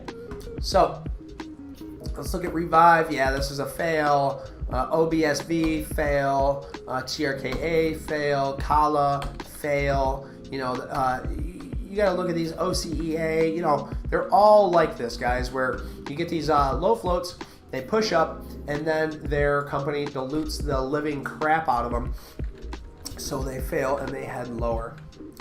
All right, so I want to go through the indices one more time because we are just trading sideways. So it's not the most exciting day in the market. Now, we have had some exciting times in the market with very specific stocks like Microsoft, like Meta, like Nvidia to see what really happened out. But this SPY just lingering around this VWAP area, to me, this looks like an awful short. Like, it's not finding any buyers down here. It's not doing anything. I think this thing is going to come back down to at least 385. So it's looking pretty weak overall for the SPY. You know, AI is just trading in that VWAP area, just lingering around. And we have IWM as well, just lingering sideways, guys. It's all sideways action. I think with everything that happened, the huge push, then the huge pullback, you know, there's just a big fight. There's a big fight here. There's a big transfer in wealth. Now, Netflix, look at that, right at that $300 area. And if everything looks like it's going to fail, and I got Netflix sitting up here at the top, you know, maybe I just take a small, you know, small 10 shares short into this because, you know, if everything does look like it wants to fail, why not take Netflix, the overall weaker stock? But again, these things might shape up as the Qs are still trading above that VWAP area. So I cannot back that. I cannot back that statement. You know, if things want to keep shaping up, the SPY is what looks weak right now, as the Qs are looking very strong, still trading well above its VWAP area, well above its 200-day moving average. Is tech strong? Can tech break this downward trend line? If you guys look on the daily, this downward trend line started all the way back here on 2/2/23. That was our peak that we made for the year at 313.68. This thing has been selling off ever since. And anytime it's came up to find this trend line, it's sold off again. Same thing with yesterday. It came all the way up top, and then we had a huge sell-off in pre-market. Well, here's the cool thing, guys. Now we're not in pre-market. Now we're during the day, and we can actually see where these levels are. Now we played off this bottom, we made some money. You know, we played off the top, we made some money. But now we're hanging out in the middle. So what is going to happen in this middle? You know, and I don't like to play in the middle. I like to play off my liquidity lines, and I like to play breakthrough and pullbacks, right? If I'm saying it right. Just holding on to my entries right now, not seeing many positions that I usually open. Alex, yeah, I think we're in the same boat here, right? I think we're in the same boat. He also says there was even some great volume in start of power hour, but bulls and bears just fighting each other. Buy-selling volume was very mixed, not one really beating the other. Yeah, dude, I couldn't agree with you more. I mean, everything is looking good, guys. When we talk about some sideways action after a huge push and then a huge pullback, and we see some sideways action that's holding new lower highs, that's good news so far. That's good news. Now, I don't like the SPY still trading under the 200-day moving average, but I like the Qs trading above it. So if we look at the SPY down here, guys, we're well below that 200-day moving average and breaking through this VWAP area on the 5-minute. Now, the Qs, on the other hand, are well above the 200-day moving average, probably about the same amount percentage-wise to each other. But we know that the Qs are on a downward trajectory from this trend line that we should see this thing fail in this area. But it's just trading sideways. So if it wants to keep making these new higher lows, that's going to be extremely bullish for the overall tech position. As where SPY, the overall S&P 500, the overall market, isn't still looking like it has much support. But if it can catch a bid before breaking lower than this 380, it's still going to be good for SPY. We want the SPY to start forming new higher lows on the hourly and on the daily, and then even then on the 5-minute. So if we can continue to see this, but if it wants to sell off, watch out below, guys. Timber, your stocks might be flooding to the south side. So We got AI just coiling here, just trading sideways. We're going to see what comes of it. IWM also just kind of coiling, trading sideways. The QQQ still looking overall like the strength in the market, as Netflix still trying to push up on that 300, trying to push up higher as we try. Now Microsoft looking like a big drip here on the 5-minute. What do I mean by big drip? Well, like you see a drip hanging off of the edge of something, it looks like it's going to drip and then just drip right down really fast, really quick. This is what I call a big drip, guys. You know, it just looks like lots of wicking, range getting tighter, but starting to go lower, lower, lower. So to here, if I wanted to, I would take a short on this, playing down to VWAP or maybe even the break. But we're not at these highs, so I can't take this trade. I'm just saying this is what it looks like to me. I call these big drips, and I've called them out many, many times, but I don't play them, even though they would have made me quite a bit of money. But it's A-okay. That's the way the cookie crumbles sometimes. Amazon, what a beautiful push for Amazon. Missed that one, guys. We're at 94.67 for Amazon. That is a great look for the overall market when Amazon trades above that VWAP, trading in that 90 area. Meta, M-E-T-A, not M-E-A-T, not meat, but Meta is trading above that VWAP area. It looks like it's trying to hold new higher lows on that 5-minute. And wow, what a beast. Close to those all-time highs of 196.15, 196.25. Meta is trading at 193.74 right now, looking really, really nice in this market, looking like it's trying to coil. We're going to see, doesn't want to break out these mid-highs right here. And look at this, here we go. Is it going to break out? Yes, it does. Now we're at 193.93, guys. This might be a nice push for Meta. Keep your eyes on Meta, guys, right here.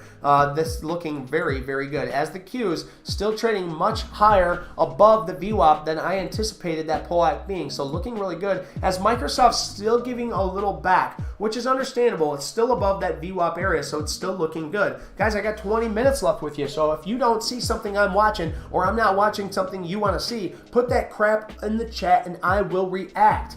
All right, let's see. Alex says, my charts are delayed by 20 minutes on Thinkorswim's. Any idea? Yeah, buddy. You need to go, you need to click on the real-time data, and there's a way to change that. I can't tell you right now off the top of my head because it's been so many years since I did it. And look at that. The Q is trading at 296.05, looking absolutely great. What a beautiful push, breaking new highs at 296.25. We talked about this, guys. We talked about this. If it can trade above VWAP, trade sideways for a little bit higher, we might get a beautiful push to the north side. And there we go. Now trading at 296.26. Can it hold this push? That's the real question. Or are we going to see a big sell-off here? Let's look at the rest of the indices as Microsoft had a nice little pop trading at 262.92. Let's look at NFLX because we were wanting to get short, but boom, good thing we didn't. Now trading at $300.64. I would love to see a pullback on Netflix to try and get a few shares long on this, but now that I'm coming to a close in the day, we're just going to commentary because this is absolutely nuts in the market as Netflix trading at $300.87.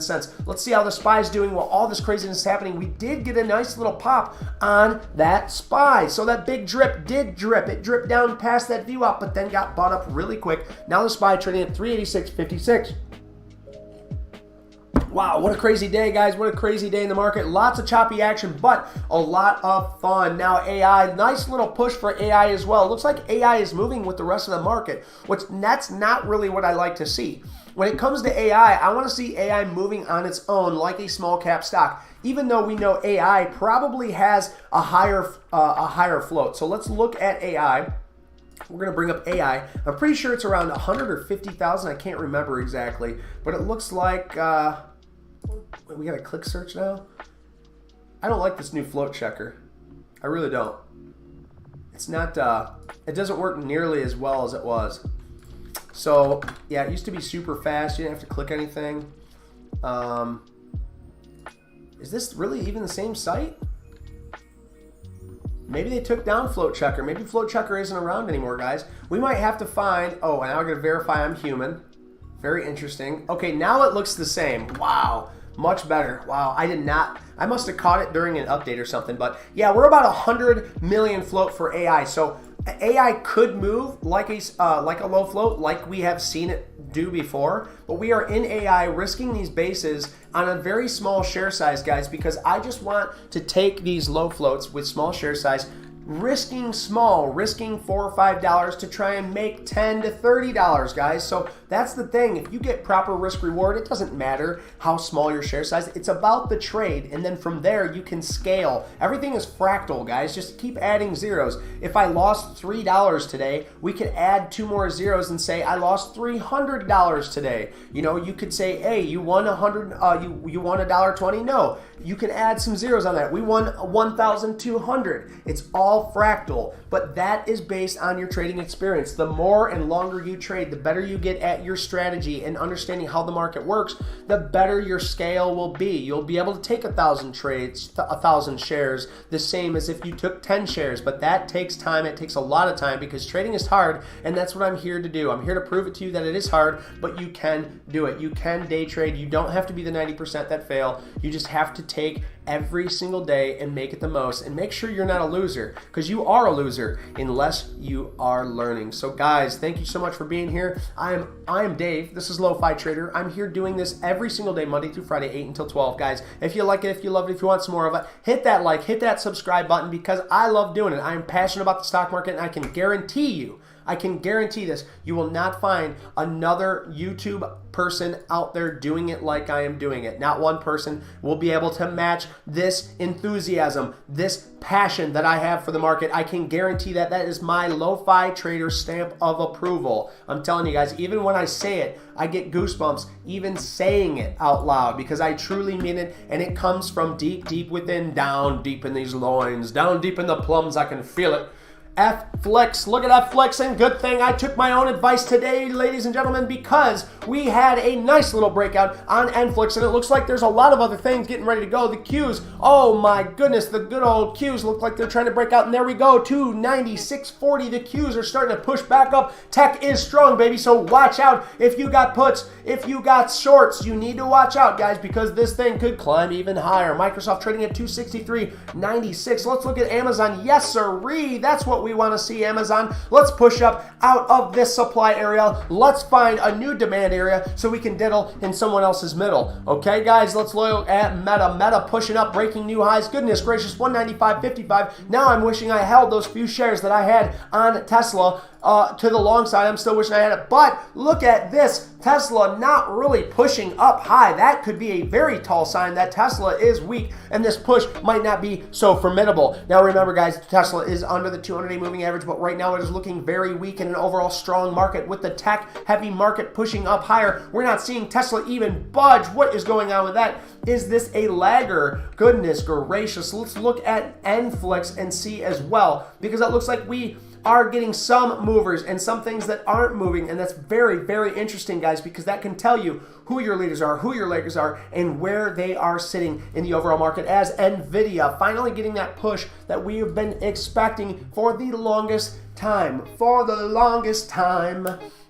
So guys, we got to understand too, if we're getting this push on NVIDIA, we know we have plenty of people, plenty of baggies above that we're going to need to fight through. But is it going to happen? And it looks like Tesla is still not giving the push that I expected, with the Qs trading up above the VWAP area, trying to push the overall market, trying to head higher, and now Tesla is starting to move. I don't know if I trust this move in Tesla now, because I expected this thing to be much higher. But if Tesla wants to move, it's going to continue to push the Qs higher. The Qs running right up into 296.81. Goodness gracious, what a beautiful day to be a part of this market, to commentary, to check everything out. Guys, this is looking absolutely amazing. Now the Qs trading at 296.91. Let's take a look at NFLX and let's see what that's trading at. Goodness gracious, what a beautiful push for NFLX at 302.20. Let's look at MSoft, because we know MSoft was leading this barrage to the high side, and we're at 264.28, still trying to push higher. Things are looking absolutely squeezy strong, and you know you love to see it. If you got a 401k, a Roth IRA, as long as you're not in any puts or shorts, you are happy as can be right now with what is going on. So let's take a look at AI, because if we're getting a push across the market, we know AI is now moving with the market. Goodness gracious, we're up about $1.90 on that. So cheers to you, B Stewie, because you're paying for my coffee today. Goodness gracious, you know you love it. So guys, if you love this exciting market, if you love to trade what I like to trade, or even if you don't, that's a-okay. We can look at what you want to, but you need to tell me what you want to see in the chat so I can react, baby. So we had a nice little push on the SPY right into those highs, and then we had some selling off. Now let's take a look at the Qs to see, did we get some selling off in the Qs as well? Yes, we did get a little bit, but we pushed ever living higher. So what in the float is going on, ladies and gentlemen? We're at 296.76. Can we get an even bigger push? What's great about seeing this on Qs is yesterday's most average traded area was this 295. We broke out of 295. So if we come back and test that 295, that might be a nice area to take along to the north side. Why do I say that? Well, because we are approaching this area of this trend line. If we can get above that trend line, if we can break above that trend line, I think I think the TQs is going to be a great push to the north side. But since we are climbing up to these areas, we know it could sell off very, very hard. So what am I looking for? Well, I'm going to need to see this thing not just push through this area, push through this 300 area, but I'm going to see it come back and test that 300 area. So when I say 300 area, I'm really talking about 298. But if we at least have that 300 area in our head, we can picture it on the Qs. If I see 300 out loud for Netflix, you can picture it on Netflix, right? So keep that in mind, guys. We are looking for psychological areas as well as technical patterns in order to trade, and we are finding risk management in order to do that. So B Stewie, cheers to you. Yes, sir. Thank you very much. I'm glad you were still here alive and trading with me. That was a test to see if you were still with me, B Stewie, and it seems like you are always here with me, brother. For 4 hours straight, B Stewie is just kicking ass, taking names, and learning, right? I hope you're learning, brother. So can we get that retest on Netflix? Is it going to come back down and retest this 300 and then send us to the north side? Well, I don't know, but I only got 10 more minutes with you guys, so I don't think I'll be taking that trade. That's a-okay. Microsoft back up at those tops at 264.24, looking really good. Now Amazon, the pooper scooper that it is, tried to peak out here at 95.27. Now this pooper scooper is trying to find a formidable base at 94.91. It is trading right now. We are above its supply area. So will it come back and retest this area and then launch up to the north side with the rest of big tech? Only time will tell. Now, let's move on down here because I always forget to go over NVIDIA, Apple, and Google. So NVIDIA now pushing ever living higher. What in the float? Look at this beautiful thing now back at its highs. But remember, guys, this is the place where it sold off the last time. So we're going to want to see this thing push through, pull back, retest to go higher. But if it doesn't want to do that and it starts to sell off, we start seeing a lot of wicking in this area. This might be a short for NVIDIA. So let's keep our eyes on that and the overall market as Tesla finally getting back above that VWAP area, but just kind of chopping around today, not doing much at all, not showing its strength in Tesla. But Apple, on the other hand, breaking above that 150 area. What a beautiful trade this was, guys. Now trading at 150 at those highs. At the high of day was 151.86. It sold off, hitting those new fresh highs, but now it's trying to back test this area using it as resistance, this 151 as resistance. Will we find a bid in this area, this beautiful pullback on the 5-minute? This might be a nice area to pull in some liquidity and buy. We are still a little extended on that VWAP area, but with the overall market the way it is, we might see something take off here. So these aren't buy or sell recommendations, guys. I'm just a big talking chin on the market, and I hope you love it. If you love it, look at Google. Oh my goodness gracious. So Google, we talked about it, was back up into its liquidity area. Every time it came up, it sold off, but now it's back into the liquidity area and it pushed through on volume. Thank you very much, Google. So now I'm a big fanboy of Google. What do I mean when I say that? I mean I like to root for Google because it's been so well beaten down here. So what did I do? I drew this liquidity area. When you draw these liquidity areas, it's very easy to understand where those pullbacks are going to get bought up at, and that's exactly what you're seeing here, guys. This thing pulled back and got bought up in this area. This is a great buy area, and we were here in pre-market talking about that. Why didn't I take it? Well, because I don't trade like that. Not yet anyway, guys. But this was a beautiful trade because on a bigger extended time frame, you can see this broke out of its area, so it came back to retest. This is a great area to get in. Now look at Google. Look at this, guys. It's pushing up. It's trading at 94.67 right now. 94.67. That's absolutely amazing for Google. It is back into its biggest area of resistance right here in this 95. It's psychological and it's a technical resistance. But if we can see Google hold out in this area, trade sideways, and then push through again to try and get up into this $100 area, then we might be actually seeing something start to happen for Google. Why do I say that? Well, 100 is psychological, and it's a lot closer to that 200-day moving average. So if you want to see your Roth IRAs, 401ks, all your retirement funds, all that crap go up, you're going to want to see Google go up with it, as long as Apple and Tesla and Nvidia, all of those trades, you're going to want to see trying to push higher in these areas, guys. So be careful out there and make sure you're using risk in mind. Now, we got about 8 minutes left, so cheers to anybody that needs it, because I know I do. Little Pencil will tell you otherwise. Little Pencil will tell you, hey, this crackhead won't stop drinking coffee. He won't stop talking. Well, hey, that's part of the job, baby. So Little Pencil, if you're still there with me, that's a cheers for you, brother. I'm glad you are. So let's move on and let's figure out what is going on. So AI still pushing up. We're probably going to let this thing swing. That's one thing that I need to know at the end of the day. Am I going to hold this out for a swing? Well, if I am, let's go ahead and look where we're at. We're down $2.87 for the day. $2.87 on this stock for the day. We are up about 60, 65 bucks, I think, in total for the day. And that is what I'm going to end on. I'm not going to be trading after this because I've learned my lesson. Okay, guys? I'm going to be YouTube oriented and family oriented after this stream is off. I'm going to take a lunch till 1. I'm going to come back and I'm going to get back to work on my YouTube, whether it's a short, whether it is a video to teach. So if you guys have any ideas on what you want me to come out with a video, what I should do a short on, or what you think is just going to work for the overall growth for this YouTube channel, let me know, guys. I'm all about ideas. I'm all about getting better every single day.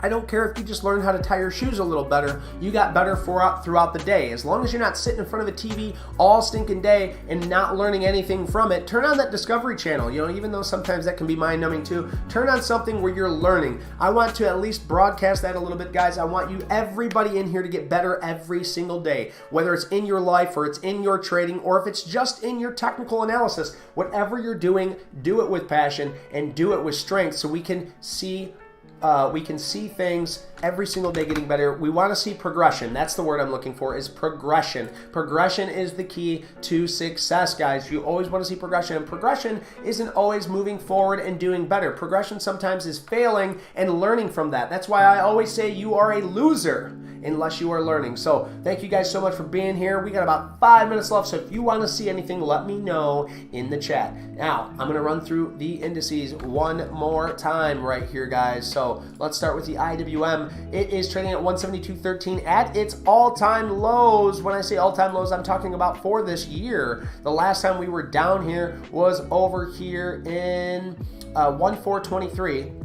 So actually not this year, but we are back down to its yearly lows is what I should say, okay? And we're back down trading at 172.14. Now this might be a great area to buy for the IWM, but that you could say that across the board because they're looking kind of the same on the SPY. This could be a great place to buy if it can hold this 380 area. If it can't hold this 380 area, we are going down like Frazier. So be really careful. Mind your risk. Make sure you obey your risk and you know what you are willing to lose, guys. You need to know what you're willing to lose, okay? So that's our SPY. Let's take a look at Netflix now. Netflix looking absolutely scrumptious up here. What a beautiful push through that $300 psychological and technical area. And it might actually come back down here to let me get in because that would be a tasty trade. But here's the thing, guys. I'm not trading after hours. I got to be flat at the end of the day. So at noon, I got to make sure I'm completely out of all of my shares unless I am swinging for the long side like I am going to do with AI.